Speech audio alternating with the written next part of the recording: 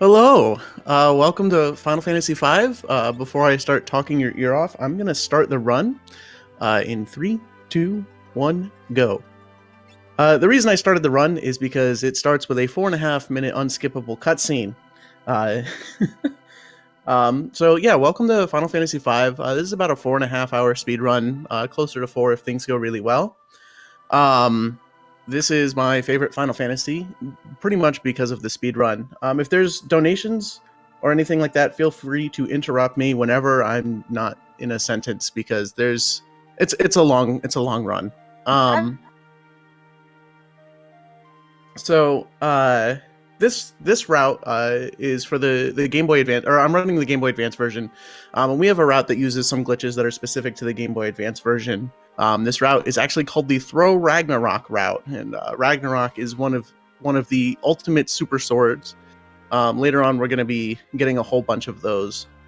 This run is really interesting because it uses so many different jobs. So Final Fantasy V has a job system where you can mix and match different abilities from different Final Fantasy classes, like thieves and knights and stuff like that. And we're going to be using almost all of them in some capacity, which is really cool. Another thing of Final Fantasy V that's very interesting is that Final Fantasy V, all the bosses have a very unique AI. Like each one has something special about them. I don't think there's any boss in the game that is you just whack it to death. They all do something interesting. So as it is a Final Fantasy V or a Final Fantasy run, lore is really important. So what's happening here is I believe this is the last Final Fantasy to use the 4 elemental crystals as a main theme. So there's a wind, earth, fire, and water crystal, and this guy flies off on this wind drake, and because he's gonna go check on the wind crystal because he feels something funny, and his daughter's like, "No, don't go. I feel like something bad's gonna happen," in that voice. And then this is Ferris. So this game came out in like 90 something and on the Game Boy Advance in 2006. So you're getting spoilers. So you're warned. That's her sister. And this is Galoof, and he's flying by meteor here. It's the only way to fly. Oh yeah, I almost forgot. So there's a donation incentive coming up to name Bartz. Bartz is the only nameable character. We're going to be seeing him in a minute or so, and so if you want to get that, we're going to cut it off as soon as I step off of my chocobo. The other donation incentive is to save Gilgamesh. This is a special thing that I routed in just for this marathon. Gilgamesh in the speedrun, normally at a certain point we just entirely skip him and we don't know what happens to him. In the run, in the casual run, Gilgamesh dies, which is very sad. So we'll be doing some of Gilgamesh's story and then skipping the part where he dies. So this is Bart's, and Bart's chocobo friend Boko, and a meteor is going to fall from the sky, and we're going to go check it out. Just to quickly pop in, if you do want to name Bart's, currently Cloud is in the lead with $5. So if you want to beat that, you better get that more than $5 in pretty quickly.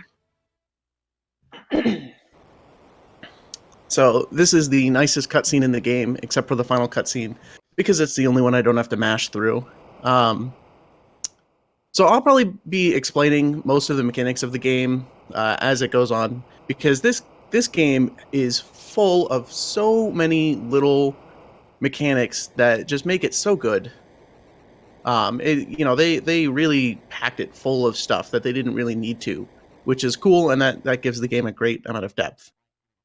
All right, so the Bart's name incentive is coming up really soon, and we're gonna cut it off now. So I'm going to do some menuing here. So we want battle speed 4, battle message 1, shortcut, ATB doesn't re-equip. So one thing that the Game Boy Advance version has that the SNES version and others, or this NES version does not, is this auto run feature, which doubles your walking speed on the map. Normally, you need the Thief class to do that. So we just get that for free, which is really nice. But then when we get the Thief class, our speed is quadrupled, which makes doing a step route really hard. So I will not be doing a step route. Are we still at Cloud? We are still at Cloud, and go team, no step route. Team no step route. Yeah, so the Game Boy Advance version has a feature, change case. I never use this menu. So there's a feature called Quick Save, which was prevalent on a lot of Game Boy Advance games. And the idea is that you can save the game anywhere, and then you reload the save, and the save goes away. So we can use that to reset the RNG. And so if I don't get the encounters I need through luck, then I'm going to reset. Early on, it's actually faster and more consistent to do the step route, but I don't know it. So we're going to go say hi to Galoof. So the meteor fell. Lena was worried, and so she came out to explore, and now we're all here, and we're all saying hi and meeting each other. Something to note is that Bartz is an adventurer from a town surrounded entirely by mountains, and I have no idea how he got out of the mountains. And then he ended up on this area, which has a cave and a castle, also surrounded entirely by mountains and ocean. So I have no idea how he got here or plans to get out.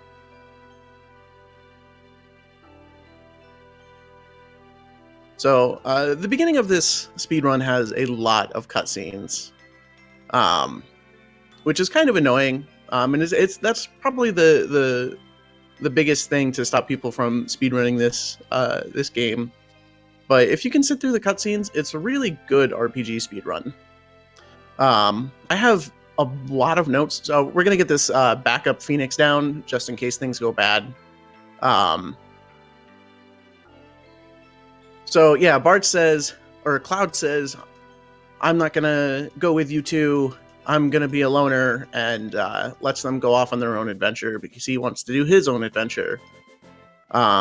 But we go the only direction we can, and we come to this canyon, and Boko stops and throws us off and says, no, you need to go make sure that they're okay. It's an unarmored princess and an unarmored old man.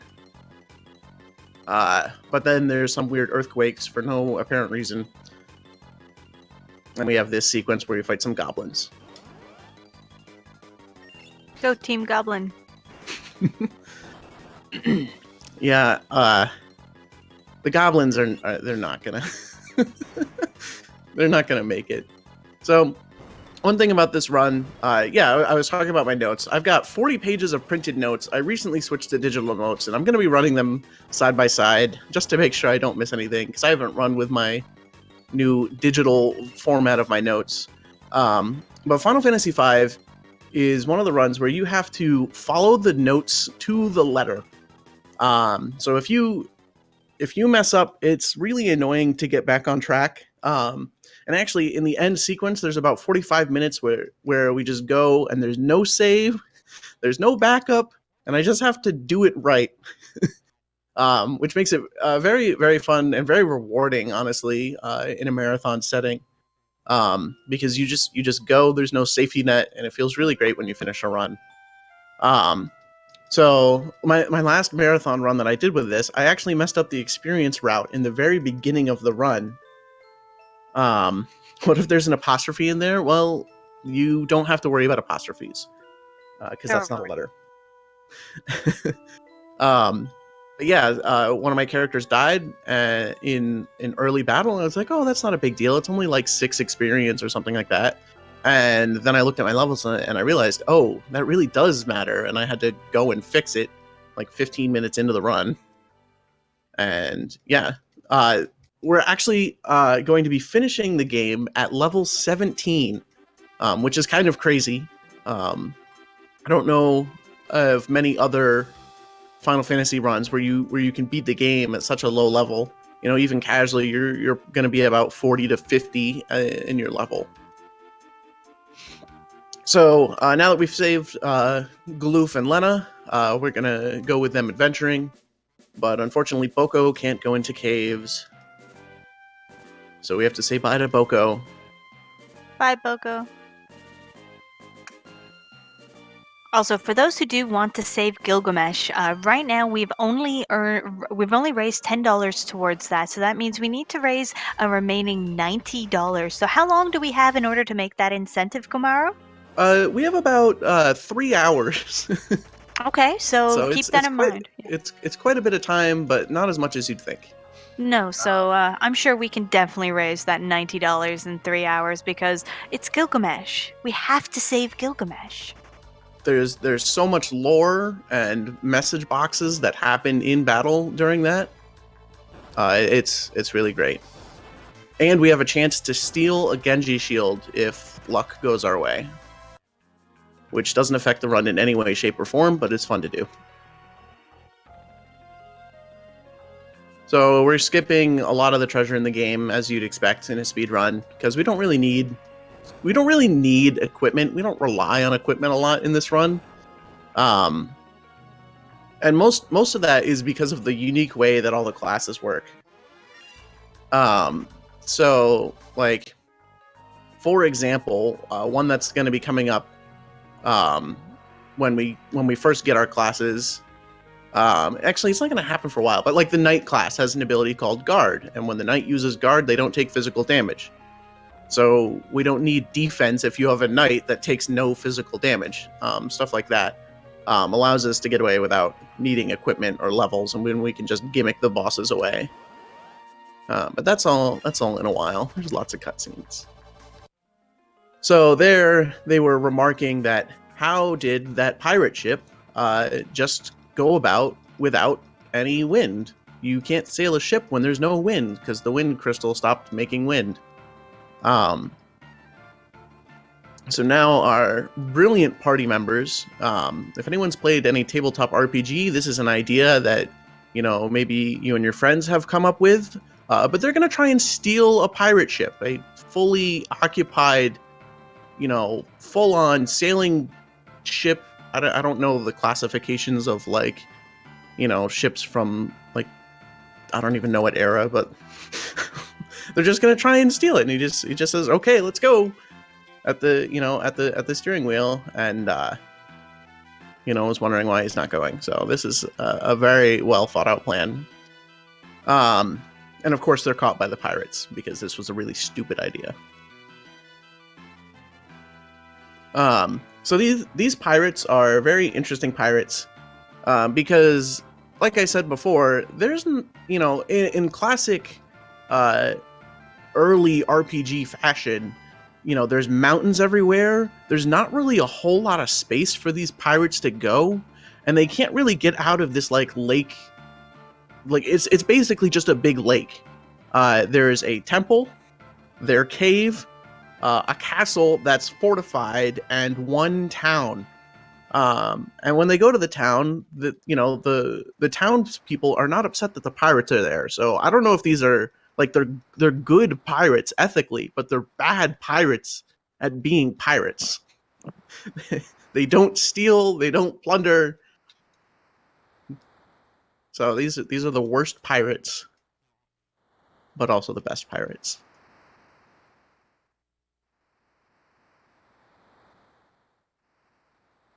Yeah, so they put us in the brig, and there we stay overnight. Lena, who is the girl with pink hair, has a pendant that's the same that is Ferris's pendant. And so Ferris is wondering why, who these adventurers are, why they want to go to the Wind Shrine, stuff like that. They just joyride around the inland sea with their boat, ignoring established maritime laws. Yes, that's exactly what they do. So Ferris says, okay, we're going to go to the Wind Crystal, and we're going to trust these three doofuses. And Ferris joins our party. And now we have our 4 adventurers.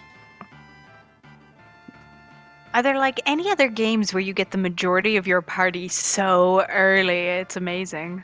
Yeah, it's really, got one of those early Final Fantasy feels. They kind of went back to a more traditional style after diverging from 4, because 4 and 6 are really similar in that aspect, where you're gaining and losing party members, which is really great for the story. But in like the earlier ones and in 5, you can feel very confident that your characters aren't going to leave you, and any time spent on their equipment or their stats or anything like that is going to be saved. It's not like leveling up your bard. We don't level up bards. We drag around the bard's body. So coming up is the real final boss of the game. There's going to be a pirate, and he's going to say, "Hey, do you want me to take you to the Wind Shrine?" And we're going to say no to that pirate, because if we don't want this pirate to be happy. And if we say yes, the pirate will jump up and down with joy, and that costs about half a second. So we got to tell this pirate no. There we go. And we're just going to go the same path the pirate would take us anyway. So now we're off to the Wind Shrine. And I'm going to be taking my first of many safety saves along this run, because, as I said before, if I deviate from the route, it can be really messy. So if I go to the left, I can get some potions and some healing, but we're going to ignore that. So now we're at the Wind Shrine. So I'm going to take this text box here, and you'd think like, oh, just skip that save. You're not saving at the save. Well, it shows up at the first save point that you go to. So we're going to get this broadsword because we need that. And now here's our first boss fight.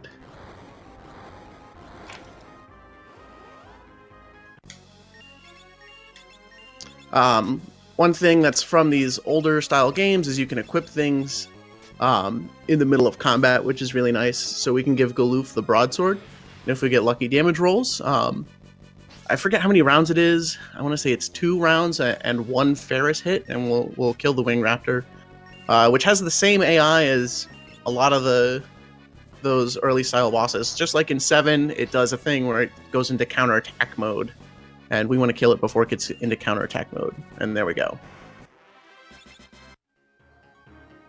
So that was the Guardian of the first crystal. So here we are in the first crystal room, and here's the wind crystal, and lo and behold, it has shattered, and the king is nowhere to be found. Probably a good thing it shattered, because there's no guardian anymore. There's no one here to guard it. Oh no! I wonder how the king got in here. So now that we have this crystal, this introduces the job system of the game. So all our characters right now are freelancers, which means they suck. And we're getting a bunch of jobs like white mage, black mage, knight, monk, thief, and blue mage. So we're gonna be using blue mages and thieves right away. Blue mage is the mage that gets enemy abilities from getting hit by them. We're gonna be using that to learn Goblin Punch, and Goblin Punch is really special because Goblin Punch deals damage equal to based off of your physical attack, so your strength and your weapon. It deals the same damage from the back row, but we don't care about that. The thing we care about is it does 8 times attack power if you are the same level as your target. So if you're playing this game and you get hit by a Goblin Punch and it hits you like a truck, and you're like, what the heck? It's because you were the same level as the enemy using Goblin Punch. And we're going to be using that to cheese 2 bosses. The other class we're going to be using is Thief, and Thief is super duper important. The Thief class makes this run possible because all the classes have, or some of the classes have innate abilities, and when you put on that class, even if they're dead, you gain the effects of those abilities. So like a ninja will be able to dual wield, or a ninja will be able to raise your preemptive strike rate. Well, thieves prevent back attacks, which means we can run. So we won't have any RNG battles where we can just die. We just have thieves. And thieves also learn the flee ability, which lets us run when it gets harder to run. And they also make us run fast, and we can see hidden paths, but that doesn't really matter. So we're getting to the first actual menu that's important. So we're going to be doing 3 blue mages and a thief, and I'm probably going to say it out loud because that's how I do all my menus. So it should be coming up in a second now. So job, cloud, blue mage, optimize, job Ferris, blue mage, optimize, job Galoof, also blue mage, also optimize, job Lena, thief, don't optimize, Lena Galoof to back. And now you can see the crazy speed. So there's a warp in the back of that room, but we're not going to take it because we need to get the Goblin Punch ability for that sweet 8 times damage. So we're just going to grind some fights here. We can quick save and do it, but I'm just going to... Oh, and that's it. That's the fight we need. So we need these 2 goblins to do Goblin Punch.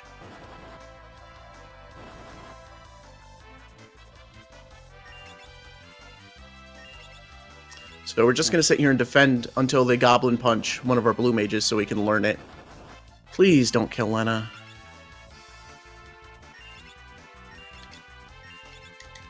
Wow, they're really mean. Good morning. Hey, Yagamoth.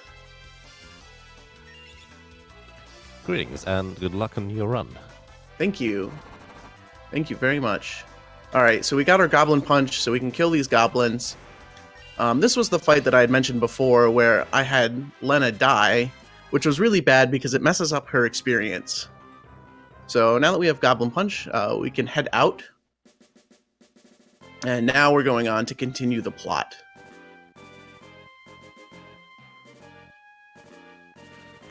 This running speed seems kind of impossible to control for precise movement. How do you do it? It is, and that's why one of the many reasons why I don't do a step route. So we get in. There's a little cutscene where the pirates come in and don't pillage the city. They just go in and pay like good people. And now we're gonna go to the beginner house. And we're gonna say that we're new at this game because we want their treasure. This treasure is really important because we need a lot of money for something for later. Please, movement. So we get to a friend of Lena's house. We're gonna make a quick detour to get a phoenix down here. Please. And now we're in for another long cutscene. So a mechanic I'm going to explain later as well is we're going to be buying a lot of magical rods. We're going to be breaking those rods to deal tons of damage, and they cost a lot of money. So the things we wanted from that, from the beginner's house was a tent, which we need later, and an ether, which we're going to sell. And it also gives us a phoenix down for safety. Because there's a couple places where, due to RNG, or like just the way that enemies target us, characters can die, and we don't want to have to reload, so we just get the phoenix downs. So the reason we have to come here for the plot is this guy has the key to the canal. We need the canal opened so that way we can cross the canal and get to the kingdom of the water crystal. So we're asking Zoc for the key. Also, this is the best music in the game, so I'm going to shut up.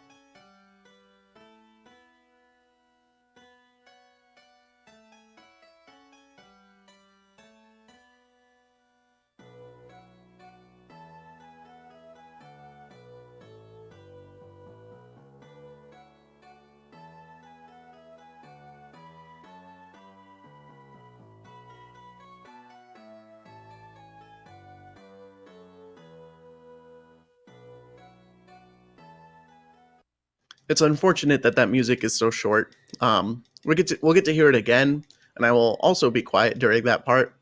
But we're only there for a little bit.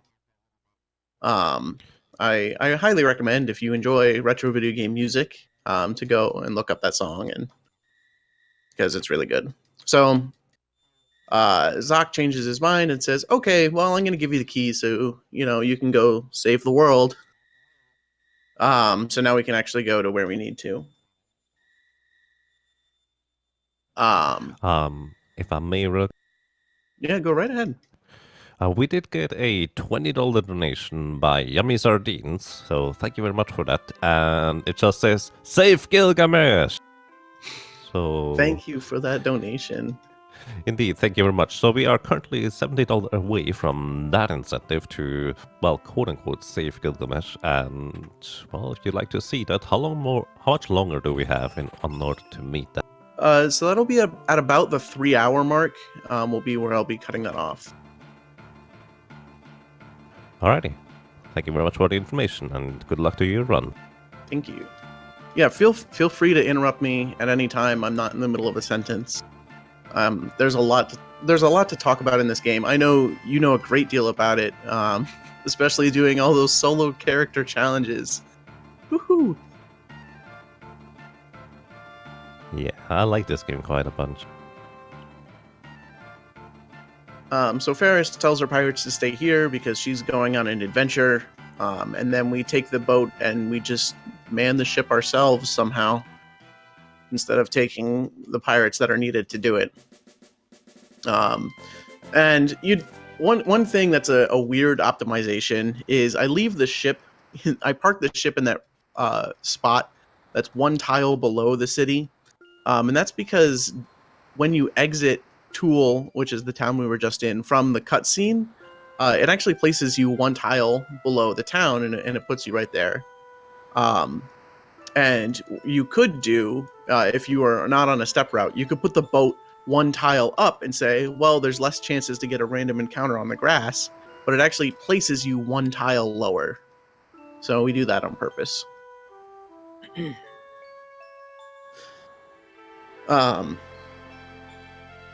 Honestly, I don't remember what they're talking about in this cutscene, other than let's go on an adventure and save the world, and we have the power of the crystals and stuff like that.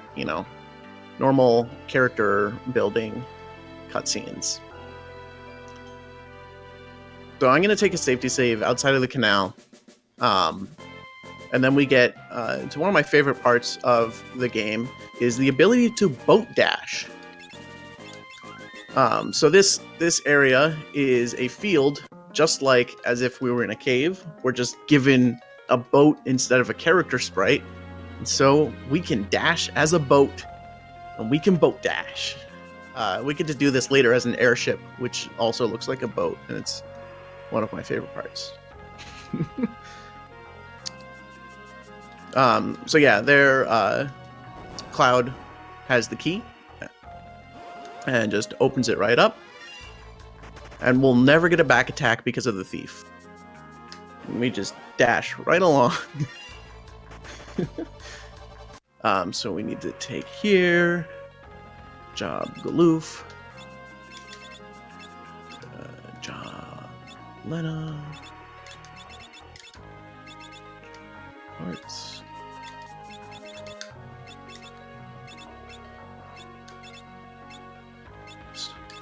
Oh my goodness. Menuing is hard. For something as simple as turn everybody into black mages, you'd think it'd be easier. Oh, that was really unlucky. One tile and I got that. So here you can see we don't care really too much about our equipment. We're just going to be using black mages and the element that the upcoming boss is weak to. Bosses in this game don't give experience, but they do give job points, so the routing of that is really important. And so some people will be using black mage abilities later, but literally just for the stat boost it gives. So how your stats work in this game is when you have a job equipped, you get certain bonuses and penalties to your stats. So like, if you are a black mage, you get high magic. If you're a white mage, you also get high magic. If you're a thief, you have high speed. And if you equip certain abilities as other classes, you'll get that stat.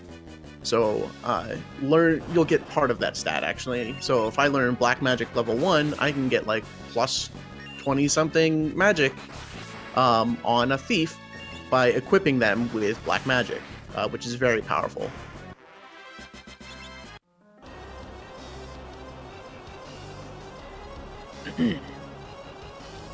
So poor Sildra is caught up in the whirlpool, but don't worry, Sildra will come back.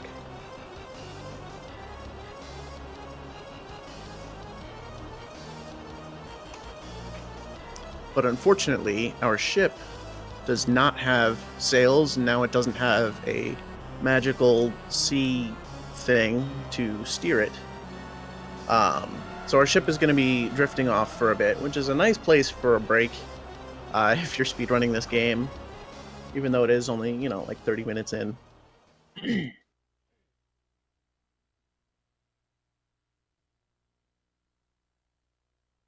Yeah, this game has lots of blue creatures that are dragon-esque that save us.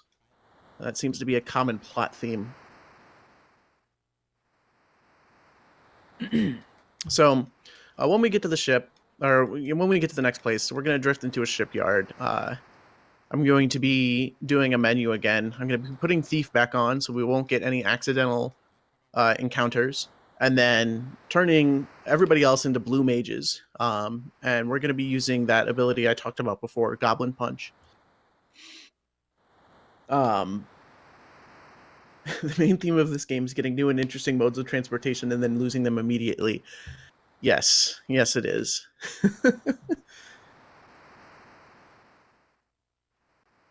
And yeah, so the boss that's going to be coming up, we're going to be goblin punching to death,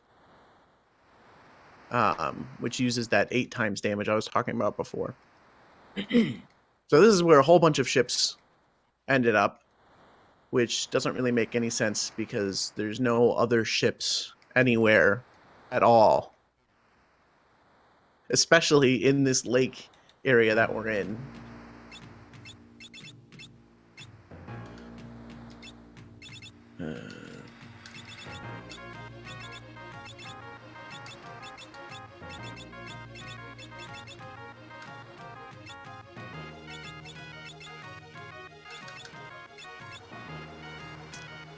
So we just have to navigate our way through this shipyard. I'm going to be skipping a very important piece of treasure, the world map, which is interesting because the world map actually shows up later in the game if you skip it now. We're going to be skipping it then too, but it's just an interesting tidbit. So there's 990 gil. That gives us an extra rod for later because we need lots of money. And let's see if I remember the way to go after the cutscene. So everybody's upset about having gone through lots of wet water. And so they start a fire and get warmed up and dry off. And in this cutscene, we discover, lo and behold, Lena's sister Ferris is actually a girl.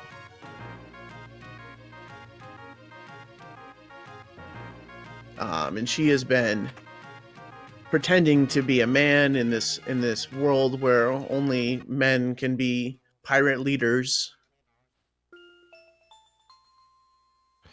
This cutscene gets a bit weirder when you first see the cutscene in the inn in the previous village, where essentially Galuf and Butts barge into Ferris' room while she's still sleeping, and they apparently discover something. It's never explicitly said what they see, but makes this cutscene here a bit weird. Yeah, this game has a couple weird things like that. Yeah, for example, the sea monster enemies in just the previous area you ran away from, they only attack female cats. I wonder if they put that in as a hint. I mean, who knows? It's kind of obvious. Ferris being female is like the worst hidden secret in this game.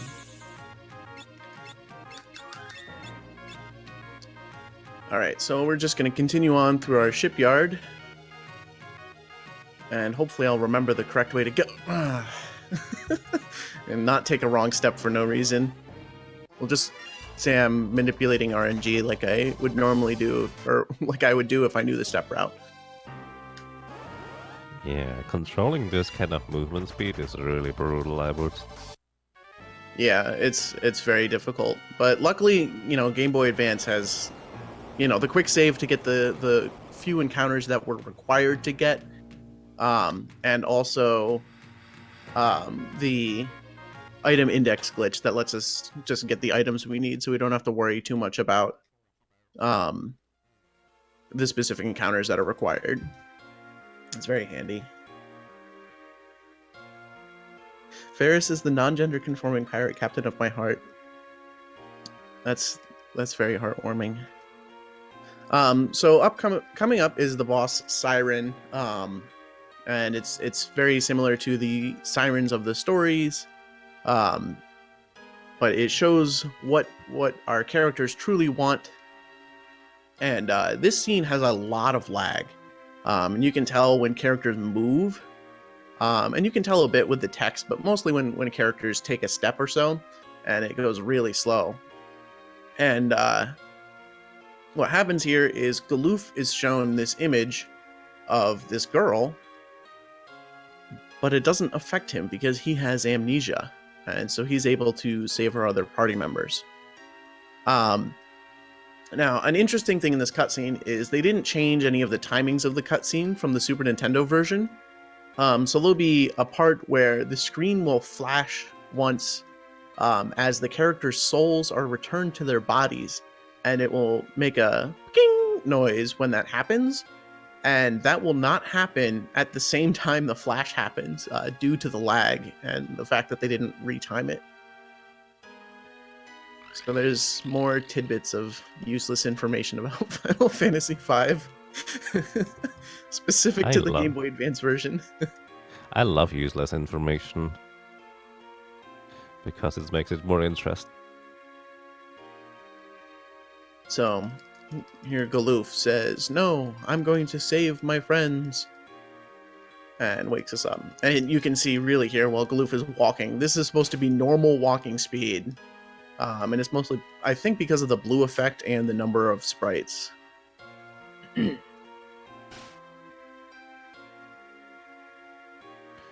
Yeah, the lag is probably the only real downside of the Game Boy Advance version. Everything else about this version is kind of pretty much the best one that it... Yes, absolutely. The Game Boy Advance version, in my opinion, is the objectively best version, even better than the mobile and PC versions.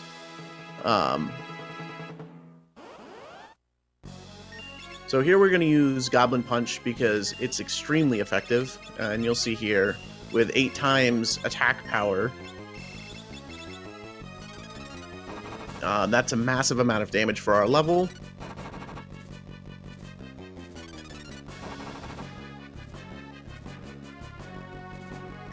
So Siren is a boss that has a gimmick. It's okay that Bartz dies. We don't need any blue mage AP or anything like that. And here our characters laugh off the fact that they almost just died and just walk off like nothing happened.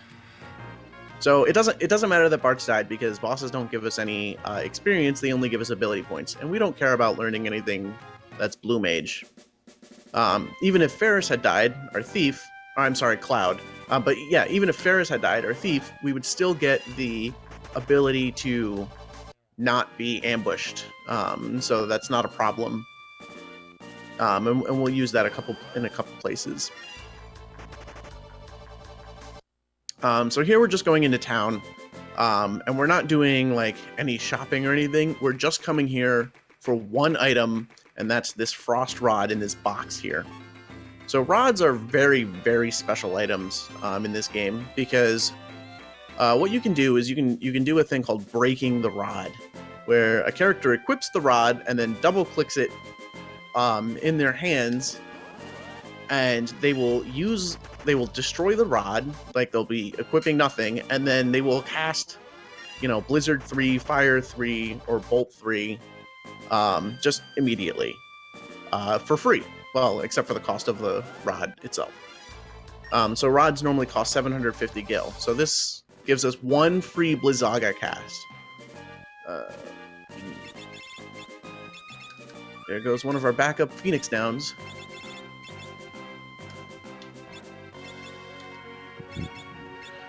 How many Phoenix Downs do you traditionally use during a run in terms of how many backups do you... Usually I use about one of my backups and I get two. I usually get both backups. There's only a couple places. I think there's only like 2 places that you need them. Oh, wait, I need this. Hang on. Hang on. Let me pause and check my notes real quick. I need this encounter. This is one of the encounters that I was going to wait to get. Or I needed to grind to get for some experience. Oh, that didn't kill them. That's interesting. And there's actually a quick save you can do to get that encounter, but that is incredibly lucky. But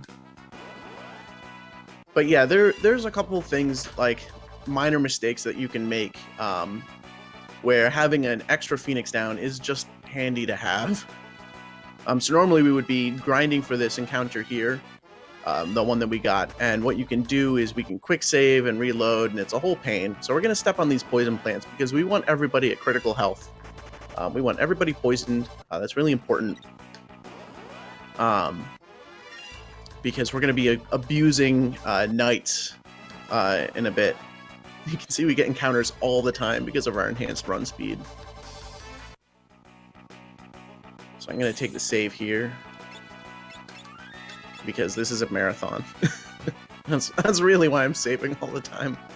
I'm going to save pretty much before every single like dungeon-esque area and before or at every save point in a dungeon. Not because anything can go wrong, but just because if I do something wrong. So this is going to be a battle. This is a scripted battle where after this boss here, Magissa, after she gets down to a certain amount of HP, she will call her husband over to come and beat us up. What we're going to do is we're going to use our Frost Rod to cast, Ice 3 Blizzaga on her and kill her in one hit. And so she will never be able to summon her husband and will only have to fight one enemy.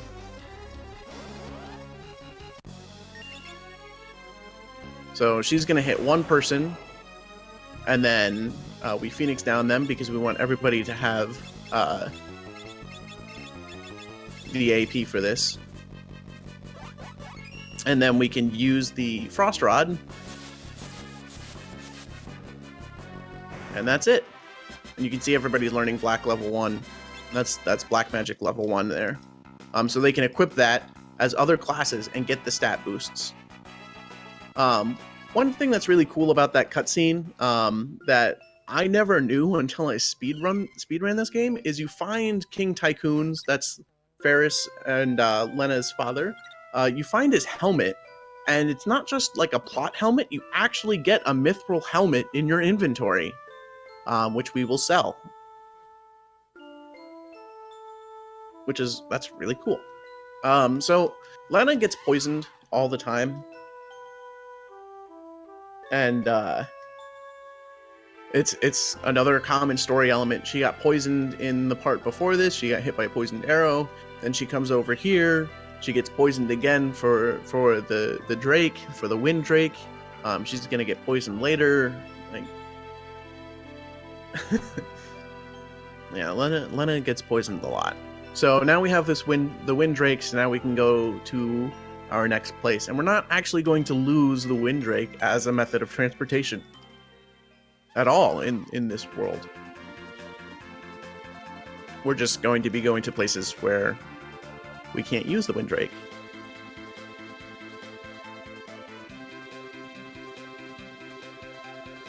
So now we have the Wind Drake, and we're gonna go see the king. It's King Waltz, and he's supposed to be guarding the water crystal, but he's not.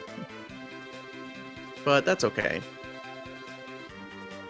So in this castle, there's actually some really cool treasures at the bottom in the basement of it, and you can get them casually. There's an enemy that will just always back attack you, even if you have a thief, and you can't kill it at this level.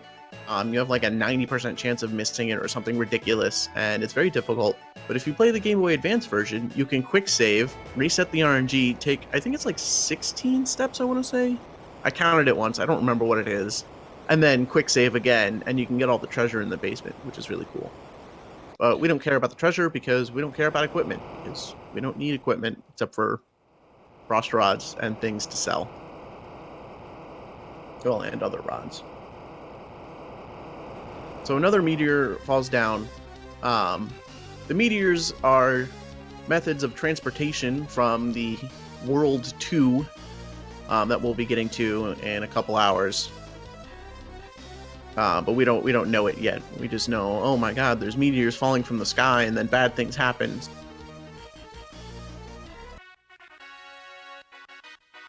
So the next dungeon that we're going to is it's the shrine of the water crystal, and honestly, this area is really nerve-wracking for me because we are all poisoned and I need to do stuff.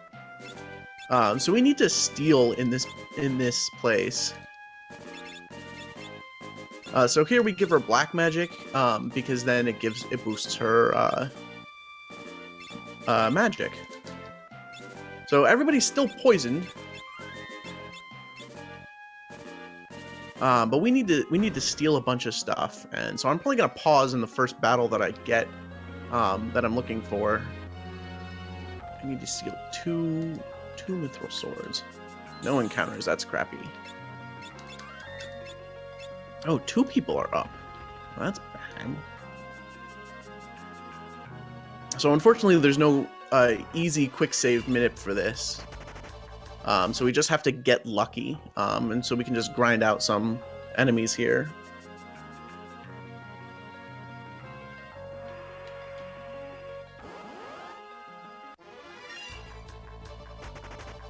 Oh, I need to pick up this ether. That would be bad if I forgot that.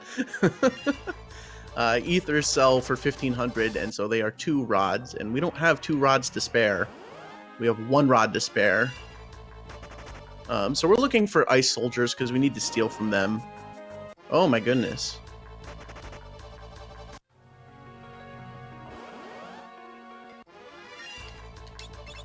Yep.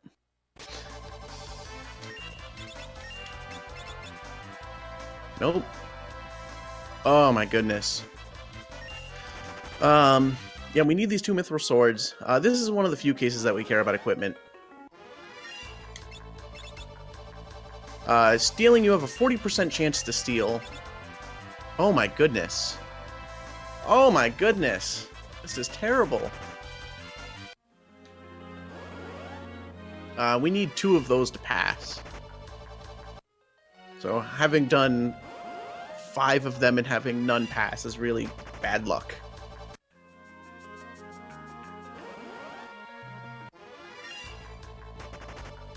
So we're going to be equipping the mithril swords for the upcoming fight, and then doing Goblin Punch for the fight to deal 8 times damage with these swords that you normally can't buy yet. I wonder, would the daggers work as well? Yes, but we need to sell the mithril swords later. Okay, that's okay. what we need. Okay. So if I dawdle too much, we can die because everybody's poisoned.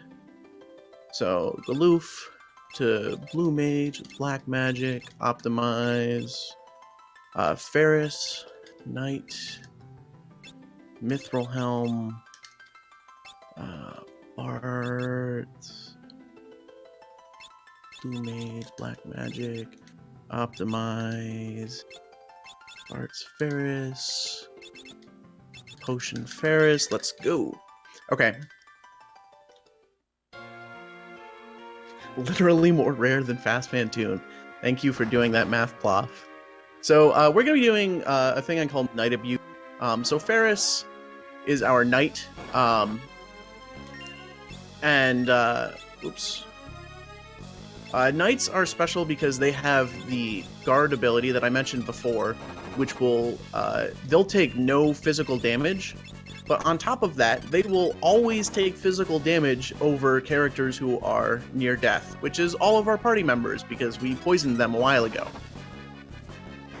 So we beat this boss in one round by using Goblin Punch in that. And this boss's gimmick is it attacks more often and always counterattacks with heavy attacks. And so we use our Knight Abuse to prevent all physical damage to our party entirely with just the simple jobs that we have available, which I think is really cool.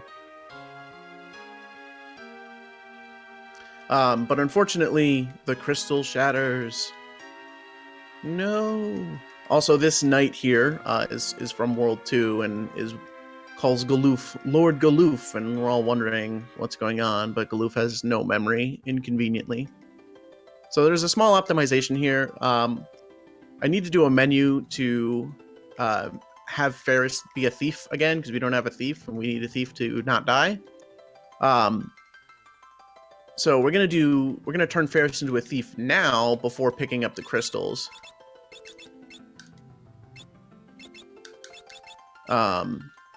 And now we get some extra jobs, but we don't need them just yet. And up there is the tantalizing mime job. We can't get that job yet. Ooh, D-pad, please. And actually we're going to be not getting that job at all because we don't need it. I mean, would mine be useful if you could get it? Mime has some uses, but it's mostly casually. The coolest things you can do with Mime are do things without costing resources. And so like you could cast Bahamut, 300 times in a row without, consuming any MP. And that's really the biggest draw of Mime. Mimes and freelancers are the only two classes where if you have mastered other jobs, so you level them up all the way, you get all their abilities, you get the highest stats of all the mastered jobs you have. And so if you master the jobs with the highest strength, agility, stamina, and magic, and then switch to Mime, you will have one really buff Mime. Unfortunately, Mimes aren't the best class because they can't equip all the best items. They can equip, I think, rods and daggers and robes and light armor, I think. And staves. So Sildra comes and saves us, and this is the Sildra Thump. This is the last time we'll see Sildra. Casually, you can find Sildra again as a summon, but not today.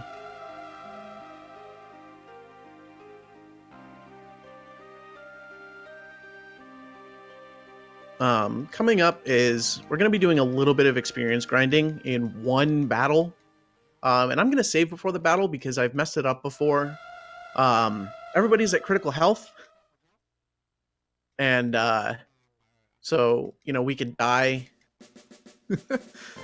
And I don't want to die. If I spend, it was the same thing with the ice soldiers. If I spent too much time and we took, one hit of poison damage, that'd be it. And I'd have to use a Phoenix down, but then my character wouldn't be at critical health, and it'd be a whole mess. Later on, we'll actually get the Raise spell, which we'll use in one spot. And the reason we used Raise is because Raise brings your character back up in critical health, and we need to Knight Abuse very, very much later on in the run. And that's how finicky health is in this game. There's not really good ways to get yourself into critical health when you're level 17 at the end of the game and everything will kill you in one hit. Oops. I need to clean up the insides of my controller again. The D-pad is not behaving. So, we're just going to get couple levels here. Oh, well, not there. So we're going to be fighting a very famous, not famous, I guess, but like a very good level farming enemy. So these dogs here, or these wolves, they're very vicious and they're all weak to fire. And there's 5 of them, so that's a lot of experience. And on top of that, we kill Ferris, and so we gain more experience per person than we would otherwise.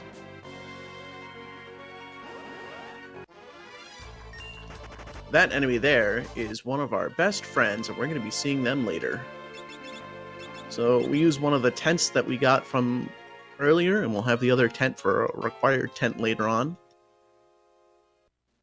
So we're going to go into this shop, and this shop has a very interesting thing about it. All the items are on super sale, and but when you go to buy something, it says freeze, and they arrest us because we came out of the meteor, and there was a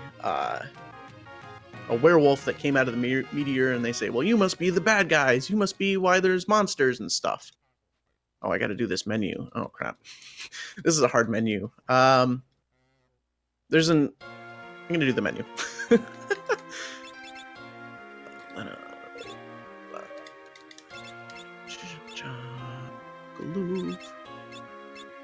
Summoner. Job boards. Equip knife.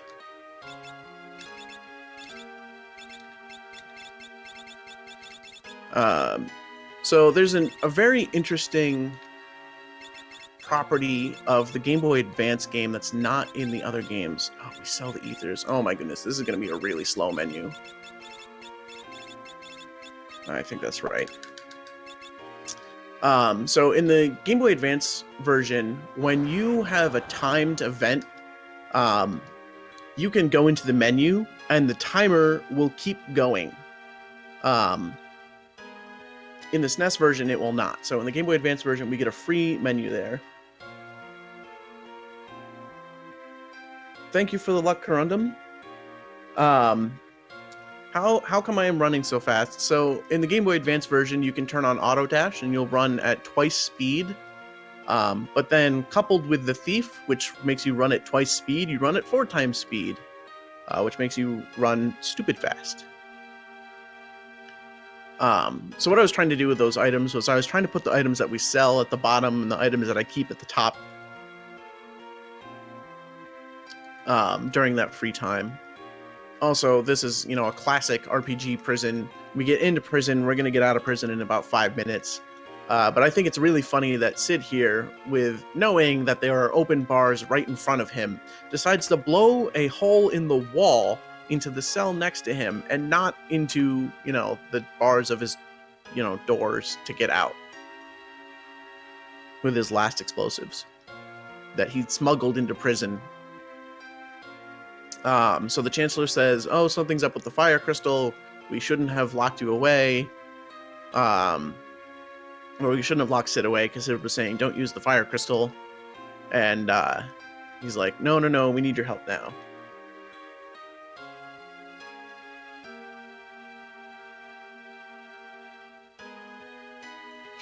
Yes, the Chancellor sees nothing wrong with Sid being in the wrong cell.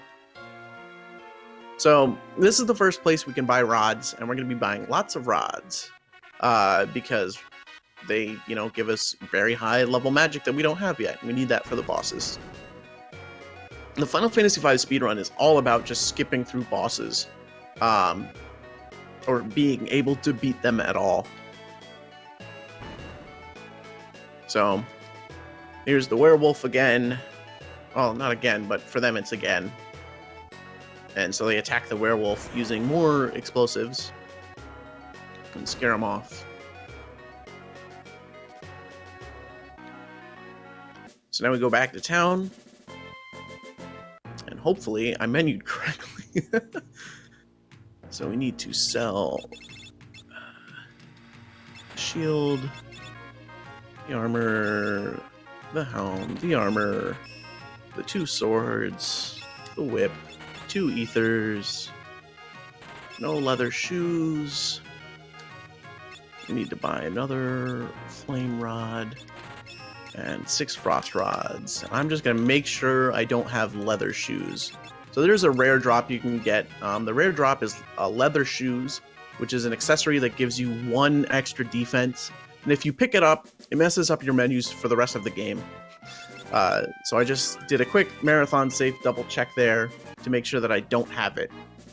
Because if you have it, it will prioritize that defense over Hermes sandals that we'll get before that give you auto haste and no defense. And they'll say, oh yeah, one defense is better than auto haste. And that's just false. So we want to make sure not to have them.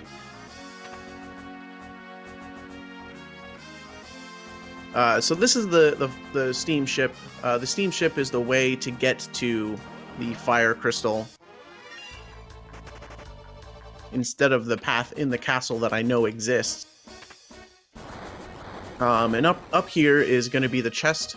There's a chest right next to the world map, and this is where the world map has literally moved. But we don't care about the world map because I'm definitely not going to forget where we need to go.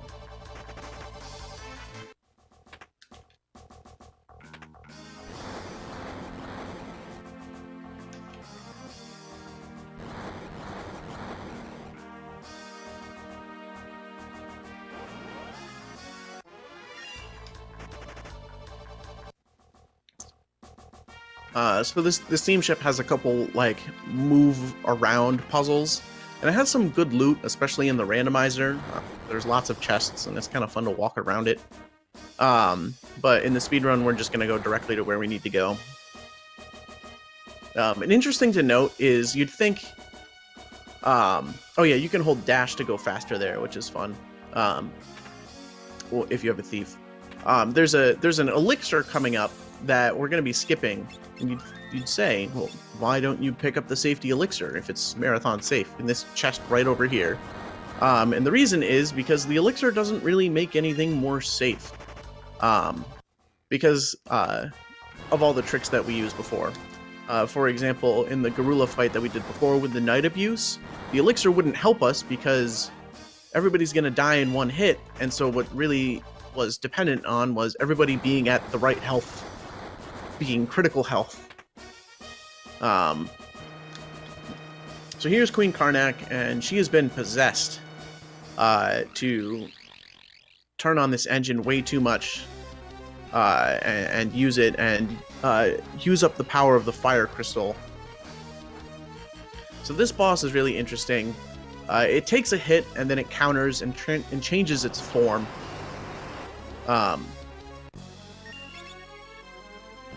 So we're going to be using ice rods or frost rods. If it turns into a hand, it will be, okay, it's the tornado. So if it turned into a hand, it would be immune to elemental damage, and we'd have to do something different. But it's not. It's a tornado, and it is not immune, so we can just kill it right away, just excuse me, just like that. And it's a very difficult fight, especially in like 4-job fiestas, with limited classes that you have, because you might not have a way to heal, and it always counterattacks. Some of them hit the whole party. It's very difficult. You don't have a way to like absorb fire damage or anything like that. So yeah, it's a very, very challenging boss, but with some frost rods and some careful targeting, you know, it's pretty easy. So here we are at the fire crystal. Hopefully nothing bad will happen to it. And once again, a warrior shows up who knows Galoof, but Galoof still has memory loss.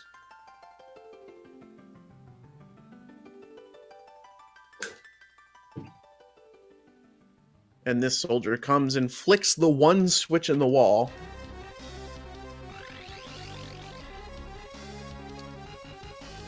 I love how he just so nonchalantly walks in and just does the thing, because, yeah.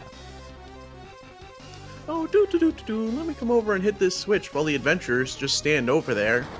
Couldn't have the thief dash on over at 4 times speed. So the next sequence coming up is the exploding Karnak sequence. Karnak, which had the fire crystal, has fire all over it. And I didn't know this, but that's normal. Having fire in your castle everywhere is totally, completely normal. And it's when you don't have fire all over your castle that you have a problem. Who knew? And it causes it to explode in a fireball, I guess. And so, in this escape sequence, you can't run from battles, which is really bad. So we're gonna save, and we're gonna hope that it goes okay. We have one encounter that we can get that we can use one frost rod. That's gonna mess up the experience and make another part of the run really annoying. And I really don't want to do it. So we're just gonna hope. Otherwise, we just reset and we have the perfect encounters to get out. Good luck. So thank you. This part of the run has really good treasures. Lots of treasure in the way, but we're only going to be getting 2,000 gil out of a chest that doesn't have it's not a monster in a box chest, and all the other boxes have monsters in them. It's a really great place to level up. It's a really great place to get ability points. It's a really great place to get items and elixirs. But there's a timer on it. Is anybody dead? No. Also, the run speed is fixed here, so I can't dash. So we get our 2,000 gil. There's no encounters in this room, so it doesn't really matter what happens in this room. And now I just need to get out.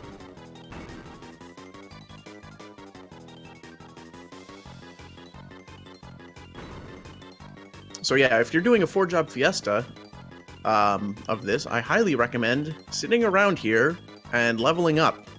Oh, this is good. This is good. Oh, that was good. That was good. So this boss is... This looks like a normal encounter, but it's special. That's actually a boss. And after a little bit, if all the wolves are killed and he gets a turn, he will transform. But we just don't let him get a turn. And we just kill him like that. And we don't even get his text or anything like that. That was really good. No encounters. None of, like, not even an okay encounter. That was really good luck.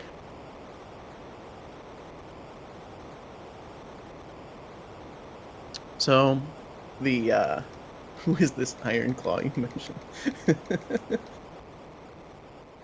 Iron Claw is also a place where you can get the blue magic Iron Claw, which is very, very powerful if you know where to use it. So we get some extra jobs here, but we're not going to be using them yet. We get Beastmaster, which is totally broken, and we also get Ninja, which is very, very powerful. Probably the best offensive class in the whole game. All right. So now we're off to the library. 28, 21, 22, 26.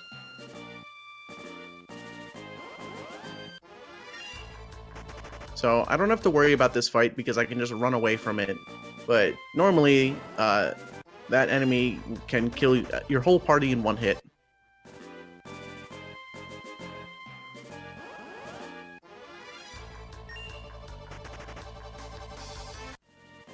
So, we're at really good health right now. So this is going to save a menu before Ifrit, which is really cool. So we can talk to people. They're all running around looking for Mid, but they all run around in one space, in one spot. Mid is Sid's grandson. And they say, oh, he's in the library somewhere. We don't know where, because we're all running around the place. So we're off on an adventure to go find him.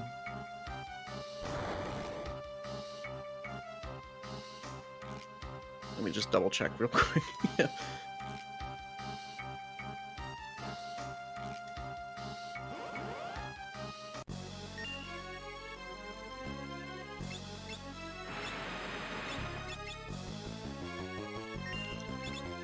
So there's the second Phoenix down that we got as a safety. And Ifrit is weak to Ice 3.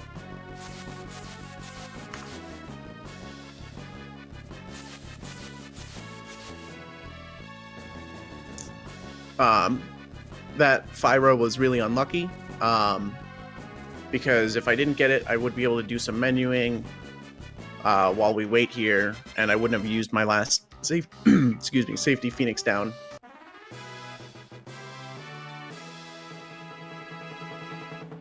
But that's okay. The reason we have to revive Ferris, even though she doesn't do anything, is because we want the ability points. And Ifrit scares this bookshelf for us, so we can continue on. Oh, actually, there's a third optional Phoenix down. I forgot about this one. Right in this chest here.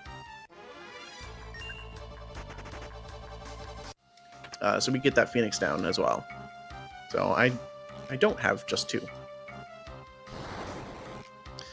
So there's a mandatory battle here, which is really funny because you can just run away. These battles with these books are really slow, because when you kill it, it just changes to another page. They're very, very, very slow. So it's really fortunate that we can run from them. So we're going to change Cloud here into a Beastmaster. And Varys to a Black Mage. And the reason is we need a lot of points in Beastmaster. That's good.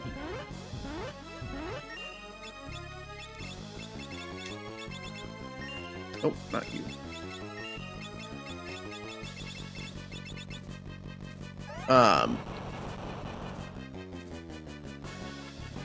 So Byblos is another wall if you're playing 4-Job Fiesta and you get something like White Mages.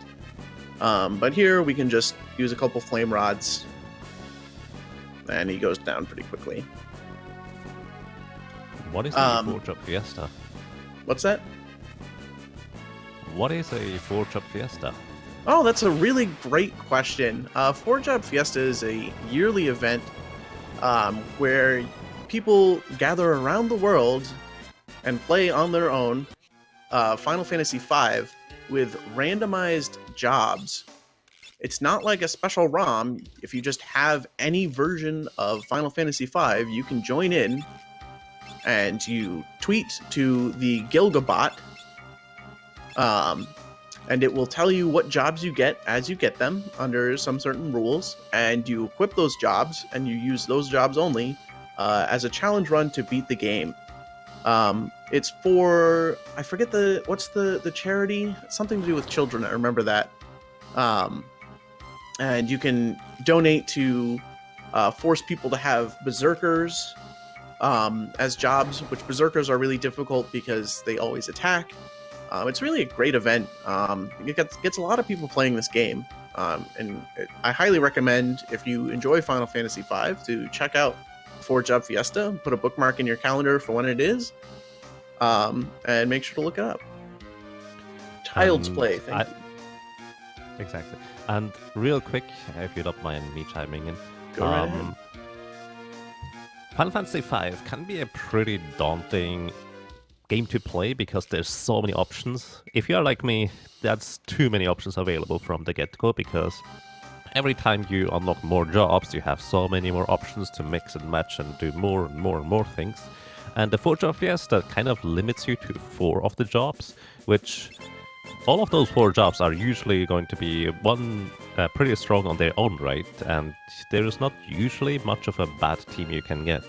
So if you're like me, it's actually quite beneficial for your first playthrough to just choose to play as a 4-Job Fiesta. That's what I did, and that's kind of how I got to like this game so much. But also, on the other hand, you can get some very brutal classes. Like I said, if you get White Mages early on, you'll be stuck with only 4 White Mages and no real offensive capability. And then the other one is Berserker, which has you have no control over Berserkers. So I need an encounter here, a specific one. That we had earlier, because we need to catch an Aegil. Aegil is our best friend enemy. It's or Aegir in this translation, and we need the right encounter for them. And it's very unlucky that we haven't gotten it yet. Not to grind it, but we need to use our Beastmatcher's, oh my goodness, catch ability to capture one. It makes the boss coming up trivial. Okay.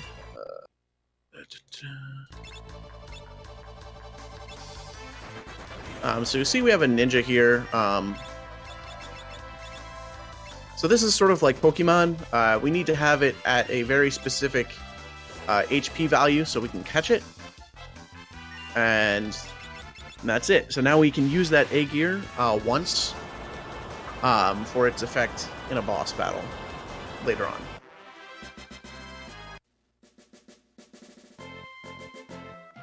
on. So now we gotta go talk to Sid now that we've talked to Mid, and they're going to fix up the fire ship for us so we can actually use it.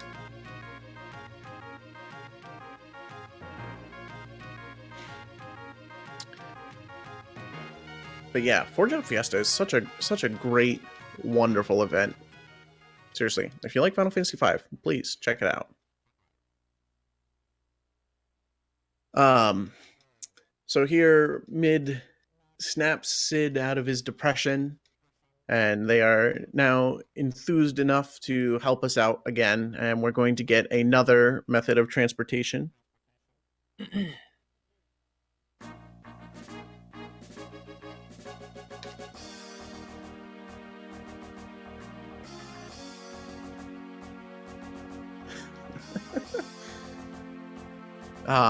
And before we leave this town, I have to do some shopping. We got to get 2 more frost rods. Those are the last rods we're going to buy. And then 2 essential spells. We're going to be buying the sleep spell, which we're going to be using up ahead in a bit to do the item index glitch to dupe us 255 silver bows, which are very valuable to sell. And then also we need to buy the raise spell, so that way we can use it once, just once, to heal, to revive one character in critical HP in about 3 hours.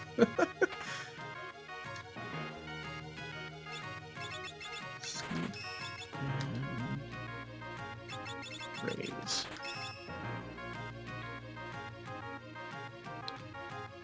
So I hope you enjoy cutscenes, because there's another one just right away, where Sid and Mid are going to be fixing up the ship here so we can continue on. In this cutscene, actually, Mid reminds Galoof of his relationship with his granddaughter, and he regains some of his memories.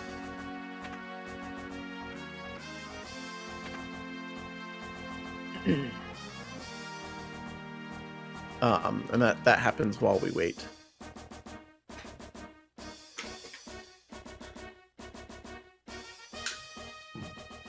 So, coming up is the item index glitch, also known as the item duplication glitch. The reason I call it the item index glitch is because it's used a lot more for item duplication. I'm going to explain it now while we're in a cutscene instead of while I'm trying to do it.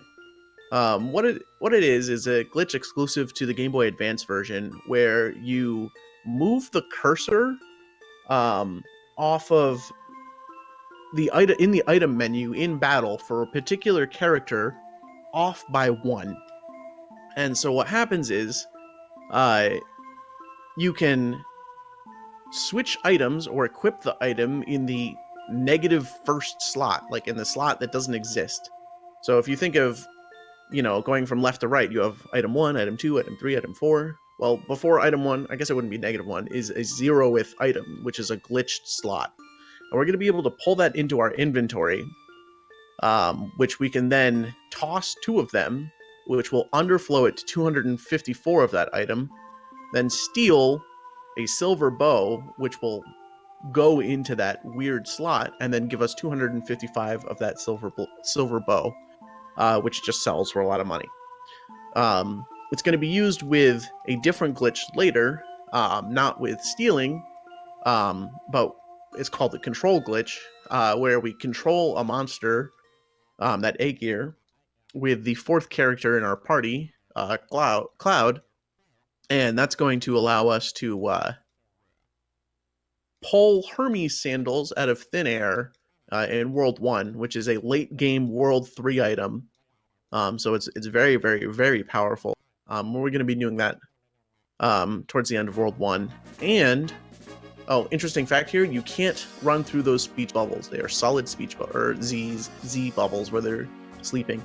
And we're going to be using the item index glitch to combine items with other items that don't exist. So it's a very, very versatile bug. There's more stuff you can do with it. You can equip things like Maximilians in your hands. You know, you can give yourself 2 Maximilians and just have really, really high defense if you want. You know, crazy stuff like that. You can also use it to give abilities to enemies that you can use with their control abilities. It's not very useful.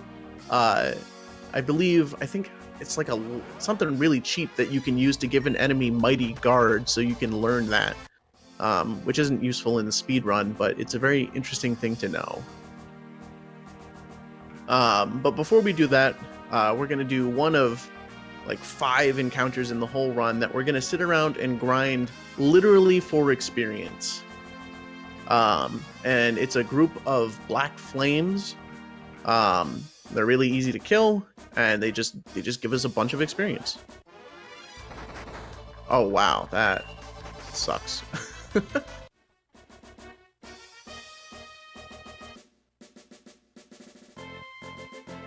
I hope I don't run out of potions. So ninjas are very special.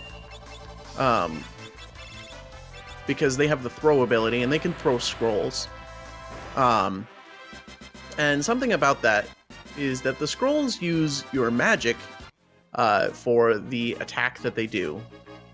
So what you can do is you can combine, if you give a ninja the black magic ability, it will boost their magic stat a lot, and it will make their throwing of scrolls very, very powerful.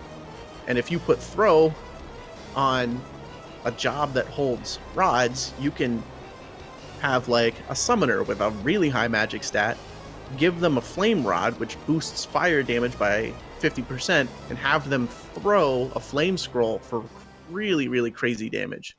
It's very, very powerful. So our boat's gone. We need a new method of transportation, but first we're going to be doing some craziness, and this is where we're going to be doing the item duping. So we need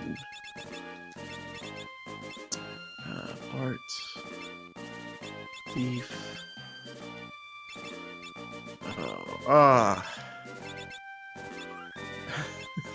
We're just gonna hope Ferris doesn't get hit.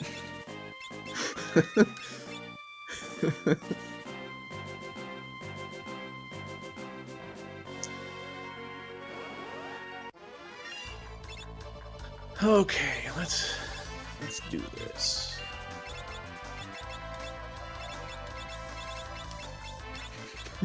So that's the item index glitch right there. And now we're just throwing these magical nothing slots that don't exist.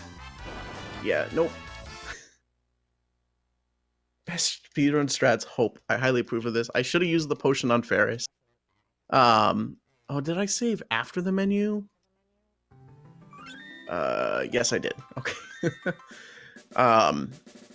So you get to see the item index duplication glitch twice now. At least the cool, fun menuing part.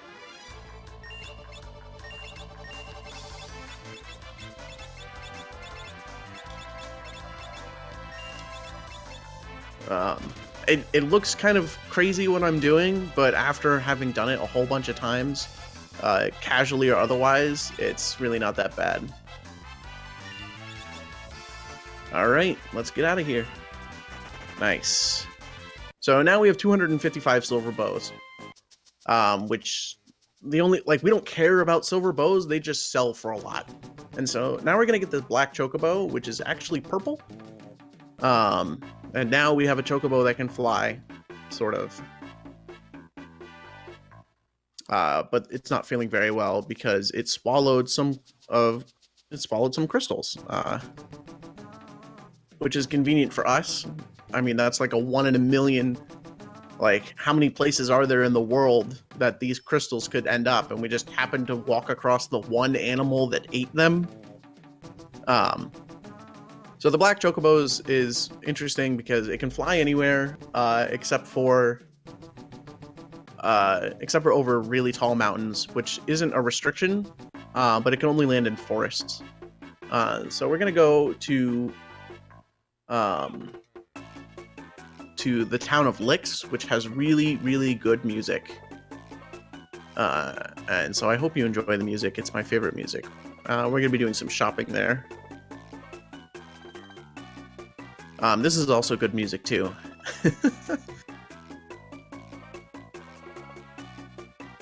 Oh, wow, that was perfect. That was perfect placement.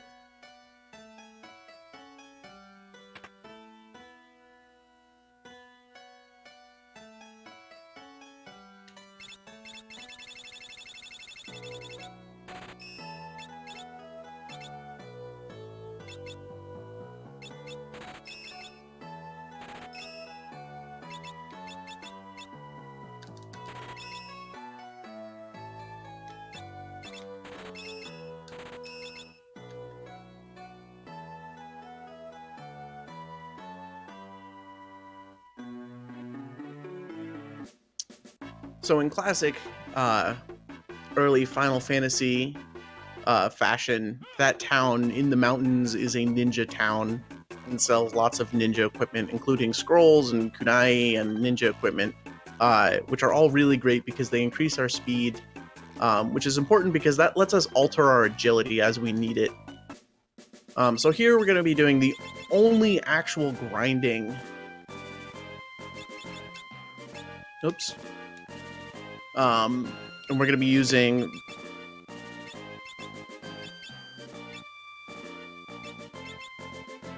the quick save ability to reset the RNG.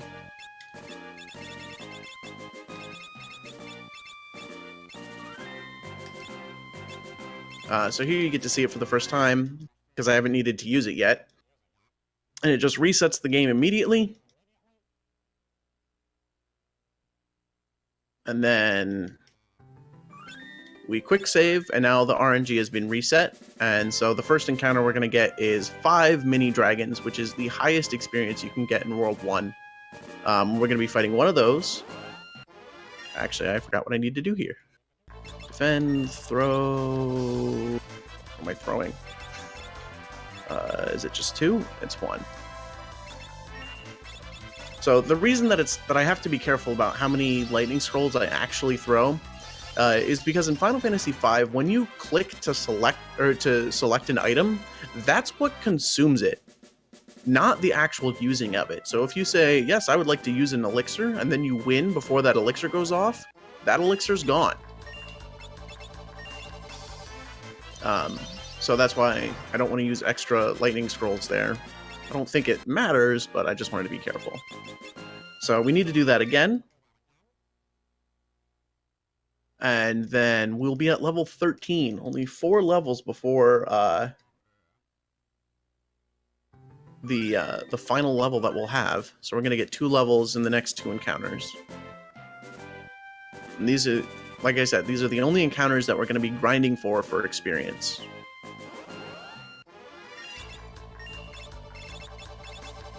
My inventory is a mess right now.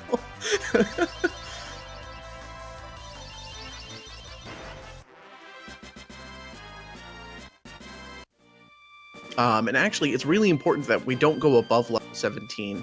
If we get to level 18, I can't complete the run. And that's not because of like a glitch or anything, that's just because we'll deal too much damage, and it'll mess up the enemy AI manipulation. Alright, confirm level 13 on everyone. Perfect.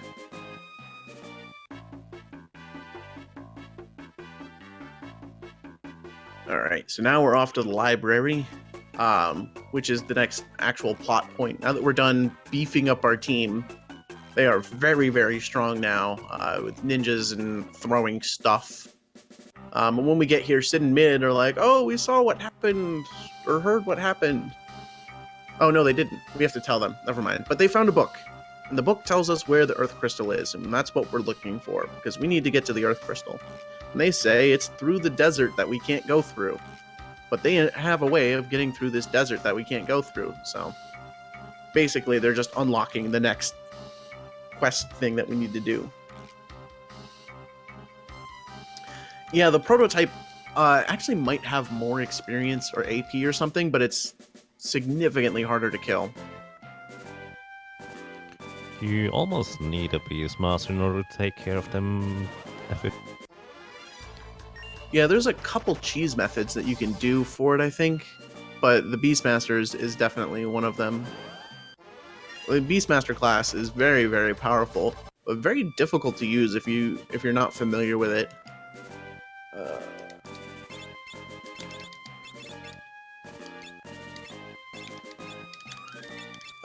So yeah, I mentioned this earlier. You might have seen me unequip one kunai, and that's because it adjusts turn orders of who goes when by adjusting their agility. We don't use the kunai for their attack, we just use them to increase our agility by 1 point for each one in our hands, and then 1 extra one with the armor that they equip, which is a really cool routing thing. So now we have to fight the sandworm. The sandworm is interesting. They say, don't use magic on it, but what they really mean is don't target it with everything. If you hit one of the holes, it will cast gravity on whoever cast that. And so if you multi-target to hit the sandworm, what will happen is you will have gravity cast on you 3 times. Or demi, or whatever it's called. But we're fast and we can just throw a bunch of shurikens. And that's that.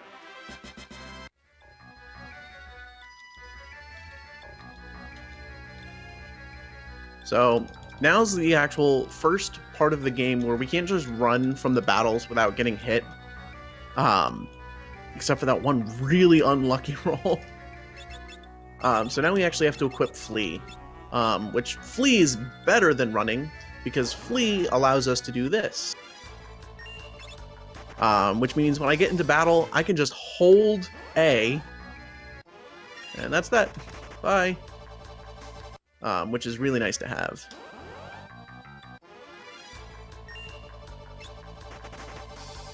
That sand bear is a really good enemy to capture with a Beastmaster if you're playing casually. It lets you cast what we call Bearaga, which is the level 3 bear spell.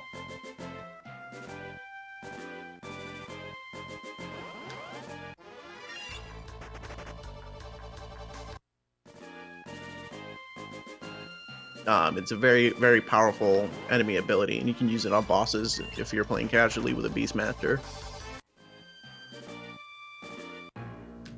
So here we're in this ruined town that Sid was talking about.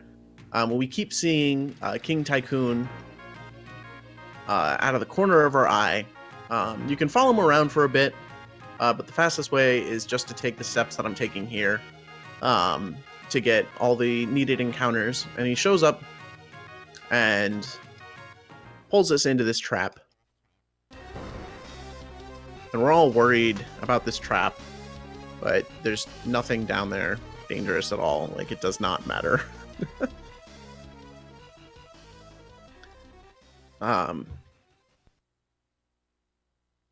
Yes, Goblin casts Flare when released.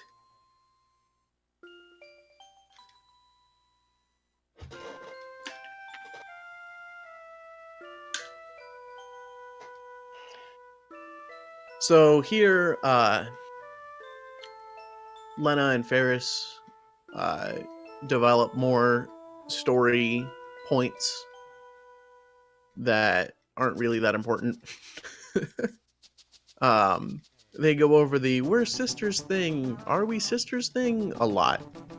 And then Galoof is some comedic relief as they decide to leave, and then we continue on through this very scary looking dungeon that has no encounters. And we find this warp path that takes us exactly back to where we were before.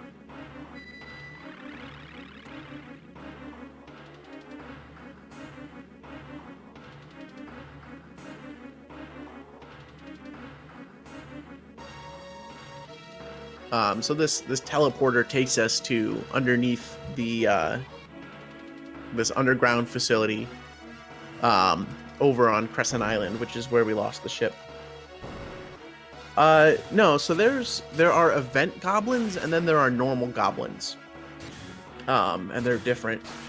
And the event goblins are the ones you fight in the first fight, and then in the first two fights after that. And then normal goblins you can find in the starting areas.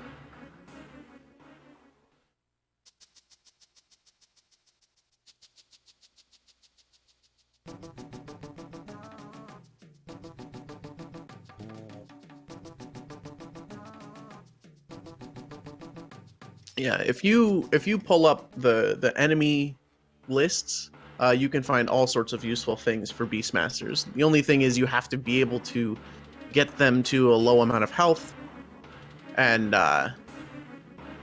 then have a Beastmaster, and then you can only use it once before having to do it again. Which is really helpful when the main walls aren't normal encounters, they're bosses. Unfortunately, we only use that once in the speed run.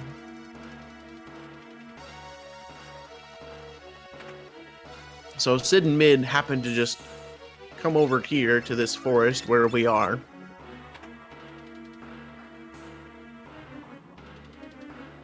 And we find the fire-powered ship. And then we find this airship. The airship has really confusing propellers. And I finally figured it out one day, because you look at it and it looks like two X's and then like a propeller on top. But what it actually is in the center of the screen, you can see is the top of the mast with three propellers going outwards, and then underneath of that is another propeller on the same pole but lower with three propellers. So if you're wondering what you're looking at with those weird X's, that's what it is. It took me a really long time to see that. I was wondering, I was like, never realized. What are those X's? Wow. Yeah, that's some poor art.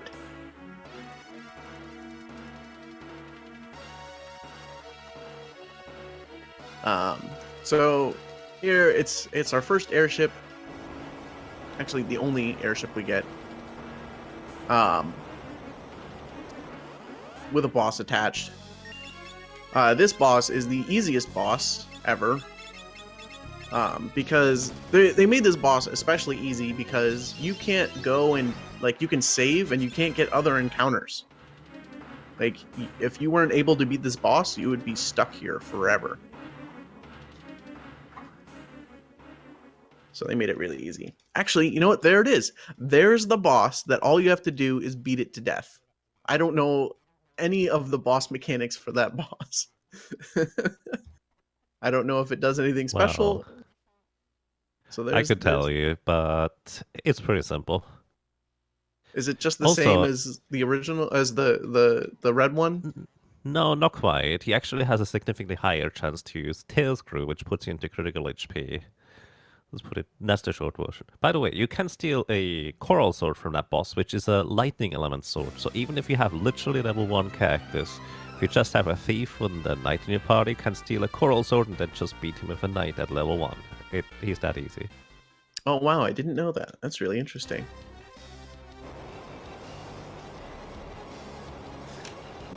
So we take our airship, we fly over here. The airship is really hard to control. It goes very fast, so it's hard to be precise with it. And we find this island comes out of the sky. Here you can see some of the Game Boy Advance lag in that one spot right there. And we just turn right around and come back to our adventuring headquarters.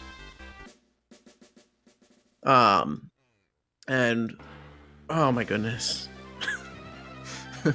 Whoops. Maybe don't carry your weakness on your person.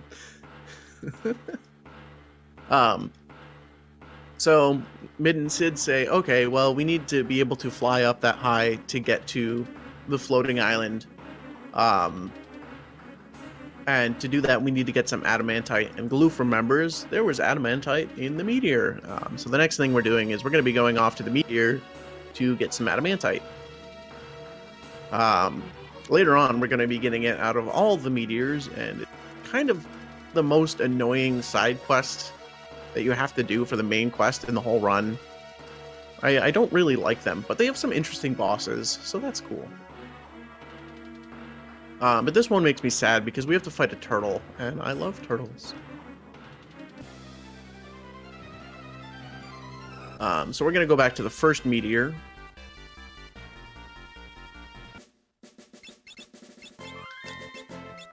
Oh, I should have done the job menu while I was there.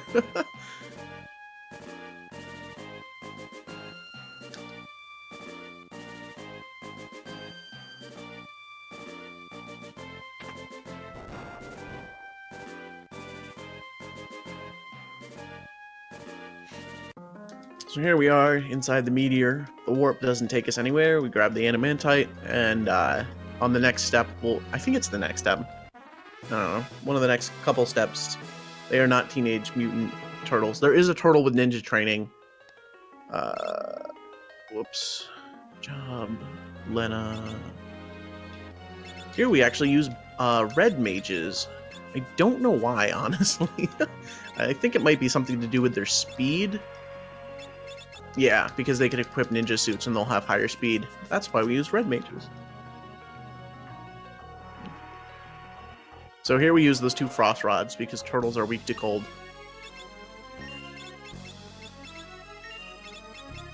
Also, the mage classes auto-equip the frost rods, which is nice because it makes the menuing a little easier.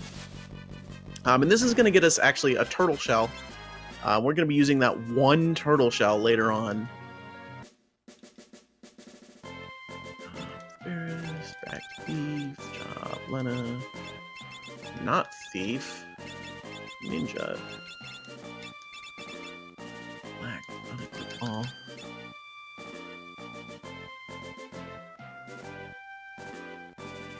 We could go and visit Boko now, and we would have found that he did not listen to us and sit outside the cave for the rest of his life, but instead decided to go and explore, and got himself hurt. And, oh my goodness, I keep...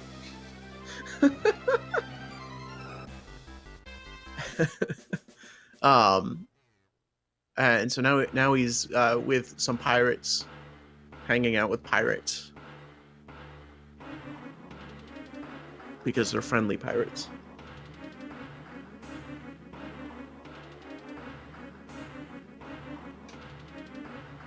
So we take a nap, which is good because now we don't have to worry about like any HP stuff. It's all normalized. And they fix up the ship with the adamantite. Well, it's something to do the airship thing 2 times a row in a speed run when the cutscene doesn't start when you the cutscene doesn't start until after you walk over. Like, there's no need to mash A there. So it's kind of silly that I went up and down twice, but that's okay. So Sid and Mid are telling us about a book they found about the floating city has cannons and stuff. But we're not too worried because we have ninjas, and yeah, we have ninjas, you know. And ninjas are just so completely busted. So I can just mash A here, and it'll take us straight up. And the second instance of boat dashing. Look how fast we can boat dash. Okay.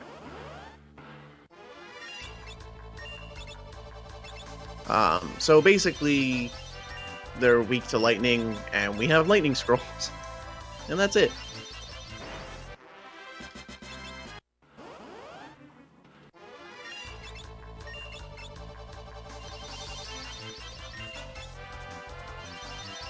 Rest in peace that one run where I bought 11 lightning scrolls instead of 30. Died here.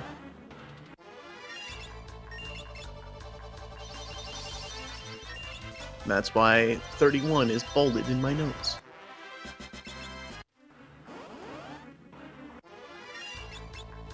So the actual encounter for these fights is random, but they have about the same health, and they do different things. This next fight that's coming up is actually, it's a very, very difficult boss fight casually, and especially in a 4-job fiesta sometimes, if you don't have classes that can handle it. It's sort of like a Bahamut style fight where it charges up and then deals a bunch of damage, but also it gives you the status effect Old, which slowly lowers your stats, which can make it really bad, and it casts its like final attack more and more frequently. So it's a very, very difficult boss fight if you don't kill it quickly. But if you just remember it's weak to lightning and do a bunch of lightning stuff, you'll be just fine. And you'll notice we've been keeping Cloud here as a Beastmaster because once he learns control, we'll be able to do some crazy stuff. So that's why he's just been sitting there fairly useless.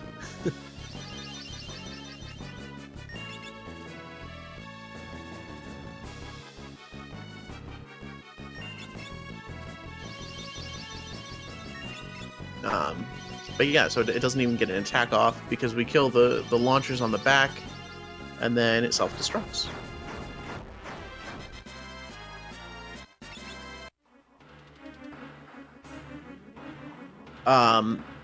So this dungeon is really interesting. It's got some really cool enemies, some lots of cool treasure and stuff like that.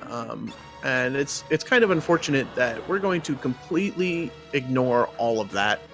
We're not even picking up a single treasure chest in this dungeon. We're just going straight through it. And you can see we've got our thief set up with the highest agility, so we can just flee right away.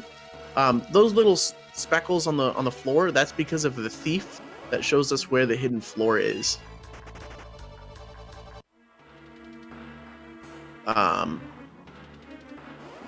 And so that is very useful casually. In the speedrun, it doesn't really matter that much unless I forget where I'm going and then go away. But yeah, there's some tough encounters in here that can be very challenging casually, and there's some gear you can get in here that you can't anywhere else, and yeah, it's really cool. I went down the wrong room. That was because of my D-pad, not because I forgot where to go. What kind of controller are you using, if I may ask? I'm using a Super Famicom controller. So I'm running this on a GameCube with a Game Boy player, with the Game Boy interface set up. So I have an adapter that lets me use SNES controllers. Interesting. And real quick, if you don't mind, Bahamut X just gifted 10 subs to the Valkyries channel, so thank you very much for that, Bahamut. That is really kind of you. Holy... Wow, thank you so much. Oh my goodness. There's the encounter. Well, good thing I saved. That was Poison incredibly breath. unlucky. Yeah, Poison Breath does anywhere between 50 and pretty much 500 damage. Depending on your stats, it can be a lot more. It's a really rare battle, and also even more rare that you can't just run. Also, I went the wrong way, but we would have gotten the encounter anyway. Oh no! When I reset, my memory cursor wasn't the same. Oh, whoops. That could have been bad.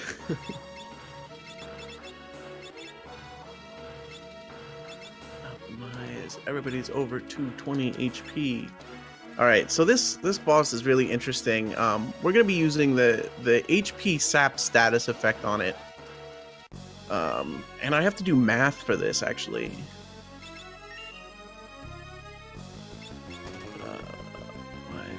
defend. Shuriken. So we put this boss into a low HP state. I think we take it into its second form, if I remember correctly, and then we give it HP sap. Whoops. And you can see it there. I'm actually going to use a high potion on Bart's. I hope that doesn't mess up the route later, but we'll see. And you can see it's going down even while the HP isn't going up. And so we're using that to reduce the amount of turns that the boss gets. So we do that until the boss runs out of HP. I think I could explain this one in a bit more detail if you'd like. Yeah, go right ahead. I'm just busy following instructions here. Yeah, that makes sense. I imagine that's kind of difficult to keep all of those different things straight. So, in short, Archeo Avis actually has 5 different forms. Each time you deal 1,600 damage to him, he silently switches between his first form to the second, to the third, to the fourth, and then only then you will actually visually see that he would switch form. So you actually damage him just below that 1,600 damage threshold, where he would for the first time switch to a different form, and then just let HP sap do the rest of the damage. So Komaru did just 1,500 damage, and then waited for the HP sap to kill the boss, which does not trigger his AI script to switch to the next form, and instead he instantly dies. Basically, you switch 4 phases of the boss doing this. Thank you for that wonderful explanation. Yeah, it's another one of the gimmick bosses that really makes the game great, because it's so complicated, and if you know how it works, then you can have a lot of fun with it, and you can kill it in a variety of ways. Indeed. An alternative method would be using monks with counterattacks, since that also does not trigger their script change, so you could just kill it in the first form too. Other characters have a bit more trouble. If you have to brute force it, I don't remember which one goes up and which one goes down, but it switches as you go through the forms. It's magic, defense, and defense. Yeah, it And starts so with really high physical defense and then goes to really low and magic defense.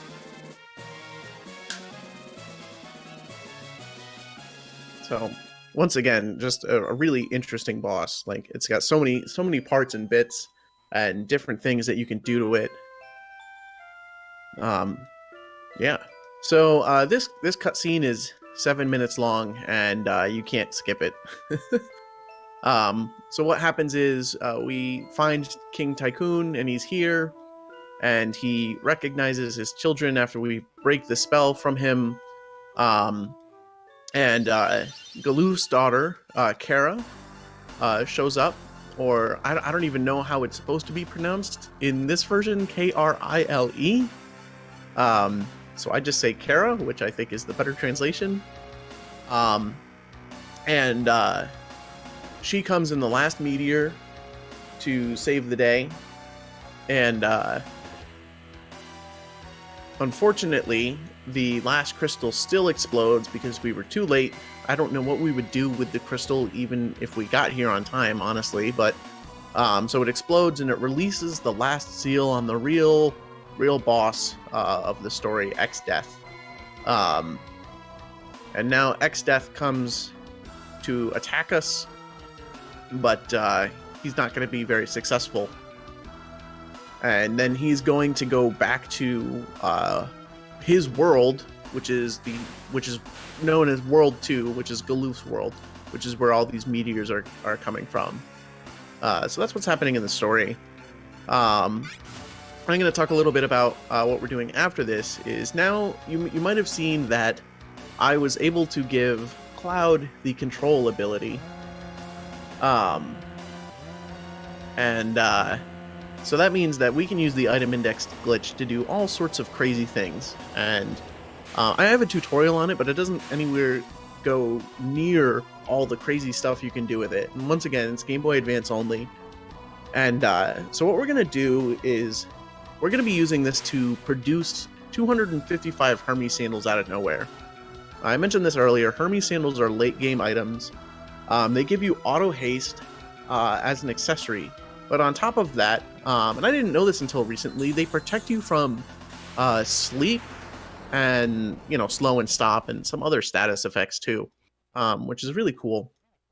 And you're not supposed to have them till very late, and so it means that we'll always be going first, which is great.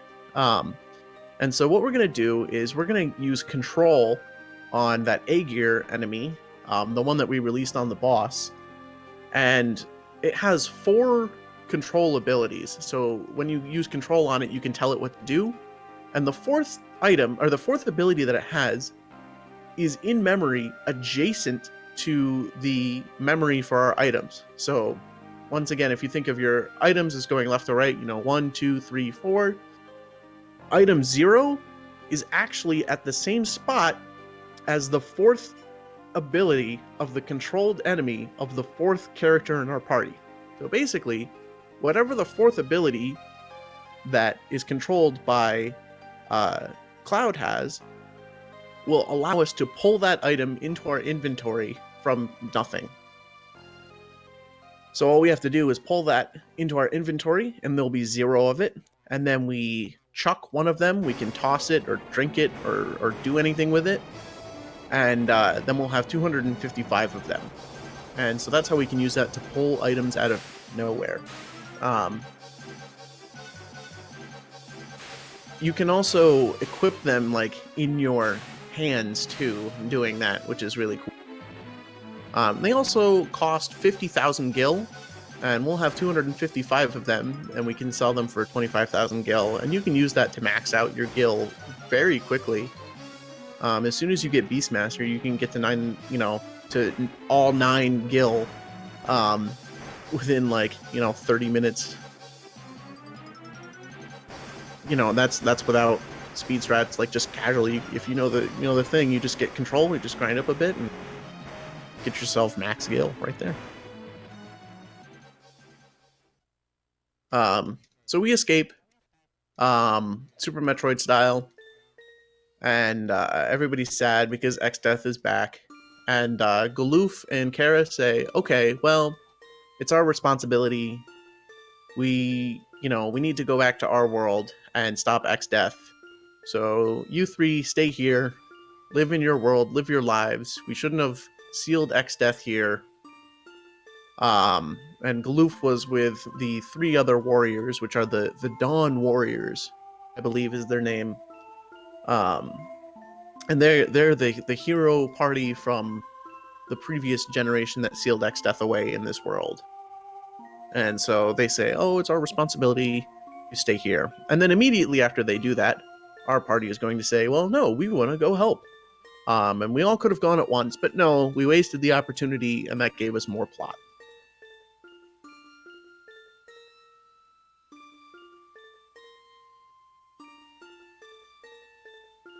So they're going to use the power of the meteors to teleport themselves back.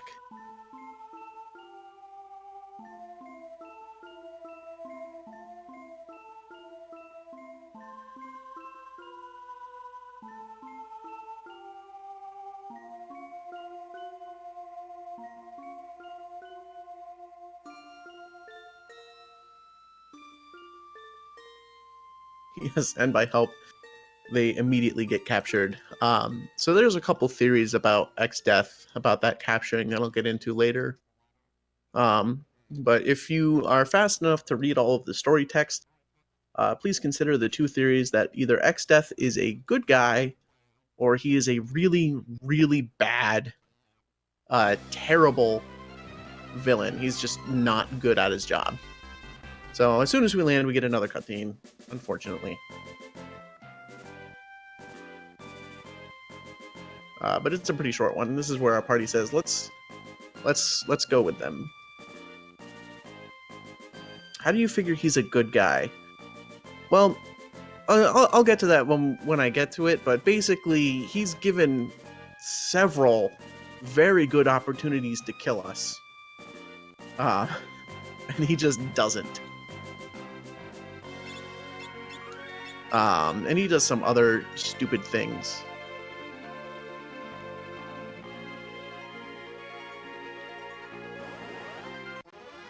So we need to find that Aegir. This time we don't care if it's with other enemies. We just need to find one. This works. Perfect. So now we can item dupe. Item duping is going to take the item out of that last slot there, but... and then we can throw one of our 0 Hermes sandals. And now we have 255 Hermes sandals. So, job, Lena, Samurai, unequip, ninja suit. We also got the last of the classes. And one of them is Chemist. And Chemist is absolutely, completely busted.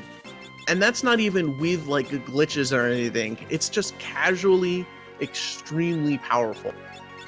I did need those high potions.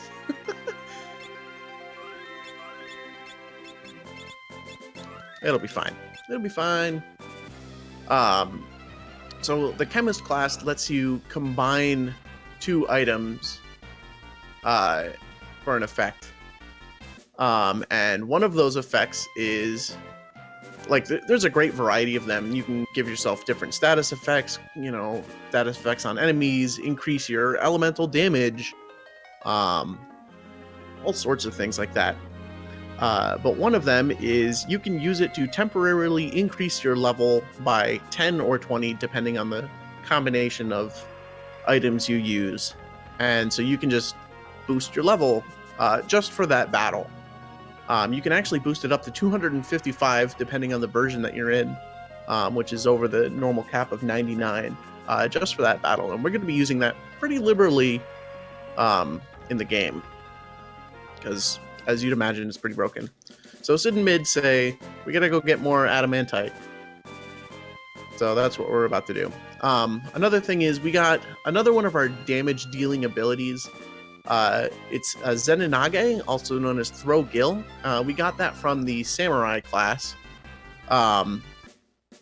where it's very powerful. It's based off of your level, the enemy's level, and their defense, and it does very mathy damage, which is great for any boss that we need to manipulate their AI into a specific set of damage. Or any enemy that we just need to hit everything at once, because there you go, boom, that's it. This is another gimmicky boss. They will explode and deal their full health damage at you, and if you kill one, it will instantly cast a rise on its partner, on all of them, all 5 of the other ones. And so what you have to do is you have to kill them all at once, or you have to prevent them from casting a rise, you have to drain them of their MP or something like that, or just beat them down a lot. It's a very, very difficult fight if you don't beat them all at the same time. This fight is actually pretty scary. The Manticore, if your equipment is off and your speed is not right, can kill you with Aqua Breath.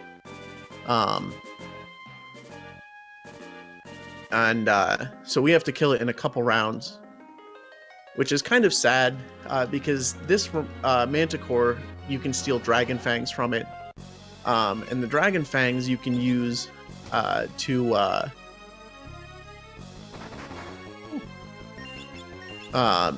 you can use for chemists to boost levels by 20.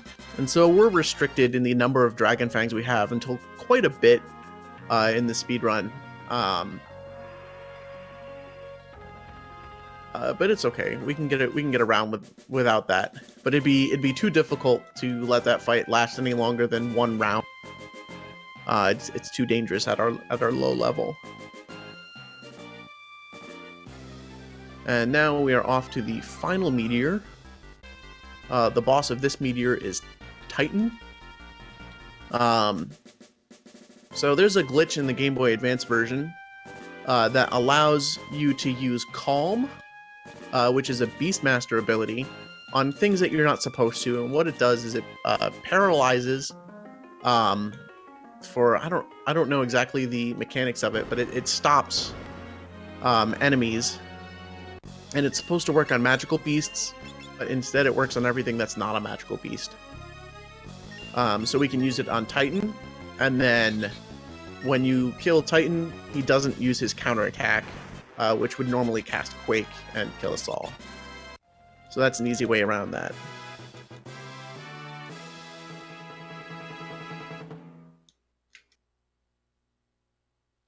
So now that we have all of the adamantites, can use it to power the portals, and it's created a new portal to World 2, Galoof's homeworld. So that's where we're headed now. And we're just going to go there without any reservations. We just jump right in and space travel.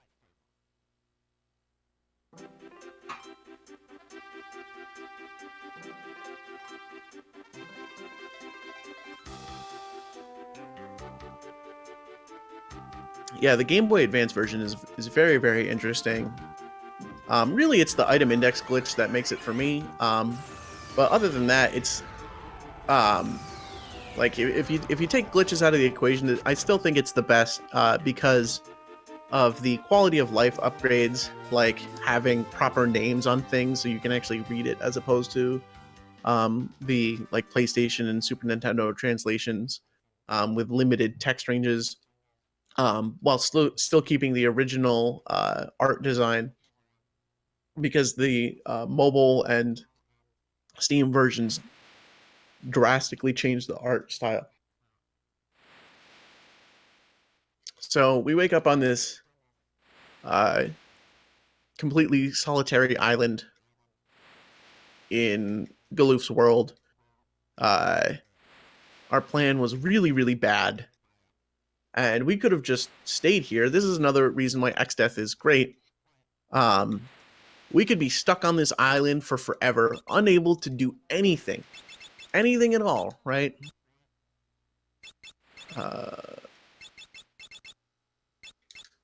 Sprint, item, tent. You know, we would just be stuck on this island for forever. But while we are sleeping, we are attacked by one of Galoof's cronies. And, or one of Galoof's cronies. One of X-Death's cronies. And, they capture us, and they're gonna put us in jail. But once again, if we had just stayed here on this island, we would be completely unable to do anything, and X-Death would be able to continue on with his plans. Another interesting thing is this fight with this enemy that's coming up drops an ether, and that saved my last marathon run because I messed up. So thank you, Abductor, for your ether and for continuing the plot. So if you don't kill the Abductor, if you die to the Abductor, you just wake up in prison. And if you do, it leaves this treasure chest and you can't do anything else. Welcome to lovely Tent Island. Yes. We have just enough tents for this island that we don't have to do things. So here's X-Death. And here's more of him either being completely incompetent or being a really, really great, just a good guy. Because he's going to show up and he's going to use us to lure Galoof into attacking the castle. And then he's just going to walk away. He's not going to do anything with this trap that he set. He's just going to... It's like, he set a mouse trap, and he put the cheese on the mouse trap, but he never set the trap itself. He just gave the cheese to the mouse. So he's either bad at, mice trapping, or he just wants mice to have cheese. So he's either a good guy or a bad guy.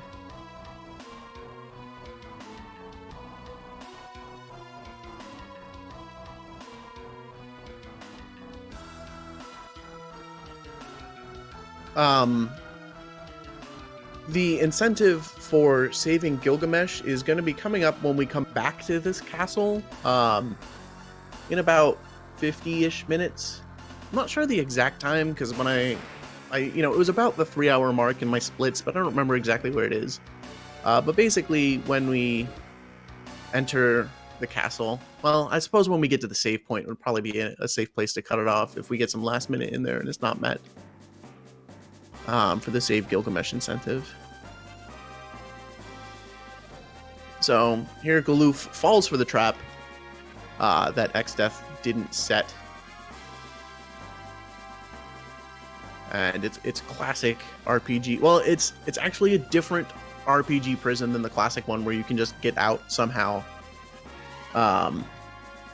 Because in this one, you actually have somebody come and save you, which is Galoof. So earlier we turned Galoof into a thief so he could run from battle issue. Oh yeah, also those, very powerful crystal shards that X-Death knows we have, you just put them in a box.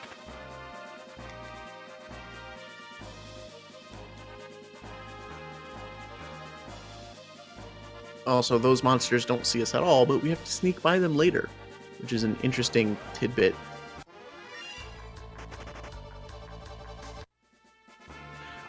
To give you a real quick update on the quote-unquote save Gilgamesh incentive, you would need to donate another $70 in order to reach that goal, so that is going to be that.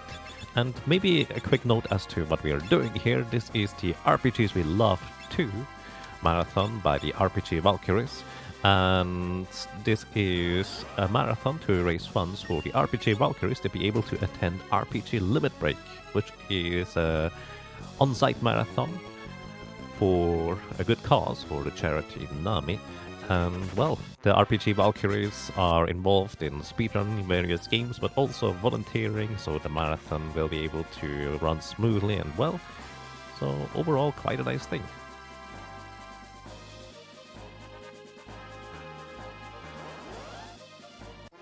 So there was our fight with Gilgamesh, the first one. There's a whole bunch of fights with Gilgamesh until we get to the optional ones.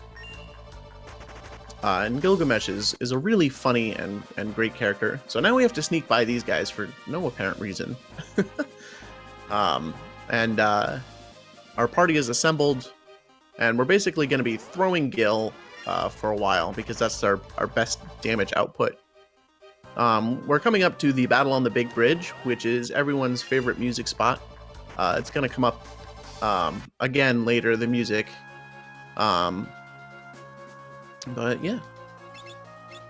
This is the famous song, Battle on the Big Bridge, for the Battle on the Big Bridge. Let's see if I can remember the actual way to go here. So if I do this properly, we'll get one fight and Gilgamesh.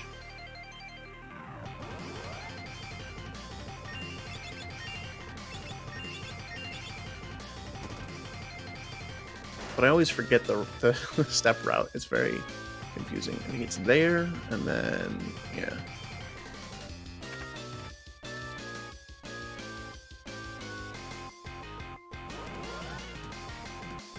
It's actually important, somewhat, that I don't get extra encounters just because we can't be above level 17 for the end of the game.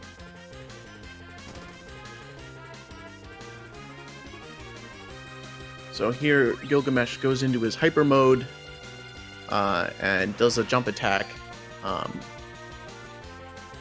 which is going to guaranteed kill one person, but we don't need any things here. Boop.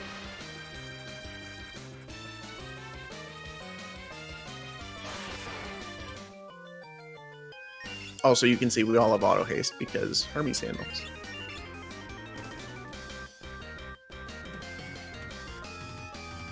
I did not realize that throwing money actually is not reduced in damage when he has Shallow Protect. No, yeah, it does not. And this one is here. There we go. Okay. It's not the worst thing if I get an extra fight here. It's not a whole ton of experience. But later on in the forest, I really need to remember not to do it because they give a lot of experience and it's very important. So this is our Team Rocket is blasting off again moment. Whoa! Is the sound effect that they should have put in there, but they never hired me as a voice actor when they made this game.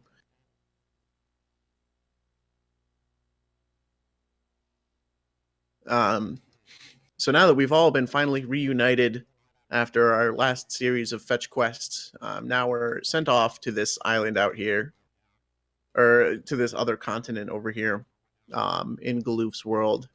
Galoof's world is very swampy. There's lots of swamps, but we're going to be going to this town. That the town is the grocery store. And you know that because the town's name is Grociana. So it is the grocery store.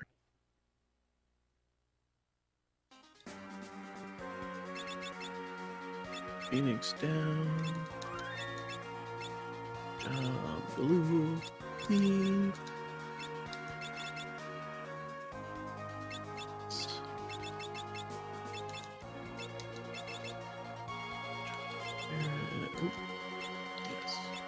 So we're putting people in chemist, mostly because they need ABP. We want everybody to learn Mix, which is the broken chemist ability, and that's going to give us, all the power of being able to increase our level at will and do all sorts of crazy stuff later on. That's not even glitchy, not even to mention the glitch stuff that you can do with Mix. So we're just going to make our way to Grociana, and remember those 255 heart sandals that sell for ridiculous amounts of money?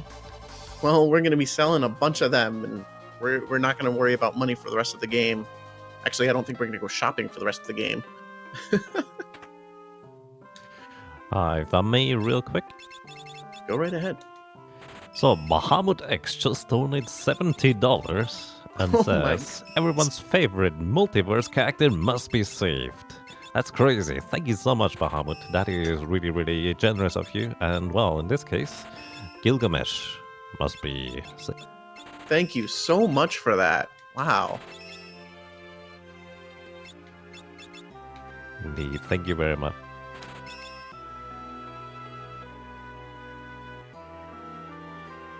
Yeah, so that means we will be doing the Gilgamesh, and we're going to be saving Gilgamesh, which adds 2 encounters with Gilgamesh to the run.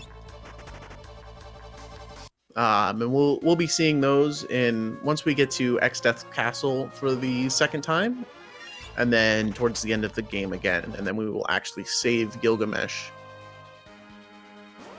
Questionably. It depends on your interpretation of the story. I suppose you could say if you never encounter him in the first place, that could be considered saving him. But I'd like to think that he would remain in the employ of Exdeath, which is never a good thing if we don't do the first encounter. So here's our first instance of actual Moogles. Moogles in this game are really weird. Honestly, but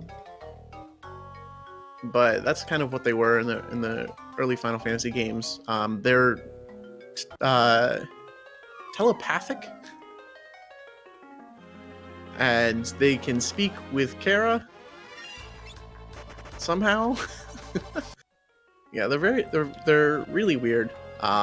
They just serve as adorable creatures that you have to save. One of. Really, and a communication plot point. The next boss that's coming up is the Tyrannosaur, which is the easiest boss in the game, because it's basically the Phantom Train. It's not immune to instant death, and it's undead, so you can just Phoenix down it. But an interesting thing about Final Fantasy V is Phoenix Downs have a chance to miss undead creatures, which I think is really cool and a good way to balance that, sort of. And because we're all chemists, we're going to get some experience that we need on here. If we had mix... Oh, perfect. First try. If we had mix, there would be a way that we could force it to hit.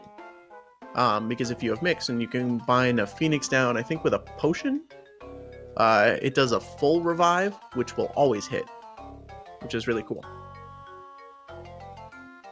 So Lena befriends the Moogle, and the Moogle's going to tell us where to go. And we're just traveling for no apparent reason following... you may have noticed that we walked by a castle earlier. I forgot to mention this. That castle is the Sealed Castle, I want to say is what it's called. It contains the 12 legendary weapons. So, like, Excalibur, the Mage's Rod, Sasuke's Katana, the Assassin Dagger, the Holy Spear, and some other stuff. I'm not going to list them all. We're not able to get any of those items until late game, where what you do is you get these tablets, and the tablets, there's 4 of them, and they allow you to unseal 3 of the weapons each, and then you can use those while getting the next weapons. And it's a really cool, I think it's a really cool plot way to have those in the game. That's probably my favorite, like, forbidden weapons Final Fantasy story point, is having them in this castle that you unseal one at a time, and then you can use them. You get the ones that you think are most useful first.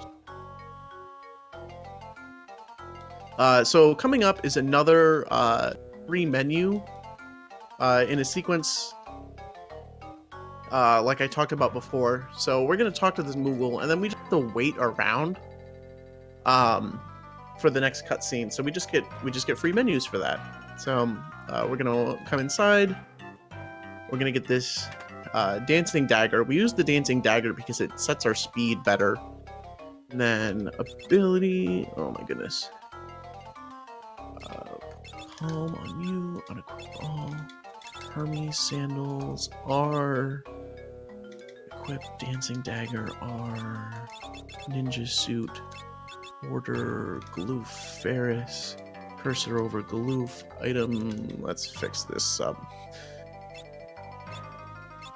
So I'm going to take a little bit of extra time here to make this nice.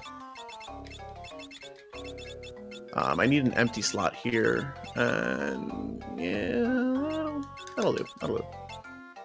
And now the Moogle should... Oh, I still have extra time. Oh my goodness, did I not talk to it? Oh, I didn't talk to the Moogle. I talked about talking to the Moogle, and then I didn't talk to it. Well, next time I come out of the menu, it'll be right there.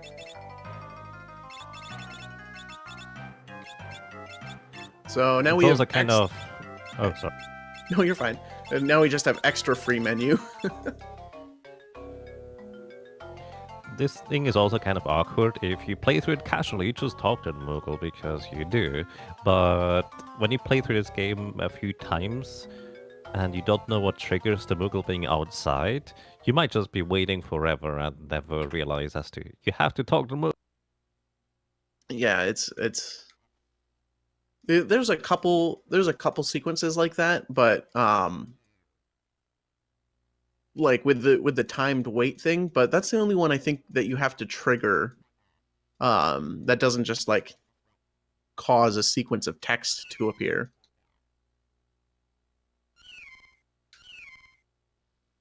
There's some other cool stuff you can get in the Moogle village, but we don't really care about any of that treasure. So yeah, the Moogles have telepathy and tell the Moogle in the castle where to find us.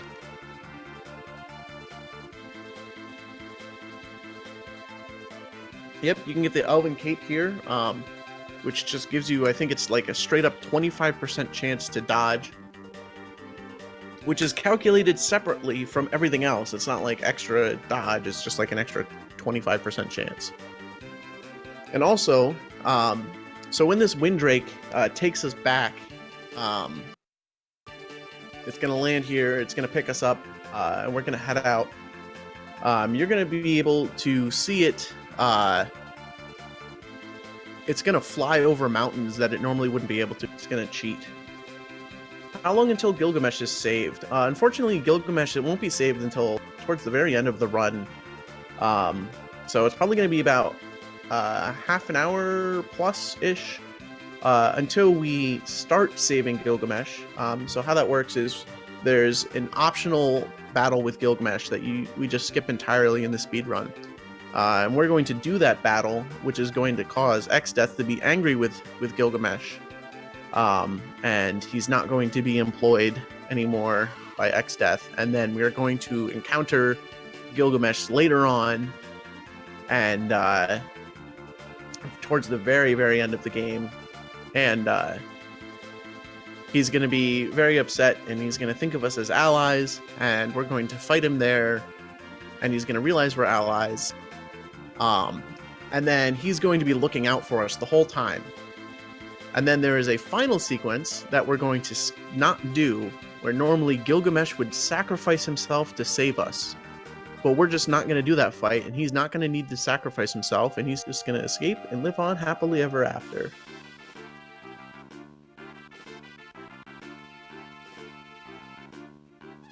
But yeah, talking about the Elven Cape, we don't care about Elven Capes because they don't offer 100% dodge. We only care about things that are very perfectly certain or nearly perfectly certain. So having a shield doesn't help us because, like, if you had a shield, even with 50% chance to block, and we needed a block, well, that'd be a 50% chance of a reset. So we don't use anything like that.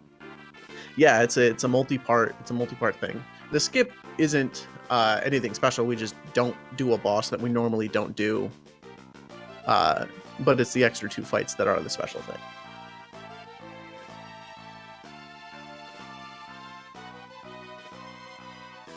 There's no like glitches or anything. We do beat Gilgamesh up with a couple frogs, which is fun. Unfortunately, I wanted to throw the Excalibur at him, but I wasn't able to route in a consistent way of doing that fast. It just doesn't deal enough damage.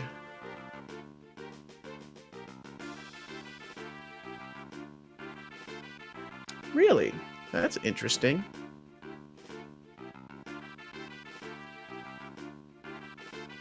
A minied character, a character with mini.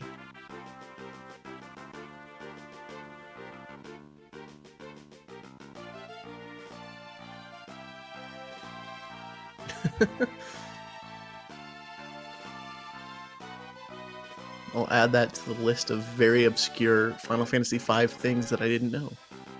So we're going to get this teleport spell and continue on with the plot. So we find out that Galoof is a king this whole time. He's the king of... I forget the name of this town.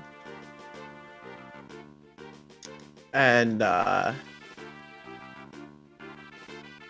the Windrake that came and saved us is not feeling well because it pushed itself way too hard. So we're sent on a quest to save the Windrake, and we're going to be going to the Dragon Vale, and to get the dragon grass that healed the Windrake in World 1. Which is really interesting because they tell us in the story that no one has ever come back alive from the Dragon Valley, ever. And so I don't know how they know that there's actually healing grass up there.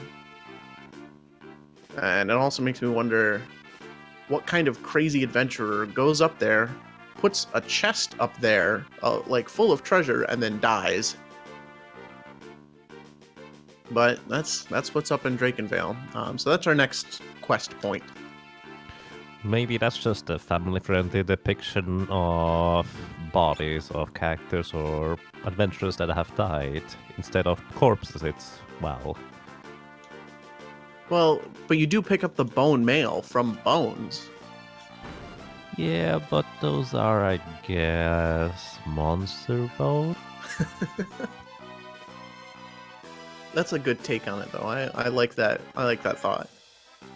The treasure you find is just treasure from adventurers who perished. So these 3 monsters attack us. What? It's just one? I don't know why they did that, but they did. So they've sealed us out of the castle because they don't want monsters to attack the castle. Which is fine because we can just get in later. So on the way, we're coming to Kelb. Kelb is the town of the werewolves, and that's where the werewolf from World 1 came from, is this town. But there's a gate that's locking the way, so we need to do some more plot to unlock this gate, which means more cutscenes. The trigger for this is stepping 1 step in and then stepping out.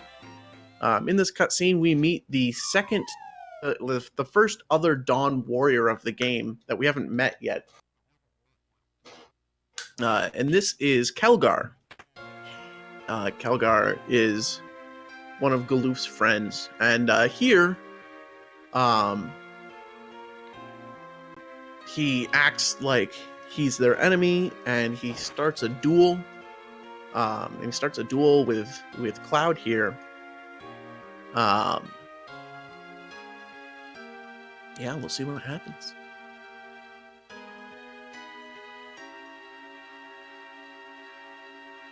Gnomes follow behind, build a chest around the treasure. So Kelgar is very fast and can attack Bartz from any direction. Bartz remembers a technique from his father and is able to strike back.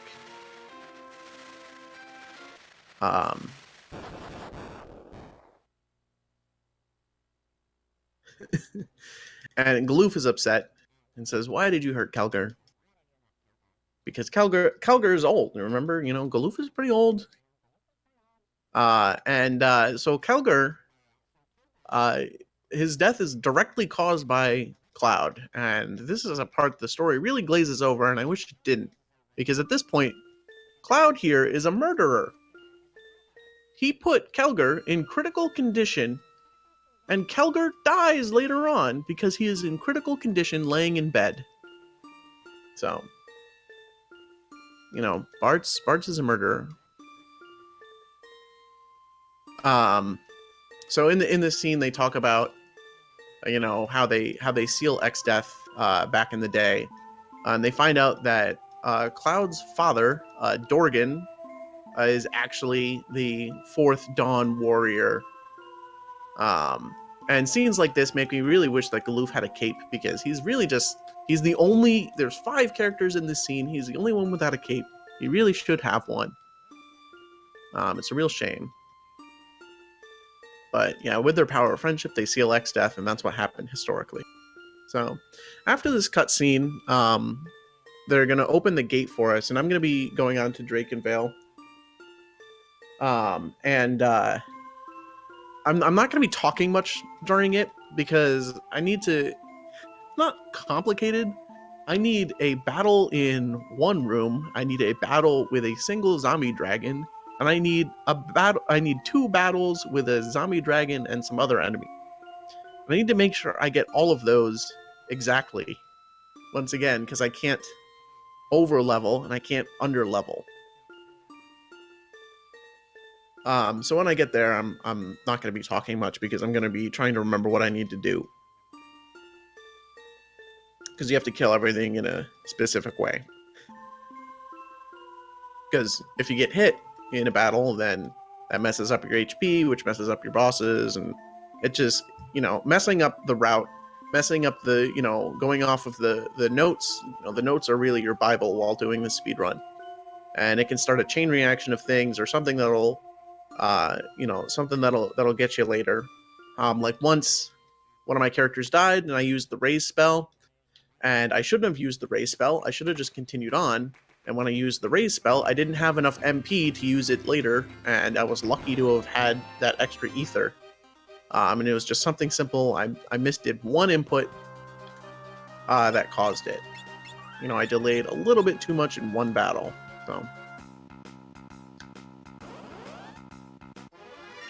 So yeah, this is Drake and Vale. Hopefully I'll get these encounters that I need.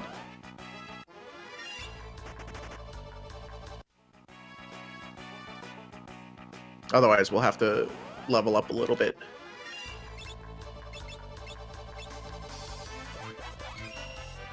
So that was one of the ones we need.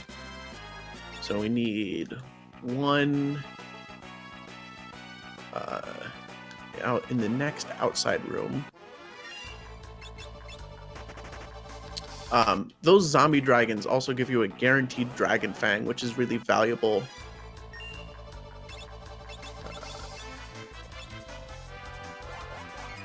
Well, that was good.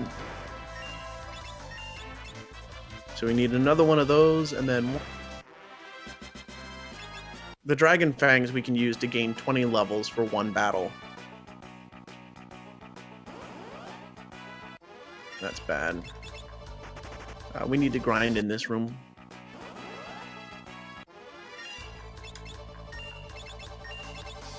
That's good. And then we just need one more.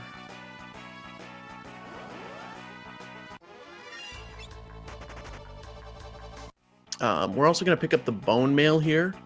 The bone mail is great. It does a lot of different things, and I'll talk about them as we cross them later. The bone mail is very unique. It prevents a lot of status ailments, gives you very high defense, but it also makes you undead, which can be useful for some things, like when you need to kill off one of your characters reliably, or be immune to instant death.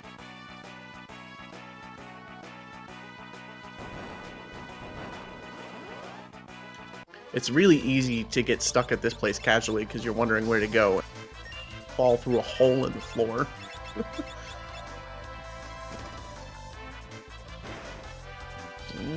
That's unlucky. Oh my goodness. So you can see those Hermes sandals coming into play there, that we get a bunch of turns before we even get. And that's all the encounters that we need. We also need the Hypno Crown here out of this chest, which makes things a lot easier later on.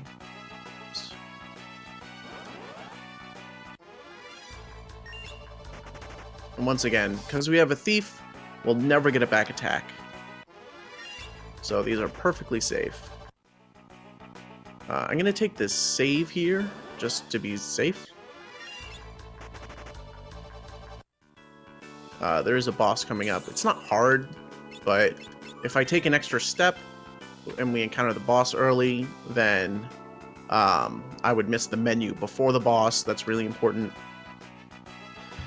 Alrighty. Good job. Nothing.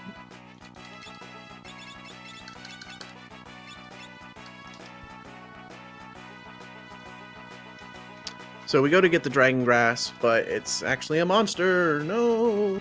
And that's why the wind drakes are all dying out or sick, and there's only like a few left, and it's because of this.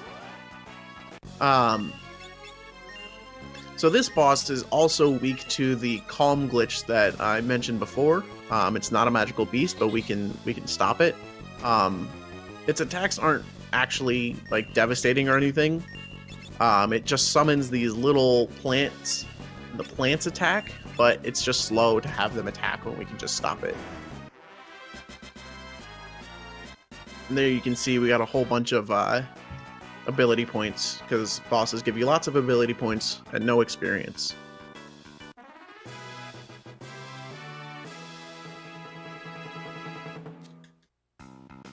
Job, beef, Zenonage, job, Ferris, Bard. We actually get to use the Bard class.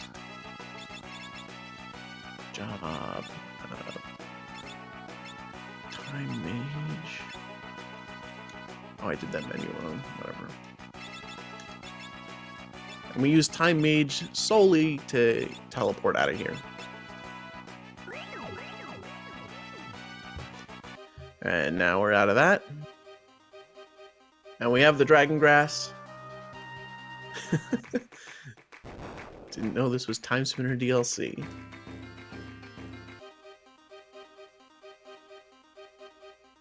And so now we have to make our way back to the castle. Whoops. That was not what I wanted to do. I thought I had flee on.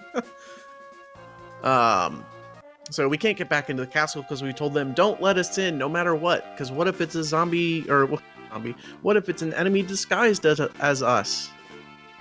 But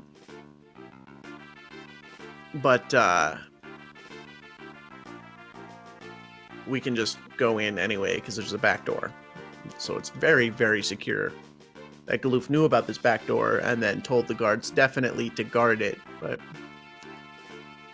so we're just gonna go in this way. And we get flushed right in.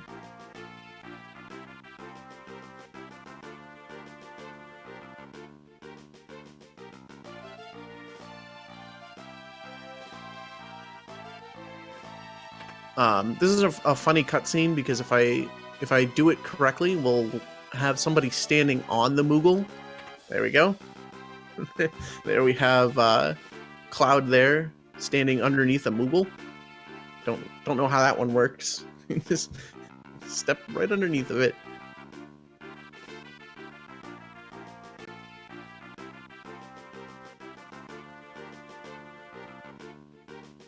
It's a Moogle suit. So we talked to Kara, and Kara says, "Go take the stuff to the Windrake." And here, continuing our theme of Lena getting poisoned, she's going to get herself poisoned in this cutscene as well.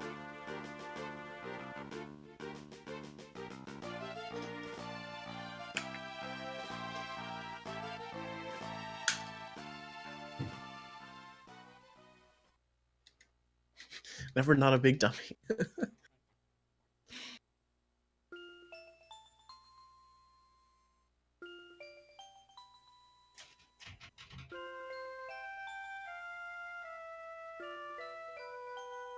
Yeah, she's always poisoned.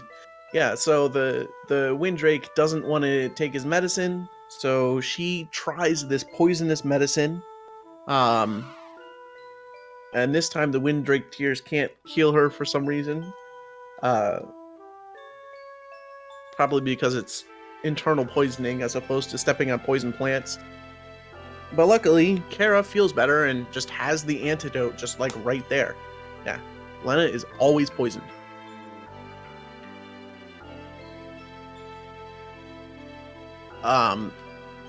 So up next, we're told to go see Guido, or Guido, but pretty sure it's Guido because it's in one translation Ghido, in another it's Guido, but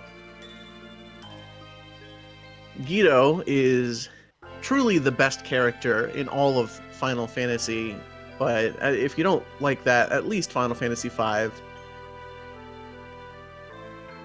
Kara is here and does X is basically the story of World 2. Yeah, it's nice for the plot, I think, for the writers to have an independent main character who just does helpful things. That's a great way to put that. A character is better than Gilgamesh. Guido is a ninja turtle, a real ninja turtle. And he's really old. He's not a teenage ninja turtle, and he's not a mutant. But he is a turtle with very, very powerful stuff. And I really want somebody to make a Final Fantasy V mod where you get to play Guido as a main character, and it's a real shame that you don't get him as a permanent character, or even a temporary character, because he's just the best. So we're told to go see Guido, and here's Guido's cave. Guido lives in this cave. But as soon as we get here... When was the last time you met a turtle that could speak? Well, he's also a sage. So here's more evidence that Xdeath is a great guy. He knows we're here. We just got here. We just landed on the island. We're here to see Guido to get his sage advice on how to defeat X-Death. And what does he do? X-Death sinks the island, and we have to escape right away.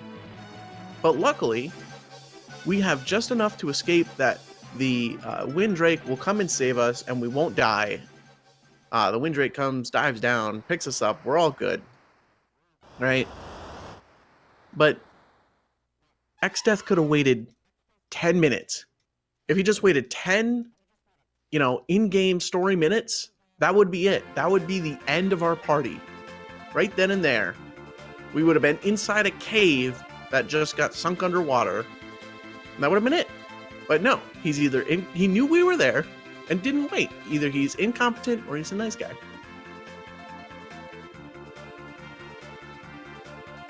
So now we're going to go see the last Dawn Warrior. This is Zizat. We would at least X-Death it. You get points for that being a pun because I love it. But you also lose points because it's a pun. So Zizat has this fleet that's aimed to attack X-Death's castle, but X-Death has that barrier that he set up before, so we can't get in. But they're poised to attack anyway. But it's okay. We're here to help. We're gonna figure out an attack plan tomorrow morning after we get some sleep. So we're just gonna take a nap, and then everything's gonna be just fine.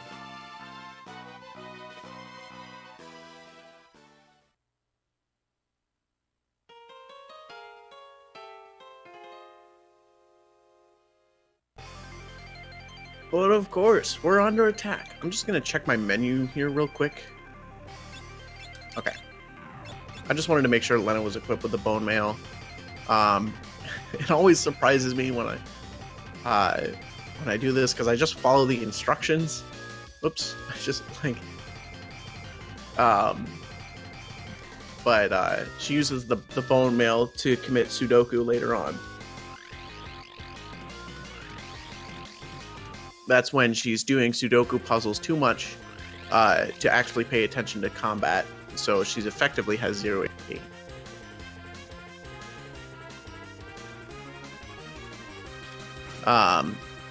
Yeah, so Gilgamesh and a whole bunch of monsters are attacking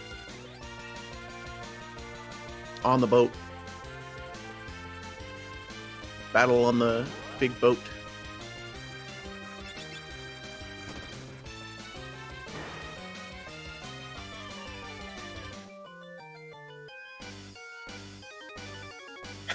What even are numbers? Yes. So this is, I believe, the last mandatory Gilgamesh fight. An interesting thing to note, not about this, but you'll notice the sound effects are quieter because they wanted you to listen to the music. So we use Blessed Kiss on Gilgamesh, which gives him a couple status effects. One of them is, if I remember correctly, is Berserk, which causes him not to do his scripts properly, and so he doesn't summon Enkidu, his sidekick, and so we don't have to deal with that part of the battle. We can just kill Gilgamesh with instant death, just like that. And there you could see that's the power. Some of the power of the chemist's mix ability. We were able to just apply a status effect we wanted and just kill Gilgamesh with instant death. And these are just some of the wonderful things that class has to offer.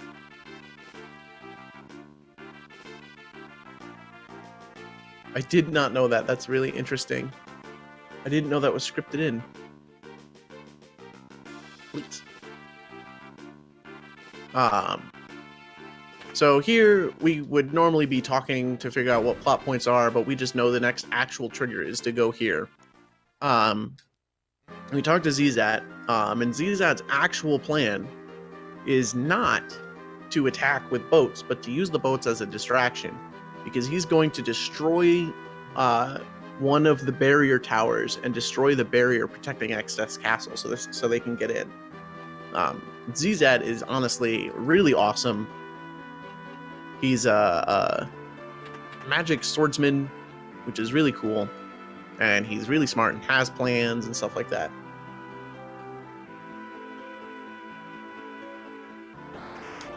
So here we are inside the barrier tower.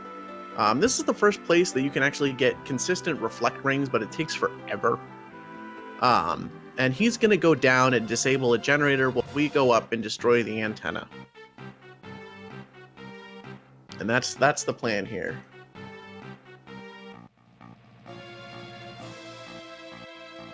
There's treasure in here. I think you can get infinite flame rings here, which are really valuable casually.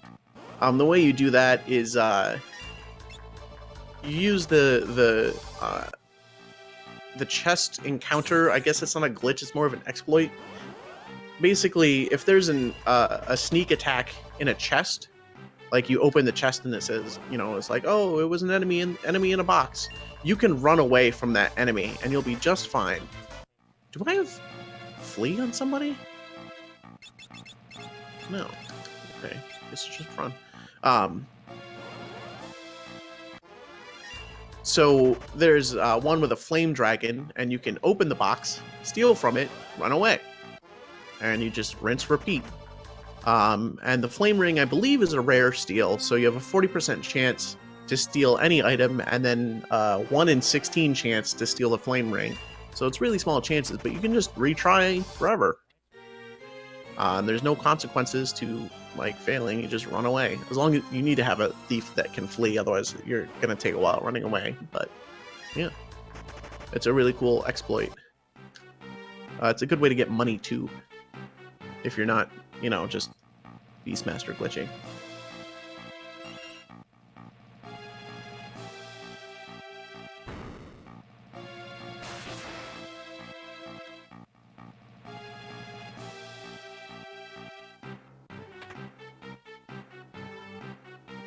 So we continue to climb the tower. I'm gonna take the save. Whoops. Please. So in addition to Lena always being poisoned, Lena is gonna spend a lot of time being dead. And that's gonna be a plot point later on. And that's useful for an AI manip on this fight. And like I mentioned, all the bosses have a gimmick. And here we're gonna fight Atomos. And Atomos' gimmick is if you have 4 characters alive, or if you have all your characters who are there alive, he will continually cast Meteor and just deal loads of damage on a couple random party members, which will probably destroy them. If you revive one and they're all back up, he'll just keep doing it. It's unpredictable and it's very, very damaging. Oh, is it Comet? I thought it was Meteor. He casts it so frequently that it's basically Meteor. Oh, okay. I need to move my menu around. But if you have a character dead, he just won't. And he'll continually drag them towards him. Hang on, this is a little slow because I had to redo my menu. So we're going to use Antidote and Holy Water for Samson's Might. And this increases Galoof's level by 10. So we just increased Galoof's level by 20 just for this battle, and now it's going up by 40. So Galoof is about level 55-ish now. So he can just solo this. And so Galoof just starts doing ridiculous damage. And now he's level 75. And so that's more of the power of Chemist. And you can see it's the boss is just dragging Lena, and eventually, as Lena gets closer and closer, it would consume Lena and eat her alive, and you wouldn't have her for the rest of the battle.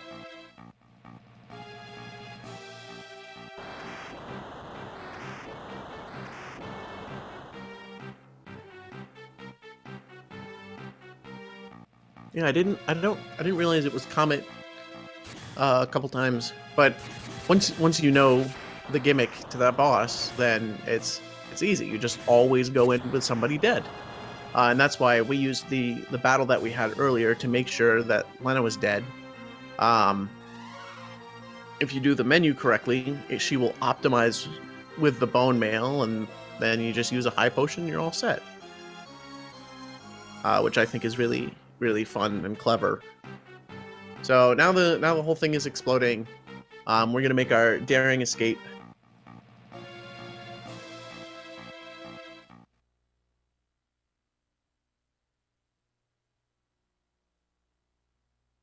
But unfortunately, Zizat is unable to escape, and he is going to die underneath the barrier tower.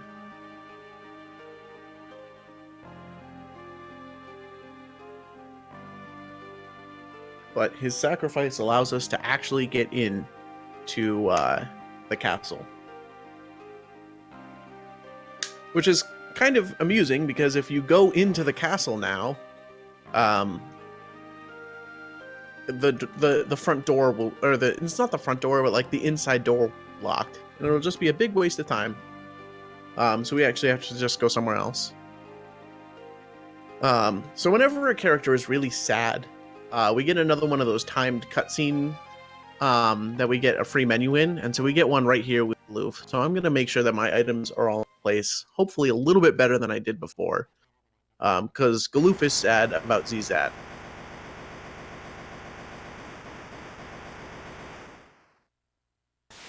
So we get a free menu here once the cutscene finishes.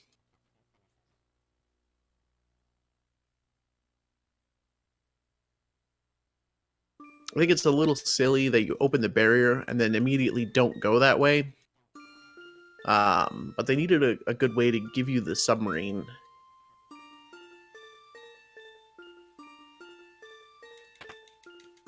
Alright. Let's take these mallets and get them out of here.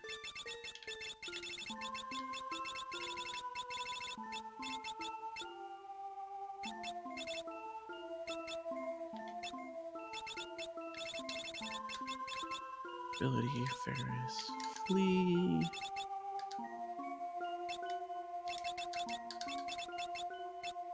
So that menu was mostly free. It was probably the last second that I went over the timer on that. And you can see as I close out of the menu, it immediately goes on to the next thing.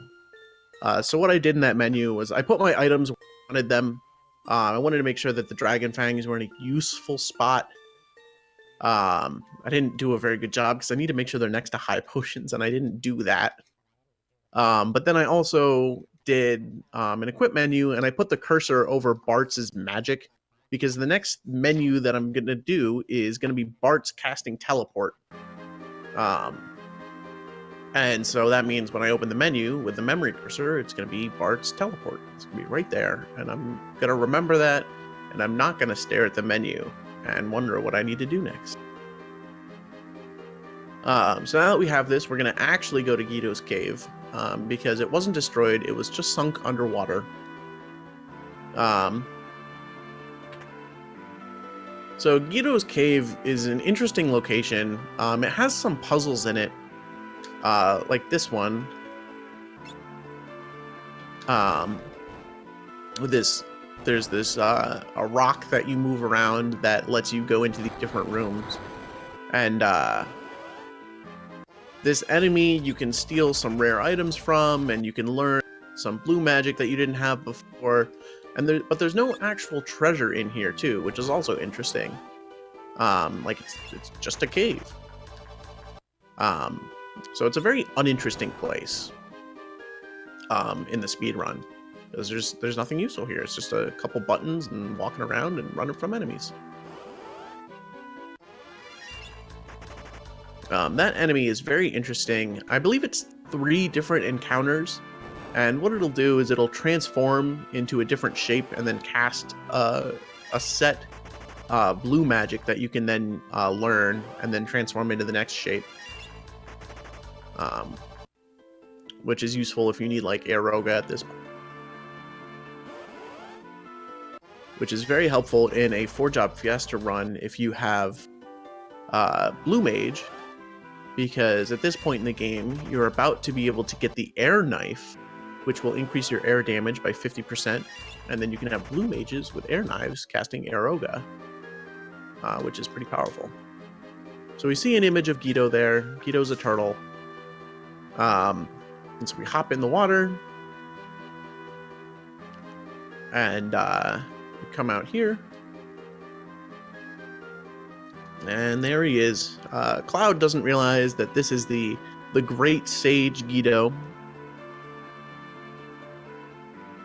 And Guido's going to tell us about X-Death and what we need to do and stuff like that. More plot points that I'm just going to glaze over. And he's going to give us a stick. And this stick is going to let us into a forest. Which makes him a very interesting sage. Like, oh, thank you for the stick, wise old sage.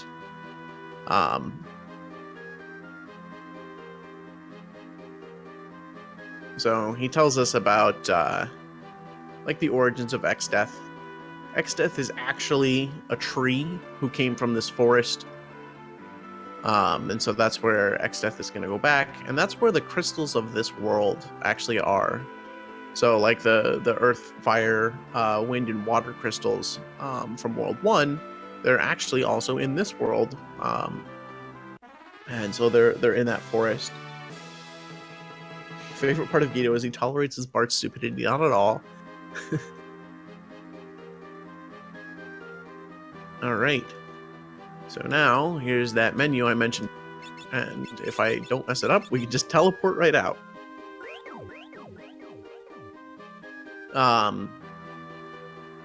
So now we're off on our way to the Forest of Moor.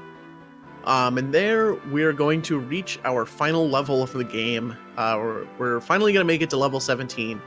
We're not going to do any extra battles over level 17 because that would be bad. So I'm going to save before I go in there because last time I had to like reroute experience on the fly, and it was not fun to do that. You don't want to mess up the experience route in this game. We need to Phoenix down Lena, and we need to do this. It's going to save me a bunch of time.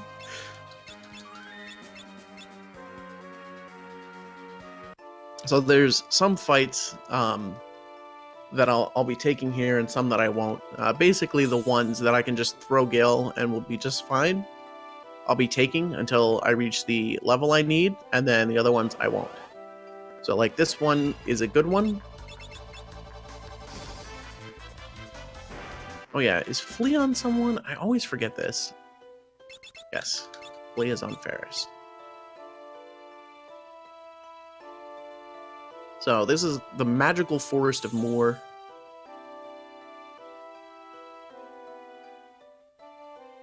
Basically, if you get lost in this forest, you just have to follow the path.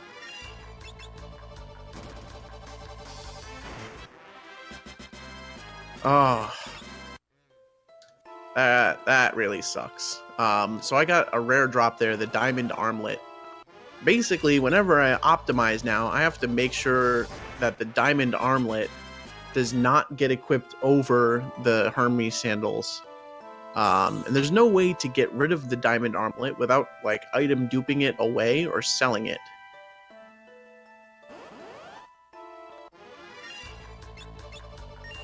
Am I at level 17? I don't think I am. No. I've never got... Oh, okay, there we go. Should be there now. Should give everyone one level. 1, 2. No?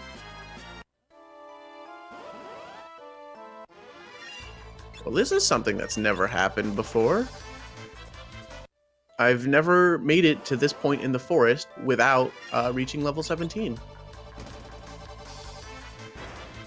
Wouldn't the path just lead to more forest? Okay, so everybody's level 17. So X-Death is going to start a fire now, and the fire is going to burn the forest down.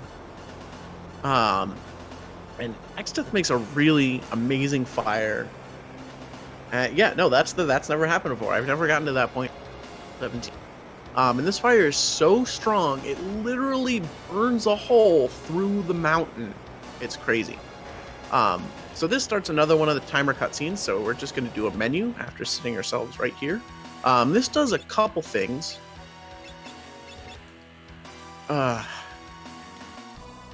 Where'd the diamond armlet? Oh, he can't equip the diamond armlet. Oh my god, that makes this confusing.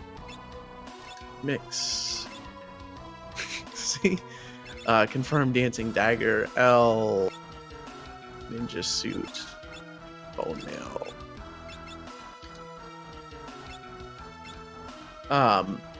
So this does a couple things doing the menu there. One, we get the free menu, so we wait out this timer. And two, you'll notice this scene is really laggy and very slow. And that's a property of the effects and the amount of fire sprites and everything like that. And so while we're in the menu, we dodge the lag and the timer goes faster. Yeah, got a rare. You know, I've never had that rare drop. Yeah. That rare drop really, really stinks. And I'm actually going to be taking an extra detour just to sell it. Like, I'm getting rid of it. Because the next time that our item glitch is going to be in a while. Or you know what? I don't remember my party composition. I was just there, just in the menu. If I have somebody with throw... No, I don't think I do. If I have someone with mix... I have mix. Do I have mix? Yeah, I have mix. Alright, we're gonna item dupe it away. That'll be fun.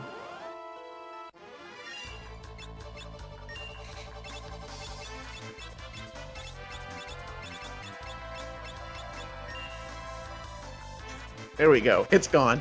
It's gone. There we go. That's the smart way to do it. So I just sent that item into the void. I just put it in some memory that just got unloaded.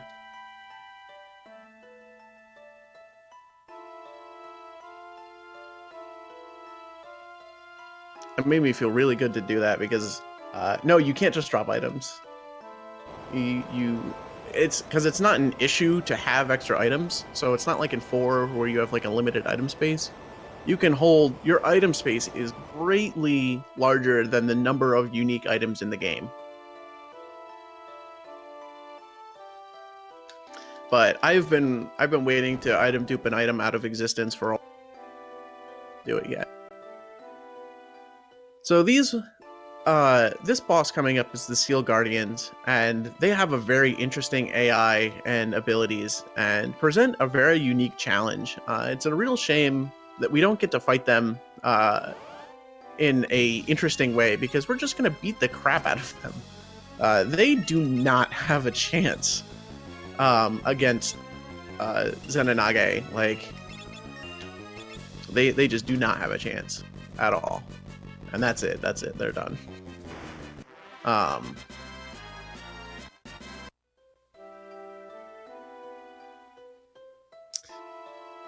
So we get here, and it was a trap the whole time. Xdeath actually does something smart.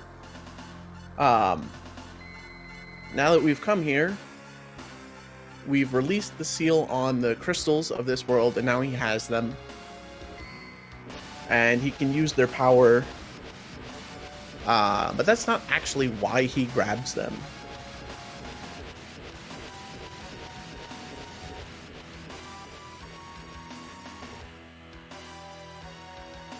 So, Kara here also being magical, or no, I'm sorry, it's the Moogle. The Moogle tells her that they're in trouble.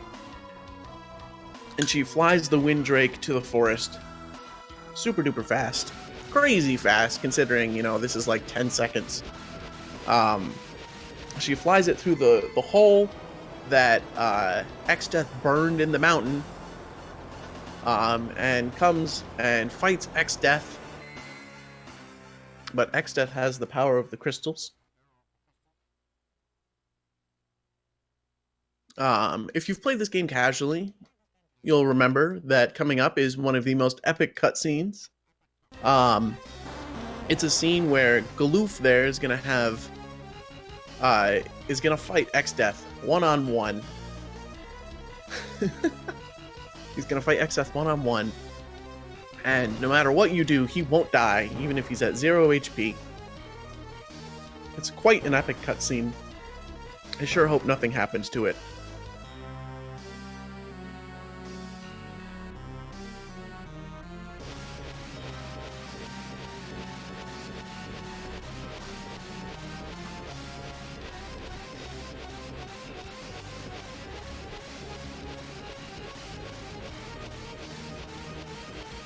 Where Xdeath goes mano a mano with really awesome music.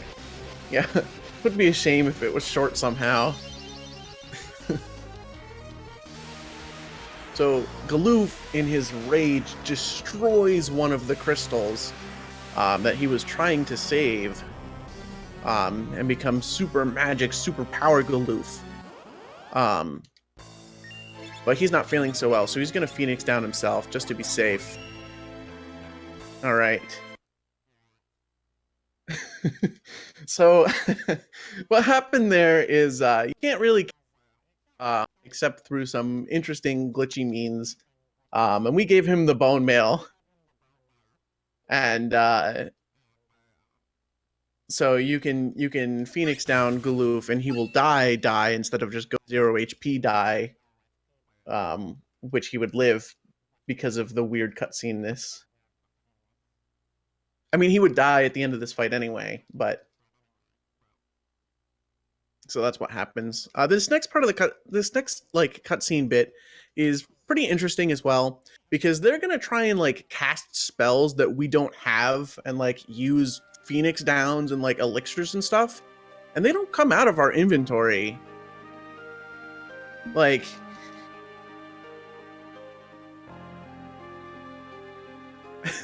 that's why the elixirs don't work. He's got the bone mail, but like, there's where are they getting these elixirs from? So Kara's gonna be really sad here, but that gives us an opportunity for free menuing once again that we're definitely not going to exploit. I don't actually need to do anything there. Please, menu. Job, bards, thief, multiple thieves. Whoops. Well, this is a slow menu. And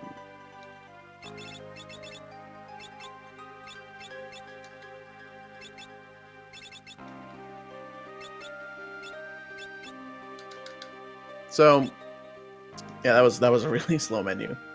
Even if they don't know the spells they tried, that was a very, very slow menu. But it's okay. So we are gonna. You might have noticed anytime we use a knight, we're gonna be Knight of You. But we're also using the ninja's image ability that she just happened to learn just from being a ninja, which gives you the blink status. It gives you 2 instances of you can just dodge a physical attack for free, and it's faster than guard, because when you get hit, you don't like move over and guard. You just like do a dodge animation, and you don't have to reset it like every turn. So you just set image once, and then you can just defend after. So it's like a very, very small time save to use image instead of guard, but it's a thing. So in big red letters in my notes is call incentive, but we did meet the Gilgamesh incentive. So the next place is Xdeath Castle. And so the next boss that we're fighting is going to be Gilgamesh. So this is half of what was routed in. So we're going to be saving Gilgamesh, and that's going to start by fighting Gilgamesh.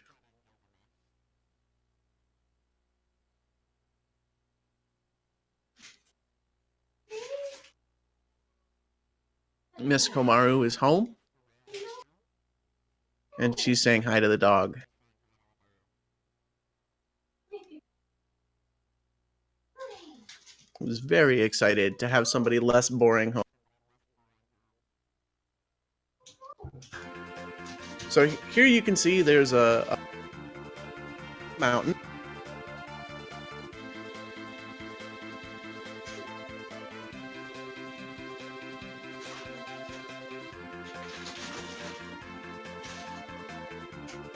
Did I miss the island? Oh.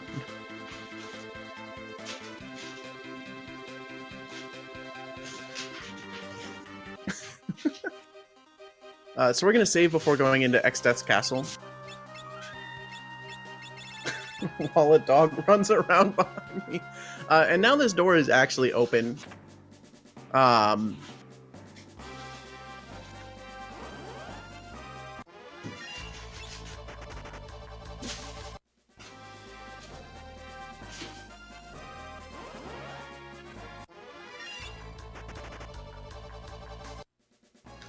So you're forced to take a slow step there, and that's how you know where the cutscene trigger is. And you have to step there and then step back, and it tells you about this dead end here.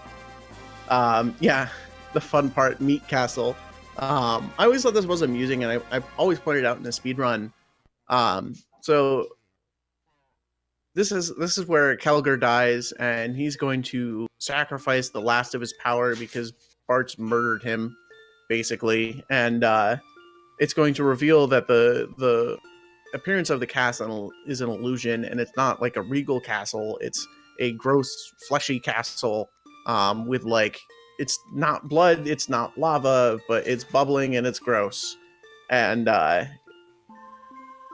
it's really funny because after that's revealed, the game goes do do do do do do do, like congratulations, you know, it's the you did something successful fanfare, and it's really it's like, oh look, everything's terrible, yay, which I always thought was really funny. So this is actually the last part of World 2, and we're going to be going on to World 3. Oh yeah, that's a really great point, a tiny fairy.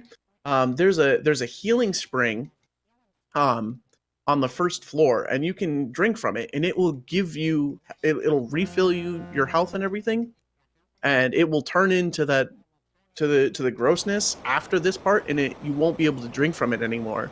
So I'm thinking healing fountains are just placebo effects.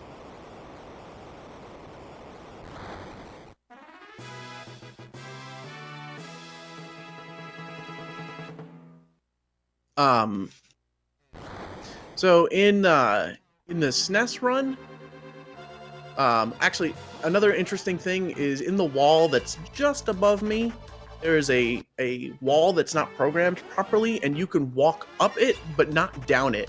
You can walk straight through it. But in this SNES version, there's some really tough battles in here.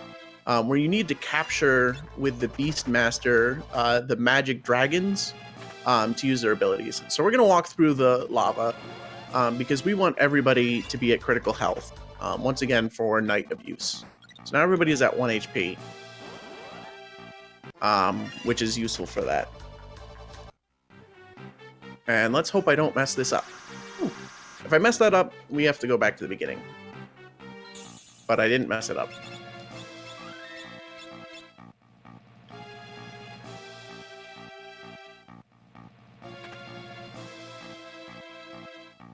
So we're just going to climb the castle and not mess up.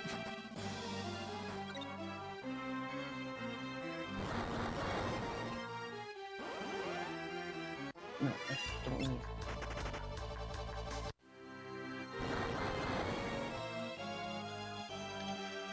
So we're coming up on the Gilgamesh incentive, which we're actually going to do.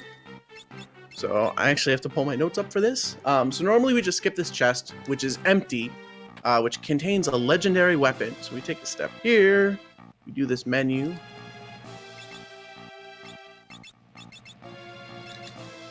And we give Ferris Mix. And then we take a step forward and not backwards. So now, here we find Gilgamesh. This is it. This is half of the incentive. Thank you everyone for donating for this. So Oh yeah, and we get the good music. So here we're going to basically we're gonna buff Kara a lot and throw a lot of Gil. We're gonna use Lena's image just in case Gilgamesh decides to fight. Okay, that's good. We can get unlucky and he can discord on Kara, and that'll make the run or make this take an extra like round or two.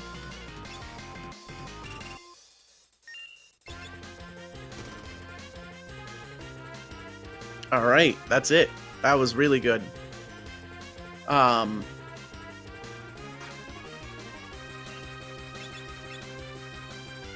So, which so Lena is set with guard status. So after that image is out, she's gonna keep blocking, no matter what, through all the physical attacks. And so the rest of this is just Gilgamesh chatting.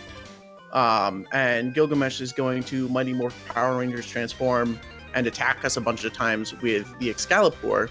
And the Excalibur is programmed to only deal single-digit damage, but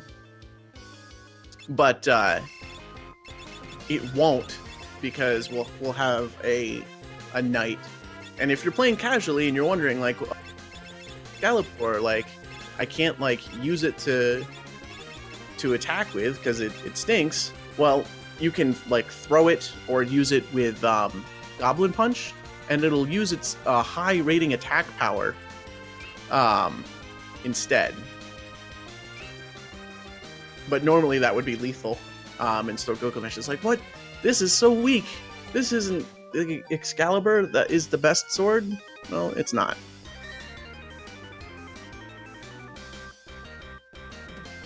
So we actually got really lucky during this fight. We didn't get any of the bad rolls. He can turn some of our characters into frogs, and we would have to clear that up, but he didn't do that. And so X-Death is really upset, and it's unfortunate that to save Gilgamesh, we have to bring him down. Gilgamesh is betrayed by X-Death and sent into the X Zone. But if this didn't happen, Gilgamesh would be working for X-Death, and who knows what would happen to him. But he doesn't show up later, so we just assume that he must not survive. Now we have the Excalibur. Alright, I drop anyone on Mini. Varys, back to flee, optimize, good. Alright. Alright. So now we're going to fight X-Death for the first actual time. Let me just make sure I didn't do anything stupid. So this fight is really tough. We're going to be abusing X-Death's AI at certain levels of HP.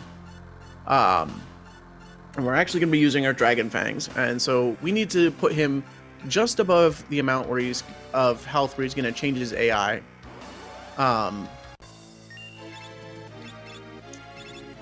And the reason that we do that is then we're going to wait for him to attack so his turn comes up, and then we're just going to beat the crap out of him all at once.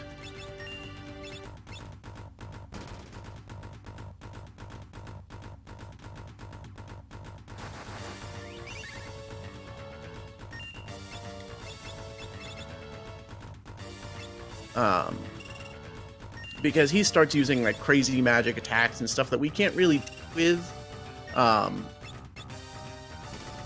without the cheese methods. Hang on, what do I do? Okay. I lost my place in my notes. So we sit here, we wait for him to attack, and then we throw Gil, and then now he's under the amount of health where he's going to start doing crazy stuff that'll kill us all in one hit. But we just hit him twice with 9,300 damage, and that's it for X-Death. So it's not really cheese, honestly. It's just AI manipulation. And like, you know, we've done that sort of stuff already, and we're going to be doing it again. Pretty much, there's don't remember how many bosses do that. But I know we use it at least on the last boss, on X Death at the end, with a similar AI manip.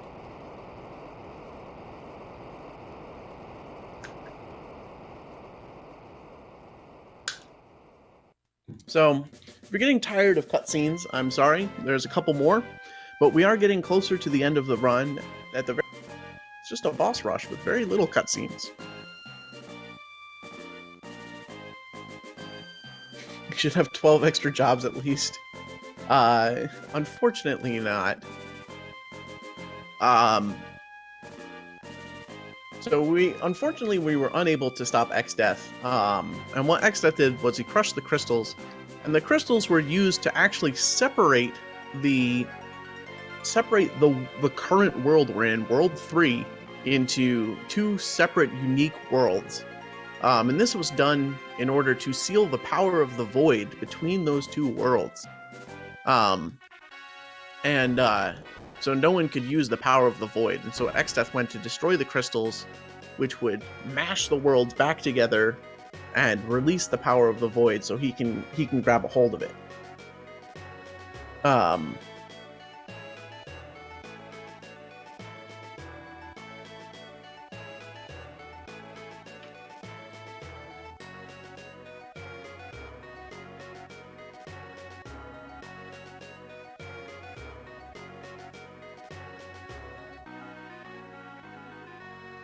Yeah, so with the worlds combined, there's some. It's a really nice plot twist, and I really think it's one of the better things in this game is when the two worlds come together. I know a lot of of the early Final Fantasies explore the multiple worlds and you go between them kind of thing. Thank you. And I like how in this one it works out. Like there's an the big bridge happens to cross the island that you can't reach without a bridge and stuff like that. And now we're finally in the completed world. But unfortunately, X-Death can access the power of the void.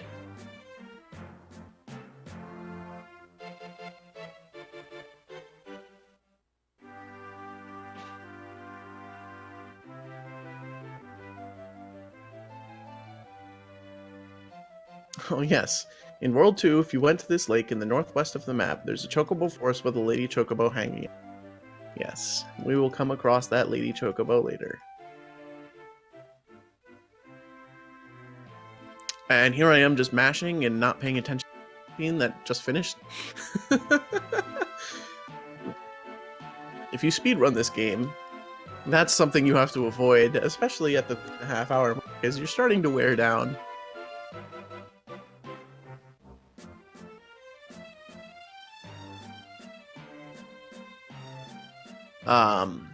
So we're gonna take Kara and Cloud, and we're just gonna head out before some more party team building exercises where they beat each other up for no reason. They're talking about they still think, even though the world is drastically changed, for some reason they think that they're back in their original world and they don't know that they're in this combined world. But yeah, so we have a no encounter walk back where we originally were.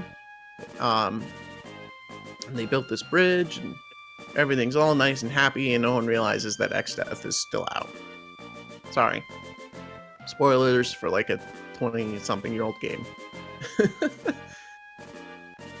So here we go, and we meet up with Boko, who's been living in this cave with the pirates.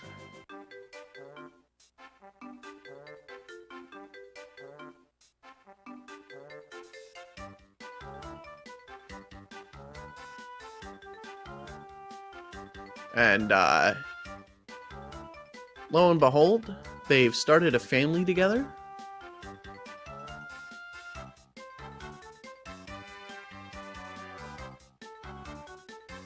But we need to save the world, so we need our chocobo.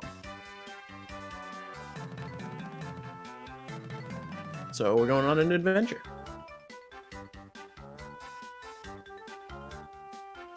And she cutely waves bye just like that. Bye! Bye! And now we have Boko. An interesting thing you can do is you can use Boko to get yourself a Mirage Vest, which gives you 1 instance of image for free if you ride around the world on Boko after a while and then go to a hidden village and there's a thing. But we're not going to be doing that. But a thing to mention of that is there's a glitch you can do where if you go into your menu and equip and unequip items while you have that glitch active, it will re-give you that Mirage, and you can keep it up for forever, which is really cool. It's a really useful glitch to know. So you just have a Mirage Vest, and then when it wears out, you just swap your sword with your shield, and then you have image again. So we fall down this cave. It's just a plot cave with a boss.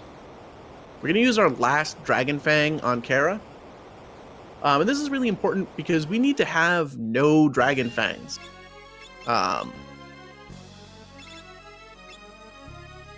Also, we need to beat the boss, but the boss is pretty easy.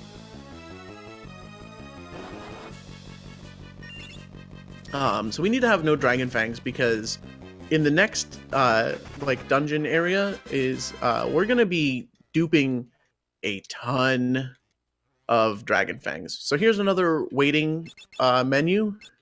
So we're gonna take the Excalibur and put it there. I'm gonna move everything down 1 so I have some extra empty spaces. Hi, Runner. Is this a good game? I would think so.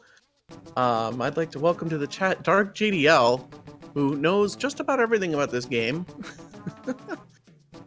Oh, I forgot to point out, Kara's face looks really funny in this cutscene, but we missed it. Dark JDL helped assist with the route creation. Pretty much, he cataloged the entirety of the item index or control glitch, how it could be used, and explored a whole bunch of different stuff with it after it was found by the Japanese community, which really made a lot of the route stuff for this possible, which is actually going to be coming up pretty soon. After these really long, annoying cutscenes, that's the next spot is using the control glitch to break the game even further. And yes, the Hermes sandals really broke it, but it doesn't look too broken because we just kind of go faster. But it's gonna start looking really broken.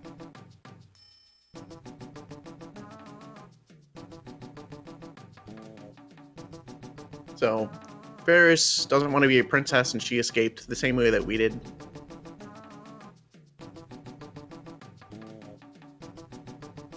Yes, thank you, Zinfogel.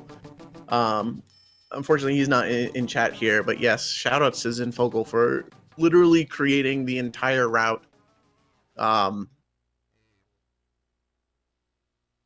man loves routing. And really did a great job with this, which made this run possible.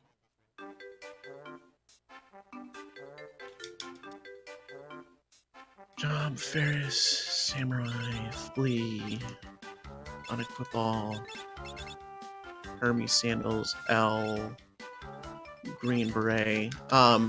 So we're gonna leave Boko there, and the reason is that Boko causes a cutscene to happen where you say bye to Boko. If you walk into the cave with him. And now we meet up with Guido again.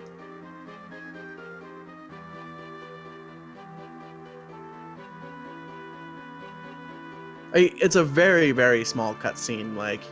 He just pops up, and you hop off of Boko, and you say, "Bye, Boko. Thanks for the ride," or something like that. And then you just, he just waits there. And Boko blocks the path, and you just walk in like normal. Like it's like 5 or 10 seconds at most. And like if you go to leave, Boko will come with you. Actually, interestingly, I think I don't remember if it's this cave. I think this cave is one that gets removed. It's one of the caves in the...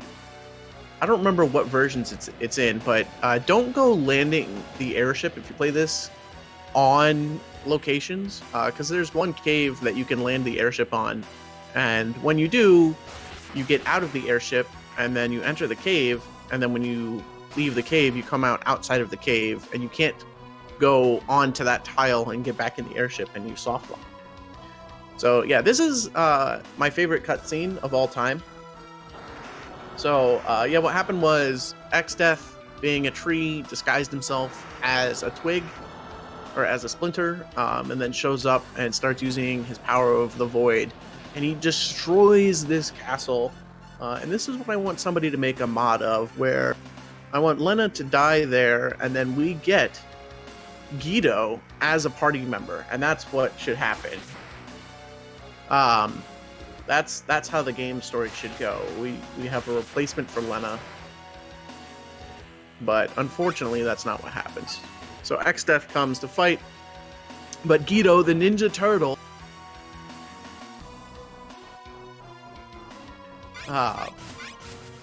look at him go. He's just one-on-one taking on full power Void X-Death. And there's the Ninja Turtle reference. I don't know if you saw the text box, where Guido, being a Ninja Turtle, says, "What do you think I do here? Just sit around munching on pizza?" But no, he was training. So X-Death just says, all right, get out of here.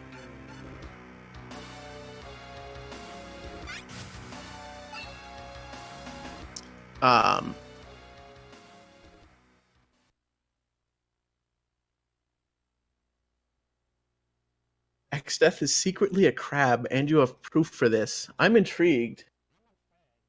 What is this crab proof?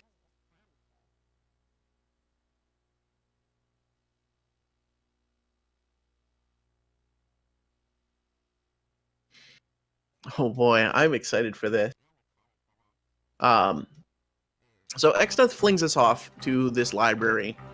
And this library is another long cutscene. It's just a very long. The library is the same one that we were at before, and it's right next to Zizat's castle in the combined world. And so we never went to his castle. There's some optional stuff you can get there, and you need to go there to get one of the bard songs if you're doing lots of bard stuff, which is also a completely broken class. It's so broken. It just takes a while, but it's so broken. And anyway, so there's scholars there, and they have half of a sealed book that they talk about. And here in World 1's scholars, they have half a book that they talk about. And now we have sealed tome.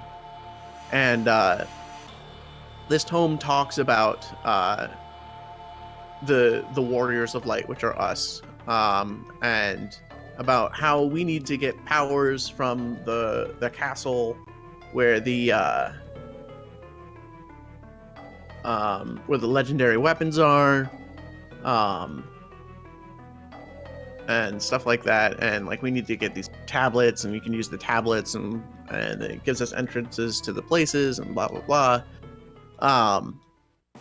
And so now we have that book, and now we can go siege for these tablets, and get the legendary weapons to fight X-Death.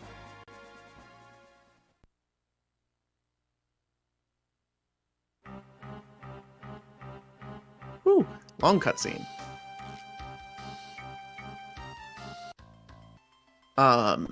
So now we're off to the next dungeon, which is the first actual dungeon of World 3. There's a cutscene right there, and you can just walk right around it. I tested it once. It was only like 30 seconds or something like that. But it's a free skip. You just take one step down, and you just walk right across. There's just one tile for the cutscene. You normally just walk right across it. That's all that remains of the Forest of Moor. So I'm gonna save here. This is the Pyramid of Moor. It's not famous for resets with this game because, I mean, there's not really a whole lot of fame going on with locations in this game. But if anywhere has caused me to reset more, it's here. It's usually resetting to the save right before it. This place is very, very tough. There's optional fights that I'm going to end up coming across that are going to be extra experience that I don't want. I have flee, right? Oh, please tell me I have flee. What is wrong with your speed? Oh boy, hang on. What did I do wrong here? Hang on. Pardon me for a moment while I look through my notes.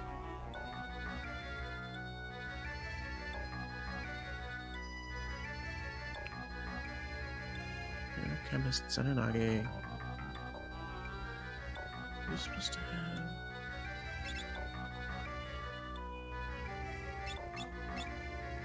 No, I think that's right. So these fights... Oh my goodness, I actually dodged them! Okay, so, third floor. Hang on. I'm sorry about this being slow. The third floor is... it's something. So don't blink too much on this one. This is where we're gonna get lots of stupid stuff. Hypno Crown, yeah, okay. I'm sorry I'm taking this so slow. So here we're gonna get lots of things that we shouldn't have.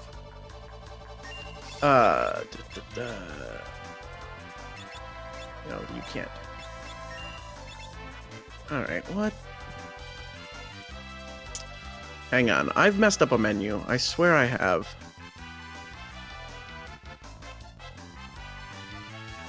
No, I just did something stupid. I messed up. It's fine.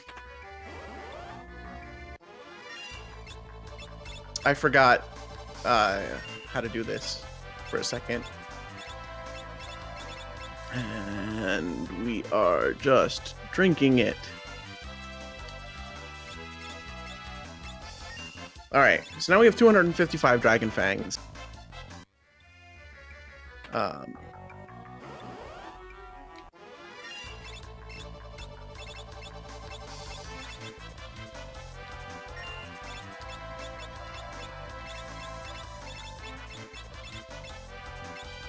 And yeah.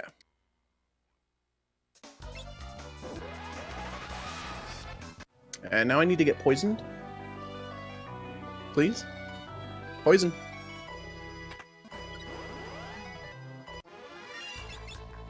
So we need to get poisoned once again for Night Abuse. And now we do the last menu. Mix. Green Beret. Job. Kara. Ninja. Senonage. Unequip both kunai. You become a thief. With Mix. Equip ninjas too. Okay. Let's see if I can get these to behave properly and not mess up. I've messed up, and we're gonna have to take a fight. But yeah, we've got a couple Ragnaroks and a couple Dragon Fangs now.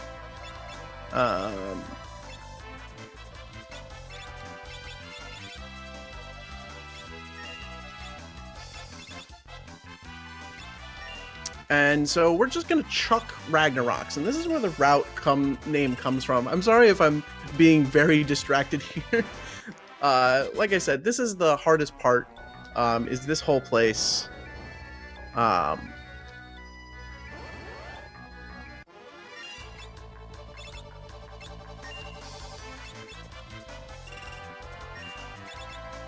So now, pretty much the boss strategies are going to be, we're going to be leveling up temporarily with Dragon Fangs, 20 levels at a time. And then we are going to be chucking Ragnaroks, which are a sword. They're not even the legendary swords. They're like post-legendary swords. I'm just going to take the save here just because I'm glad that stuff is done there. That stuff is very difficult, even though it's perfectly safe after here. And that's why it's called the Throw Ragnarok. We have 255 Ragnaroks. Normally, you get one from fighting the optional super boss at the end, and we're not doing that. We just have a bunch of them now. They're even better than the legendary weapon you get from the main quest, the sealed tomes, or from the tablets.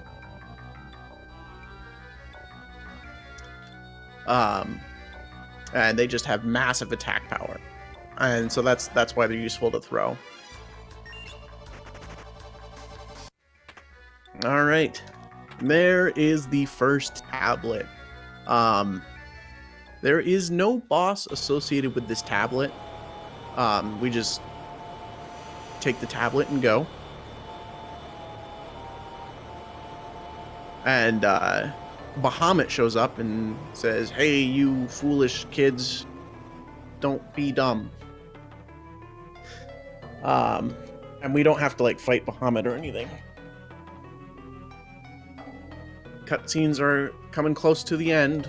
We've got a couple big ones, and then it's the boss rush. Yeah, we're not gonna bother fighting Bahamut.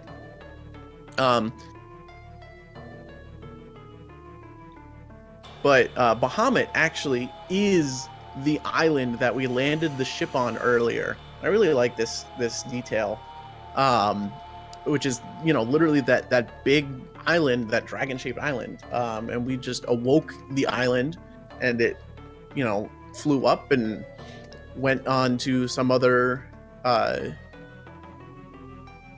mountain, and because of Bahamut getting up, it tosses our boat right into the ocean, which it so helpfully drifts right near where we need it to be. So I'm going to take the menu outside here because I'm going to save once again. This is not a speedrun where I like to take things briskly. By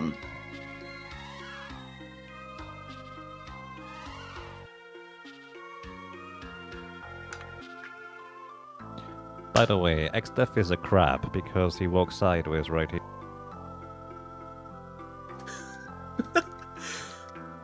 I cannot wait to see this. So after this cutscene, basically the world opens up. We are given the airship, and we can do there's a cutscene and then a boss and then like another cutscene, and we can do a whole bunch of stuff. And let's see XF walk sideways.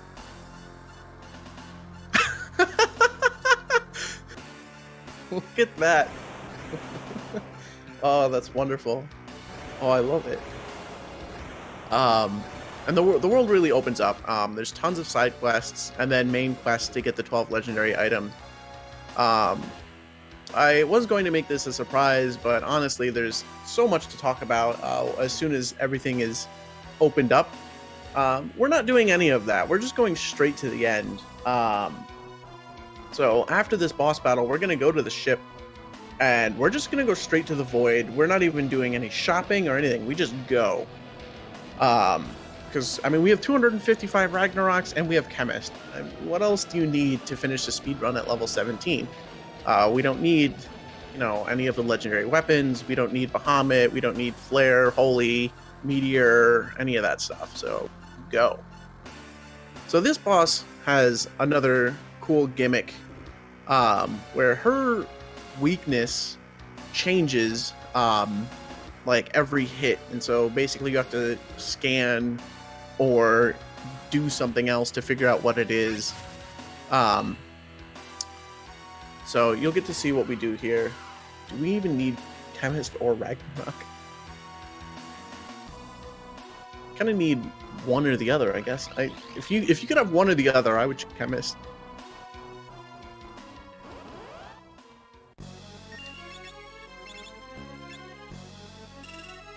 Oops. Forgot what I was doing. So because we have haste, the poison isn't going to proc fast enough to kill us. And so here you can see our brilliant strategy. Chuck Ragnaroks at level, what is that? 77. That's it. Oh, that's another thing. I don't know if your stats increase at all. I don't think they do. As you level up, it's a really important fact with the level up stuff. I can't believe I haven't mentioned this. Your damage and like healing and everything like that is based on. And so there's Lena dead once again, fulfilling her cutscene duty. What did I save there? That was really whatever.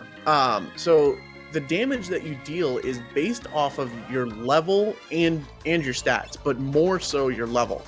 So that's really important. But like, you're not going to get 99 strength from leveling up. You just get plus 32, I think it is, strength from, being a monk. You can temp increase them with bard songs. Yes, that is true. But if you increase your level, it's much, much more important, except for agility. So one thing Dark JDL is referring to is if you use a bard song, you can buff your stats and everything. One of them is you can buff your agility. When you buff your agility, your bard song goes faster, obviously. And then your buff goes faster, and you just have to sit there and wait a while, and then you take 15, 20, 30 turns in a row before any enemy gets a turn. It's very broken.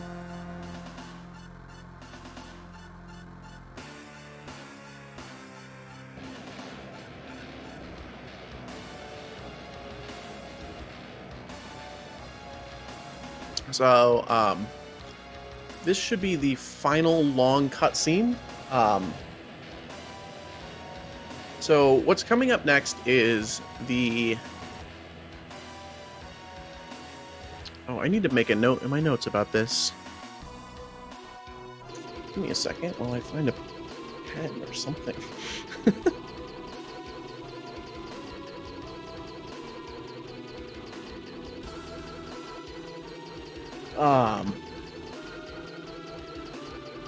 What was I talking about?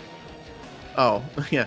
So the next part of the game, I'm gonna save before entering the void, and that's it. There are no more saves after that. So if I die, there's no going back. And I will attempt to complete it under estimate at that point, but we'll be redoing the last part of the game. Because there's nowhere to save. Once you get into the void, there's 2 save points. Oh, you know what? We do... No, we don't. There's 2 save points, and they're both locked by bosses. One of them is...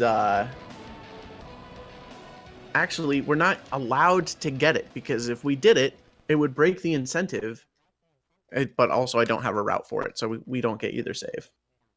Guessing you don't have Exploder. No, we don't.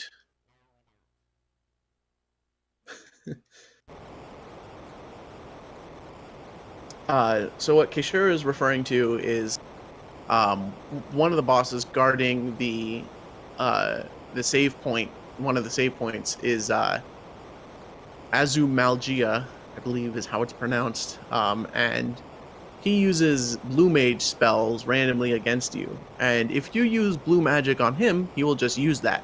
So you could just use, something weak like Goblin Punch on him, and he'll just keep using Goblin Punch. And if you use Exploder, which is, self-destruct, as your mage. Oh, that makes so much. Oh, it's a blue mage. Oh my goodness. How did I never know that one? The more you know. So if you just use, self-destruct, he will self-destruct. Oh my goodness. These translations. All right, so we're going into the void.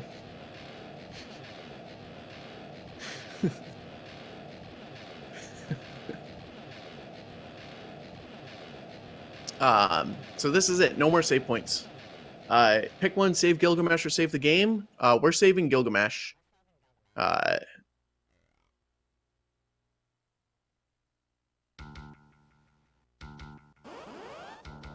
So yeah, it's really interesting. I love this part of the route. It's very cheeky. We're here, one dead character, 3 poisoned characters at 1 HP. Just strolling along through the most dangerous place in the known universe. It's not a big deal.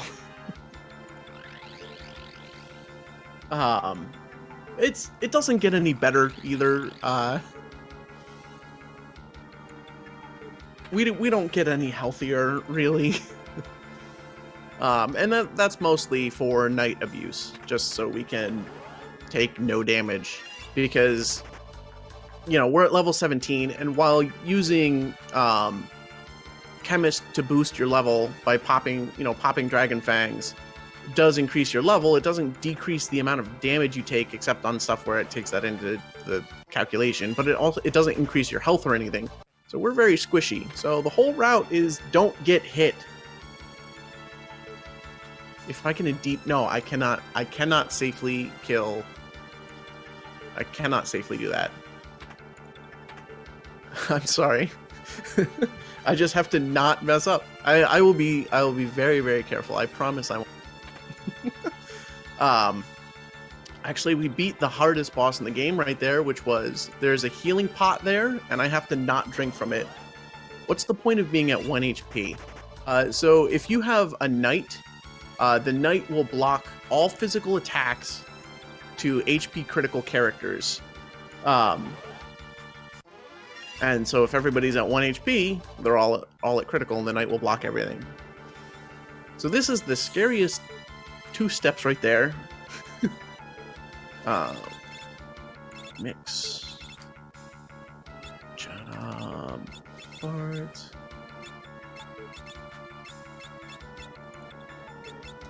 Ninja. Everyone to front row.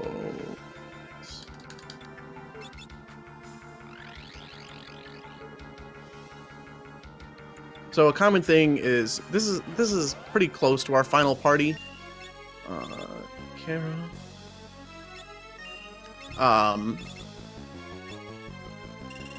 And what we're going to be doing is we're going to be putting Flea on Ferris for traveling, and then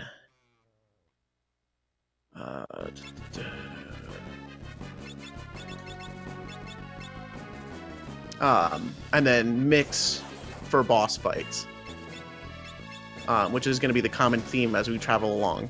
That makes it perfectly safe for all the battles. So we put Float on Kara, and that's for a fight that's coming up in a while. Basically, it's an AI manip that we're going to be doing.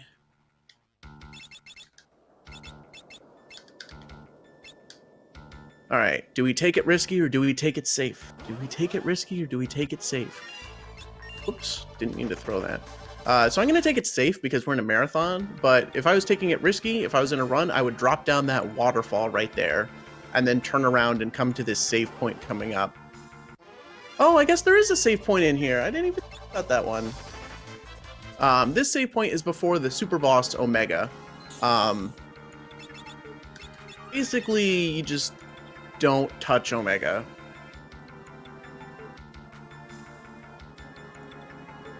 I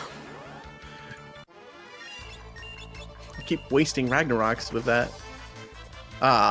So that's a very, yeah, Dark JDL, why not? So now we're gonna bring some people back to life, and get rid of the poison, and put you back on mix. And now we fight a panda, but a panda is not a panda. How much longer would you say Sans having to start over till the end? I'm sorry, without my splits, I won't be able to tell you that. So we're gonna use that one turtle shell from like forever ago on a panda to give him berserk, which means that he will always he'll always attack. But that means with our knight guarding for all our low HP characters, we'll be totally safe here. What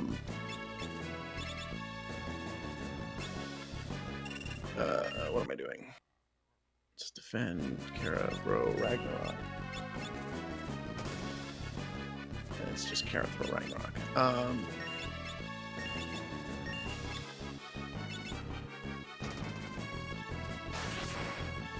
Let me see if I can estimate a time for you. There's about 1, 2, 3, 5-ish bosses left.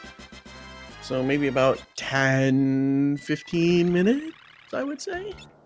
Ferris, Fleet, maybe a little more than that, considering Gilgamesh.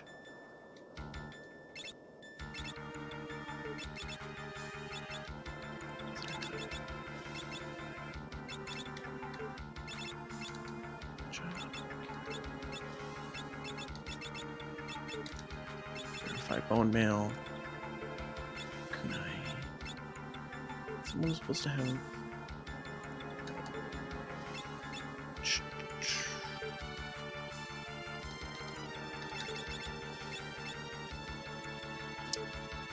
So we have a thief, so we can see these bridges, which is nice if you're speedrunning and you're not familiar with this. But it doesn't really matter. So the next boss coming up is Catastrophe, and Catastrophe does a bunch of ground-based. Actually, only does one ground-based attack, and I think it's just called Earthquake. So you'd think, oh, we'll just equip Float, right? And there's a bunch of ways that you can cheese his AI entirely. But so how he works is he will use 100 Gs, which removes Float from all your characters, if any character has Float. So we have a character with Float, and we're gonna let him remove it, and that just gives us one extra round to hit him. So he's not going to attack us. He's gonna use 100 Gs in his first round. But if you are playing casually, just put Float and Reflect on somebody, and he'll just never attack. Dragon Power. And no. Good thing I'm paying attention.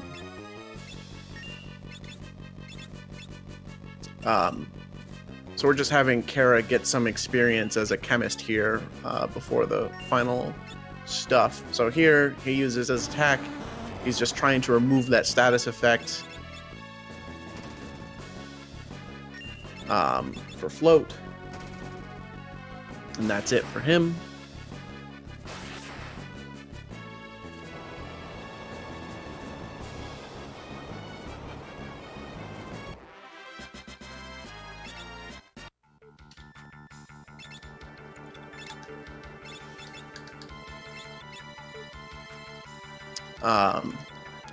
So here we get this kiss from Halicarnassus.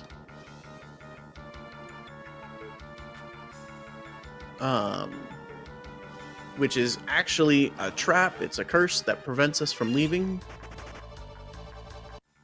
Halicarnassus is similar to Ferris.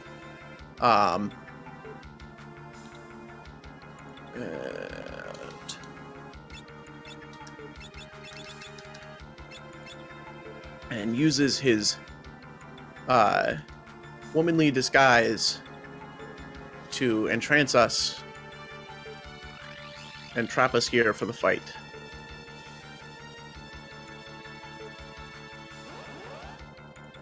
Nyx, Dragonfang, Lena.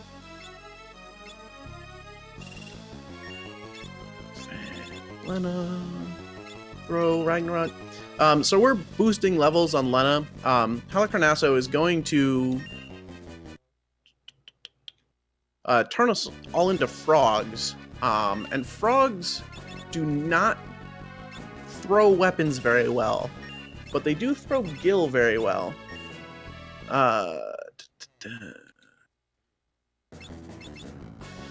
So your throw Gil is not affected by being a frog or not. So that's why we have throw Gil on everybody here.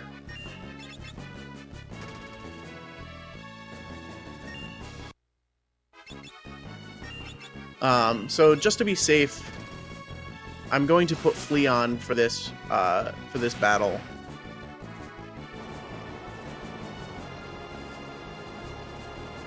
Yeah, so now we're a bunch of HP critical frogs. Job, Ferris, Freelancer. Freelancers get 2 abilities, but we're going to give her Hide and Flee right now. And we're going to... Cloud becomes a thief with nothing. And then the Bone Mail goes on Cloud. And Ferris has the ribbon. Alright. So Ferris having the ribbon and Bart's having the Bone Mail is critically, absolutely important. It is really good I put Flea on, because otherwise this could be a rip. You have a very small chance of getting an encounter in here.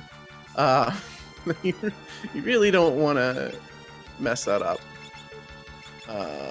Yeah, that's right.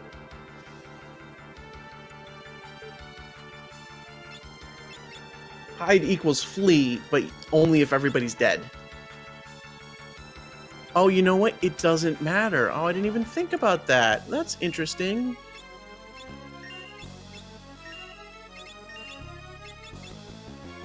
Alright, so Twintania is very powerful. 1, until he charges up for Giga Flare, and then he becomes very vulnerable. 2, so we're going to use the Bard's Hide ability to get around this. 3, 4, 5.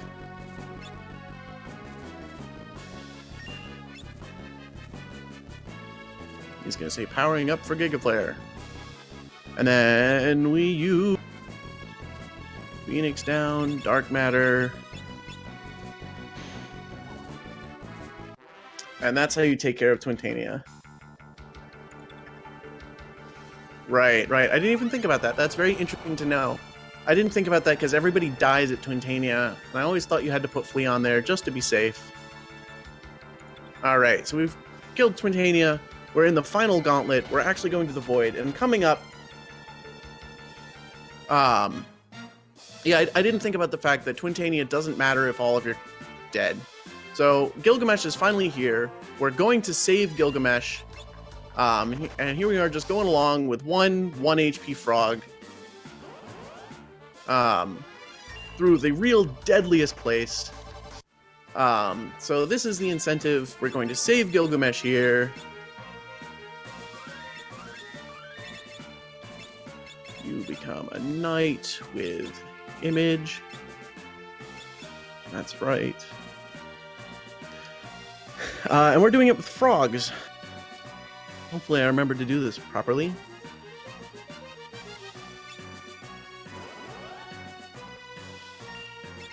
And we got the Genji shield! Woo! Which doesn't do anything. Ferris, Dragon Power, Kara. Throw Gil, image. That should be good.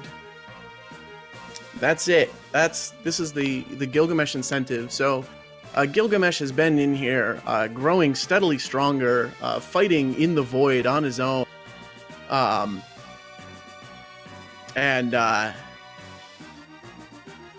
he's very, very sad, and he considers us true, I guess, comrades. I'm not sure the best way, like true friends that happen to used to be enemies. And he's like, oh, how do we get out of here? Let's become adventuring buddies. And unfortunately, saving the whole world thing, Fooey. Like he would come and sacrifice himself in a fight that we can't finish. So we're going to not do that fight, which is going to save Gilgamesh. Rivals, yeah, but you're like friendly rivals. So he's gonna go off and he's gonna leave the void, and he's totally, completely fine, and he's not gonna sacrifice himself to save us. What is Image doing? And so now Gilgamesh has been saved. Thank you so much for donating to see us save him. Getting whacked by a 1 HP frog.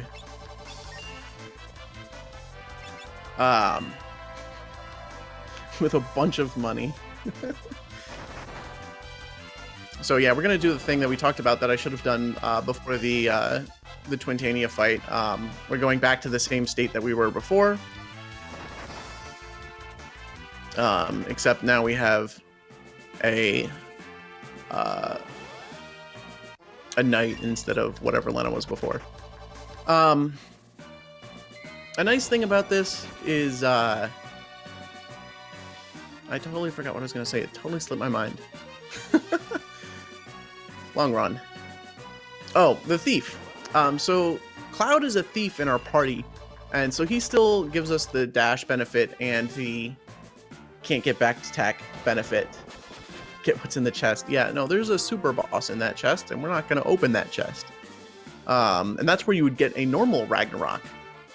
Over to the left is where Gilgamesh would sacrifice himself, and that's where the final safety save point is, and we're not going to be taking that either. We're just going straight to the final boss, which is coming up right after this cutscene. Yeah, so the thief benefits make this totally, completely safe. Just a bunch of frogs running around. Totally. Thank you. So what I'm going to be doing here is... I'm going to explain this beforehand. So for X-Death, we're going to be knight abusing like we did before.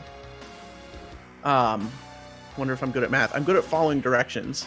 So I'm going to be knight abusing like I did before, which prevents any physical damage. And we're going to be using a glitch that moves the bone mail and the ribbon. We're moving that to the other two characters, and there's a glitch where they gain the status immunities. The characters who don't have it, they gain the status immunity for one battle after it's been moved off of them. So they'll be immune to X-Death's white hole attack, which does, I think, death and petrify at the same time, and they'll be immune to his physical attacks. No, I can just follow the route as it's... I'm doing the safe strat, which uses Zenonage to do exact damage. And then we're going to use a glitched mix item. And we're a glitched item, and we're going to mix it, and it's a very weak attack, but it doesn't trigger X-Death's AI to continue.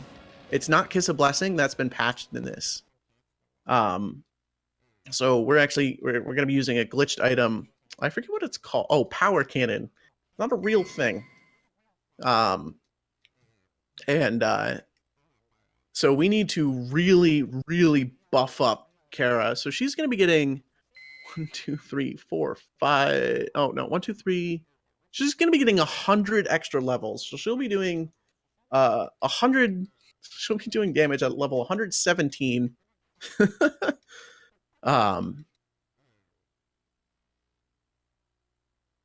And we're going to use that to glitch X-Death to death, and he's not going to succumb to the void. It's going to be awesome. I'm just going to be sitting here nervously saying the strats as I do them, and going through my notes very slowly so I don't mess up. Good luck. Thank you. Oh, and we get to use the raise spell from forever ago. This is the one time we used it, or we get to use it from about, 3 hours ago, 3.5 hours ago.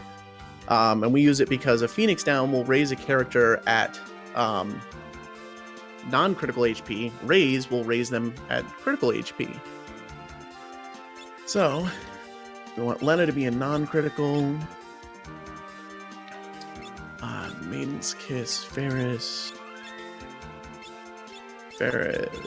White Mage, Raise, Karen Bart, Jump, Ferris, back to Ninja, Mix, ability, parts with Mix, Ninja Suit, press L, optimized bone mail on Lena,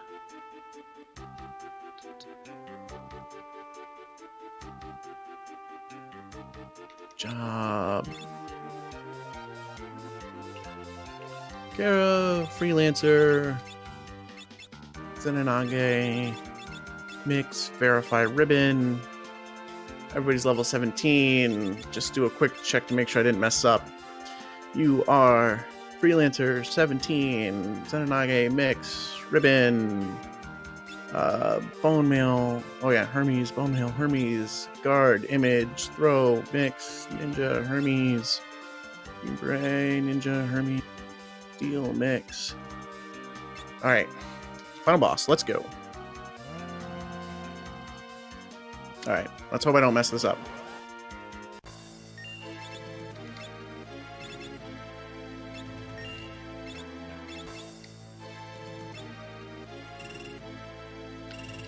We're gonna kill X-Death with a bunch of frogs, all in critical HP.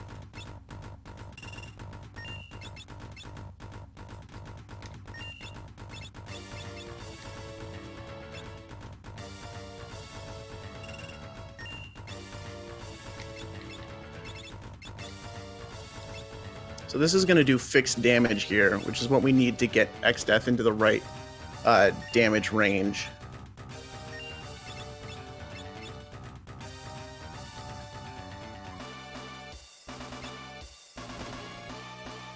Hang on.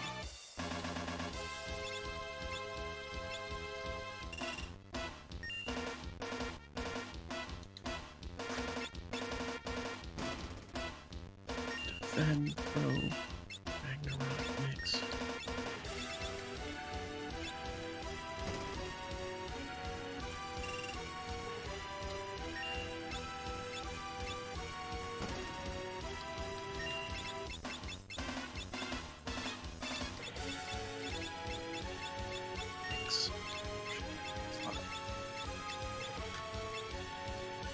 Time. Woo! And that's it. Wow, nice, congratulations. Well, Thank you. Underestimate. Thank you Zinfogel for that routing. Also, we got the good ending because all of our characters are alive. Yeah, so we did, you might have noticed another thing that we had done that I talked about before. We got X-Death at just right until he was about to attack, or we got him to attack, and then sent him under his next phase HP, and then killed him that way with some specific damage routing. So yeah, I'm so happy to have done this. This has been great. Thank you to everyone who donated for the name and for Gilgamesh, and I'd like to thank the RPG Valkyries for letting me run this. And shout outs to Dark JDL and Zinfogel for making the route. well, thank you very much for running this. That was quite a treat, I dare to say. I know a fair bit about Final Fantasy V, but I've actually never really paid attention to speedrun, to be completely honest. So it's quite interesting. I feel like the most interesting part to me is the routing process, But then the execution is definitely quite tricky too, to not mess up anything.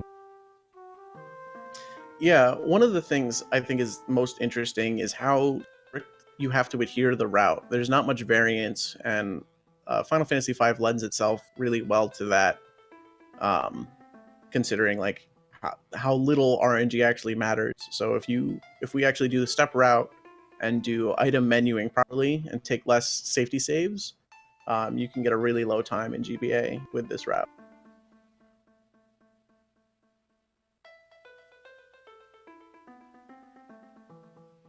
Yep.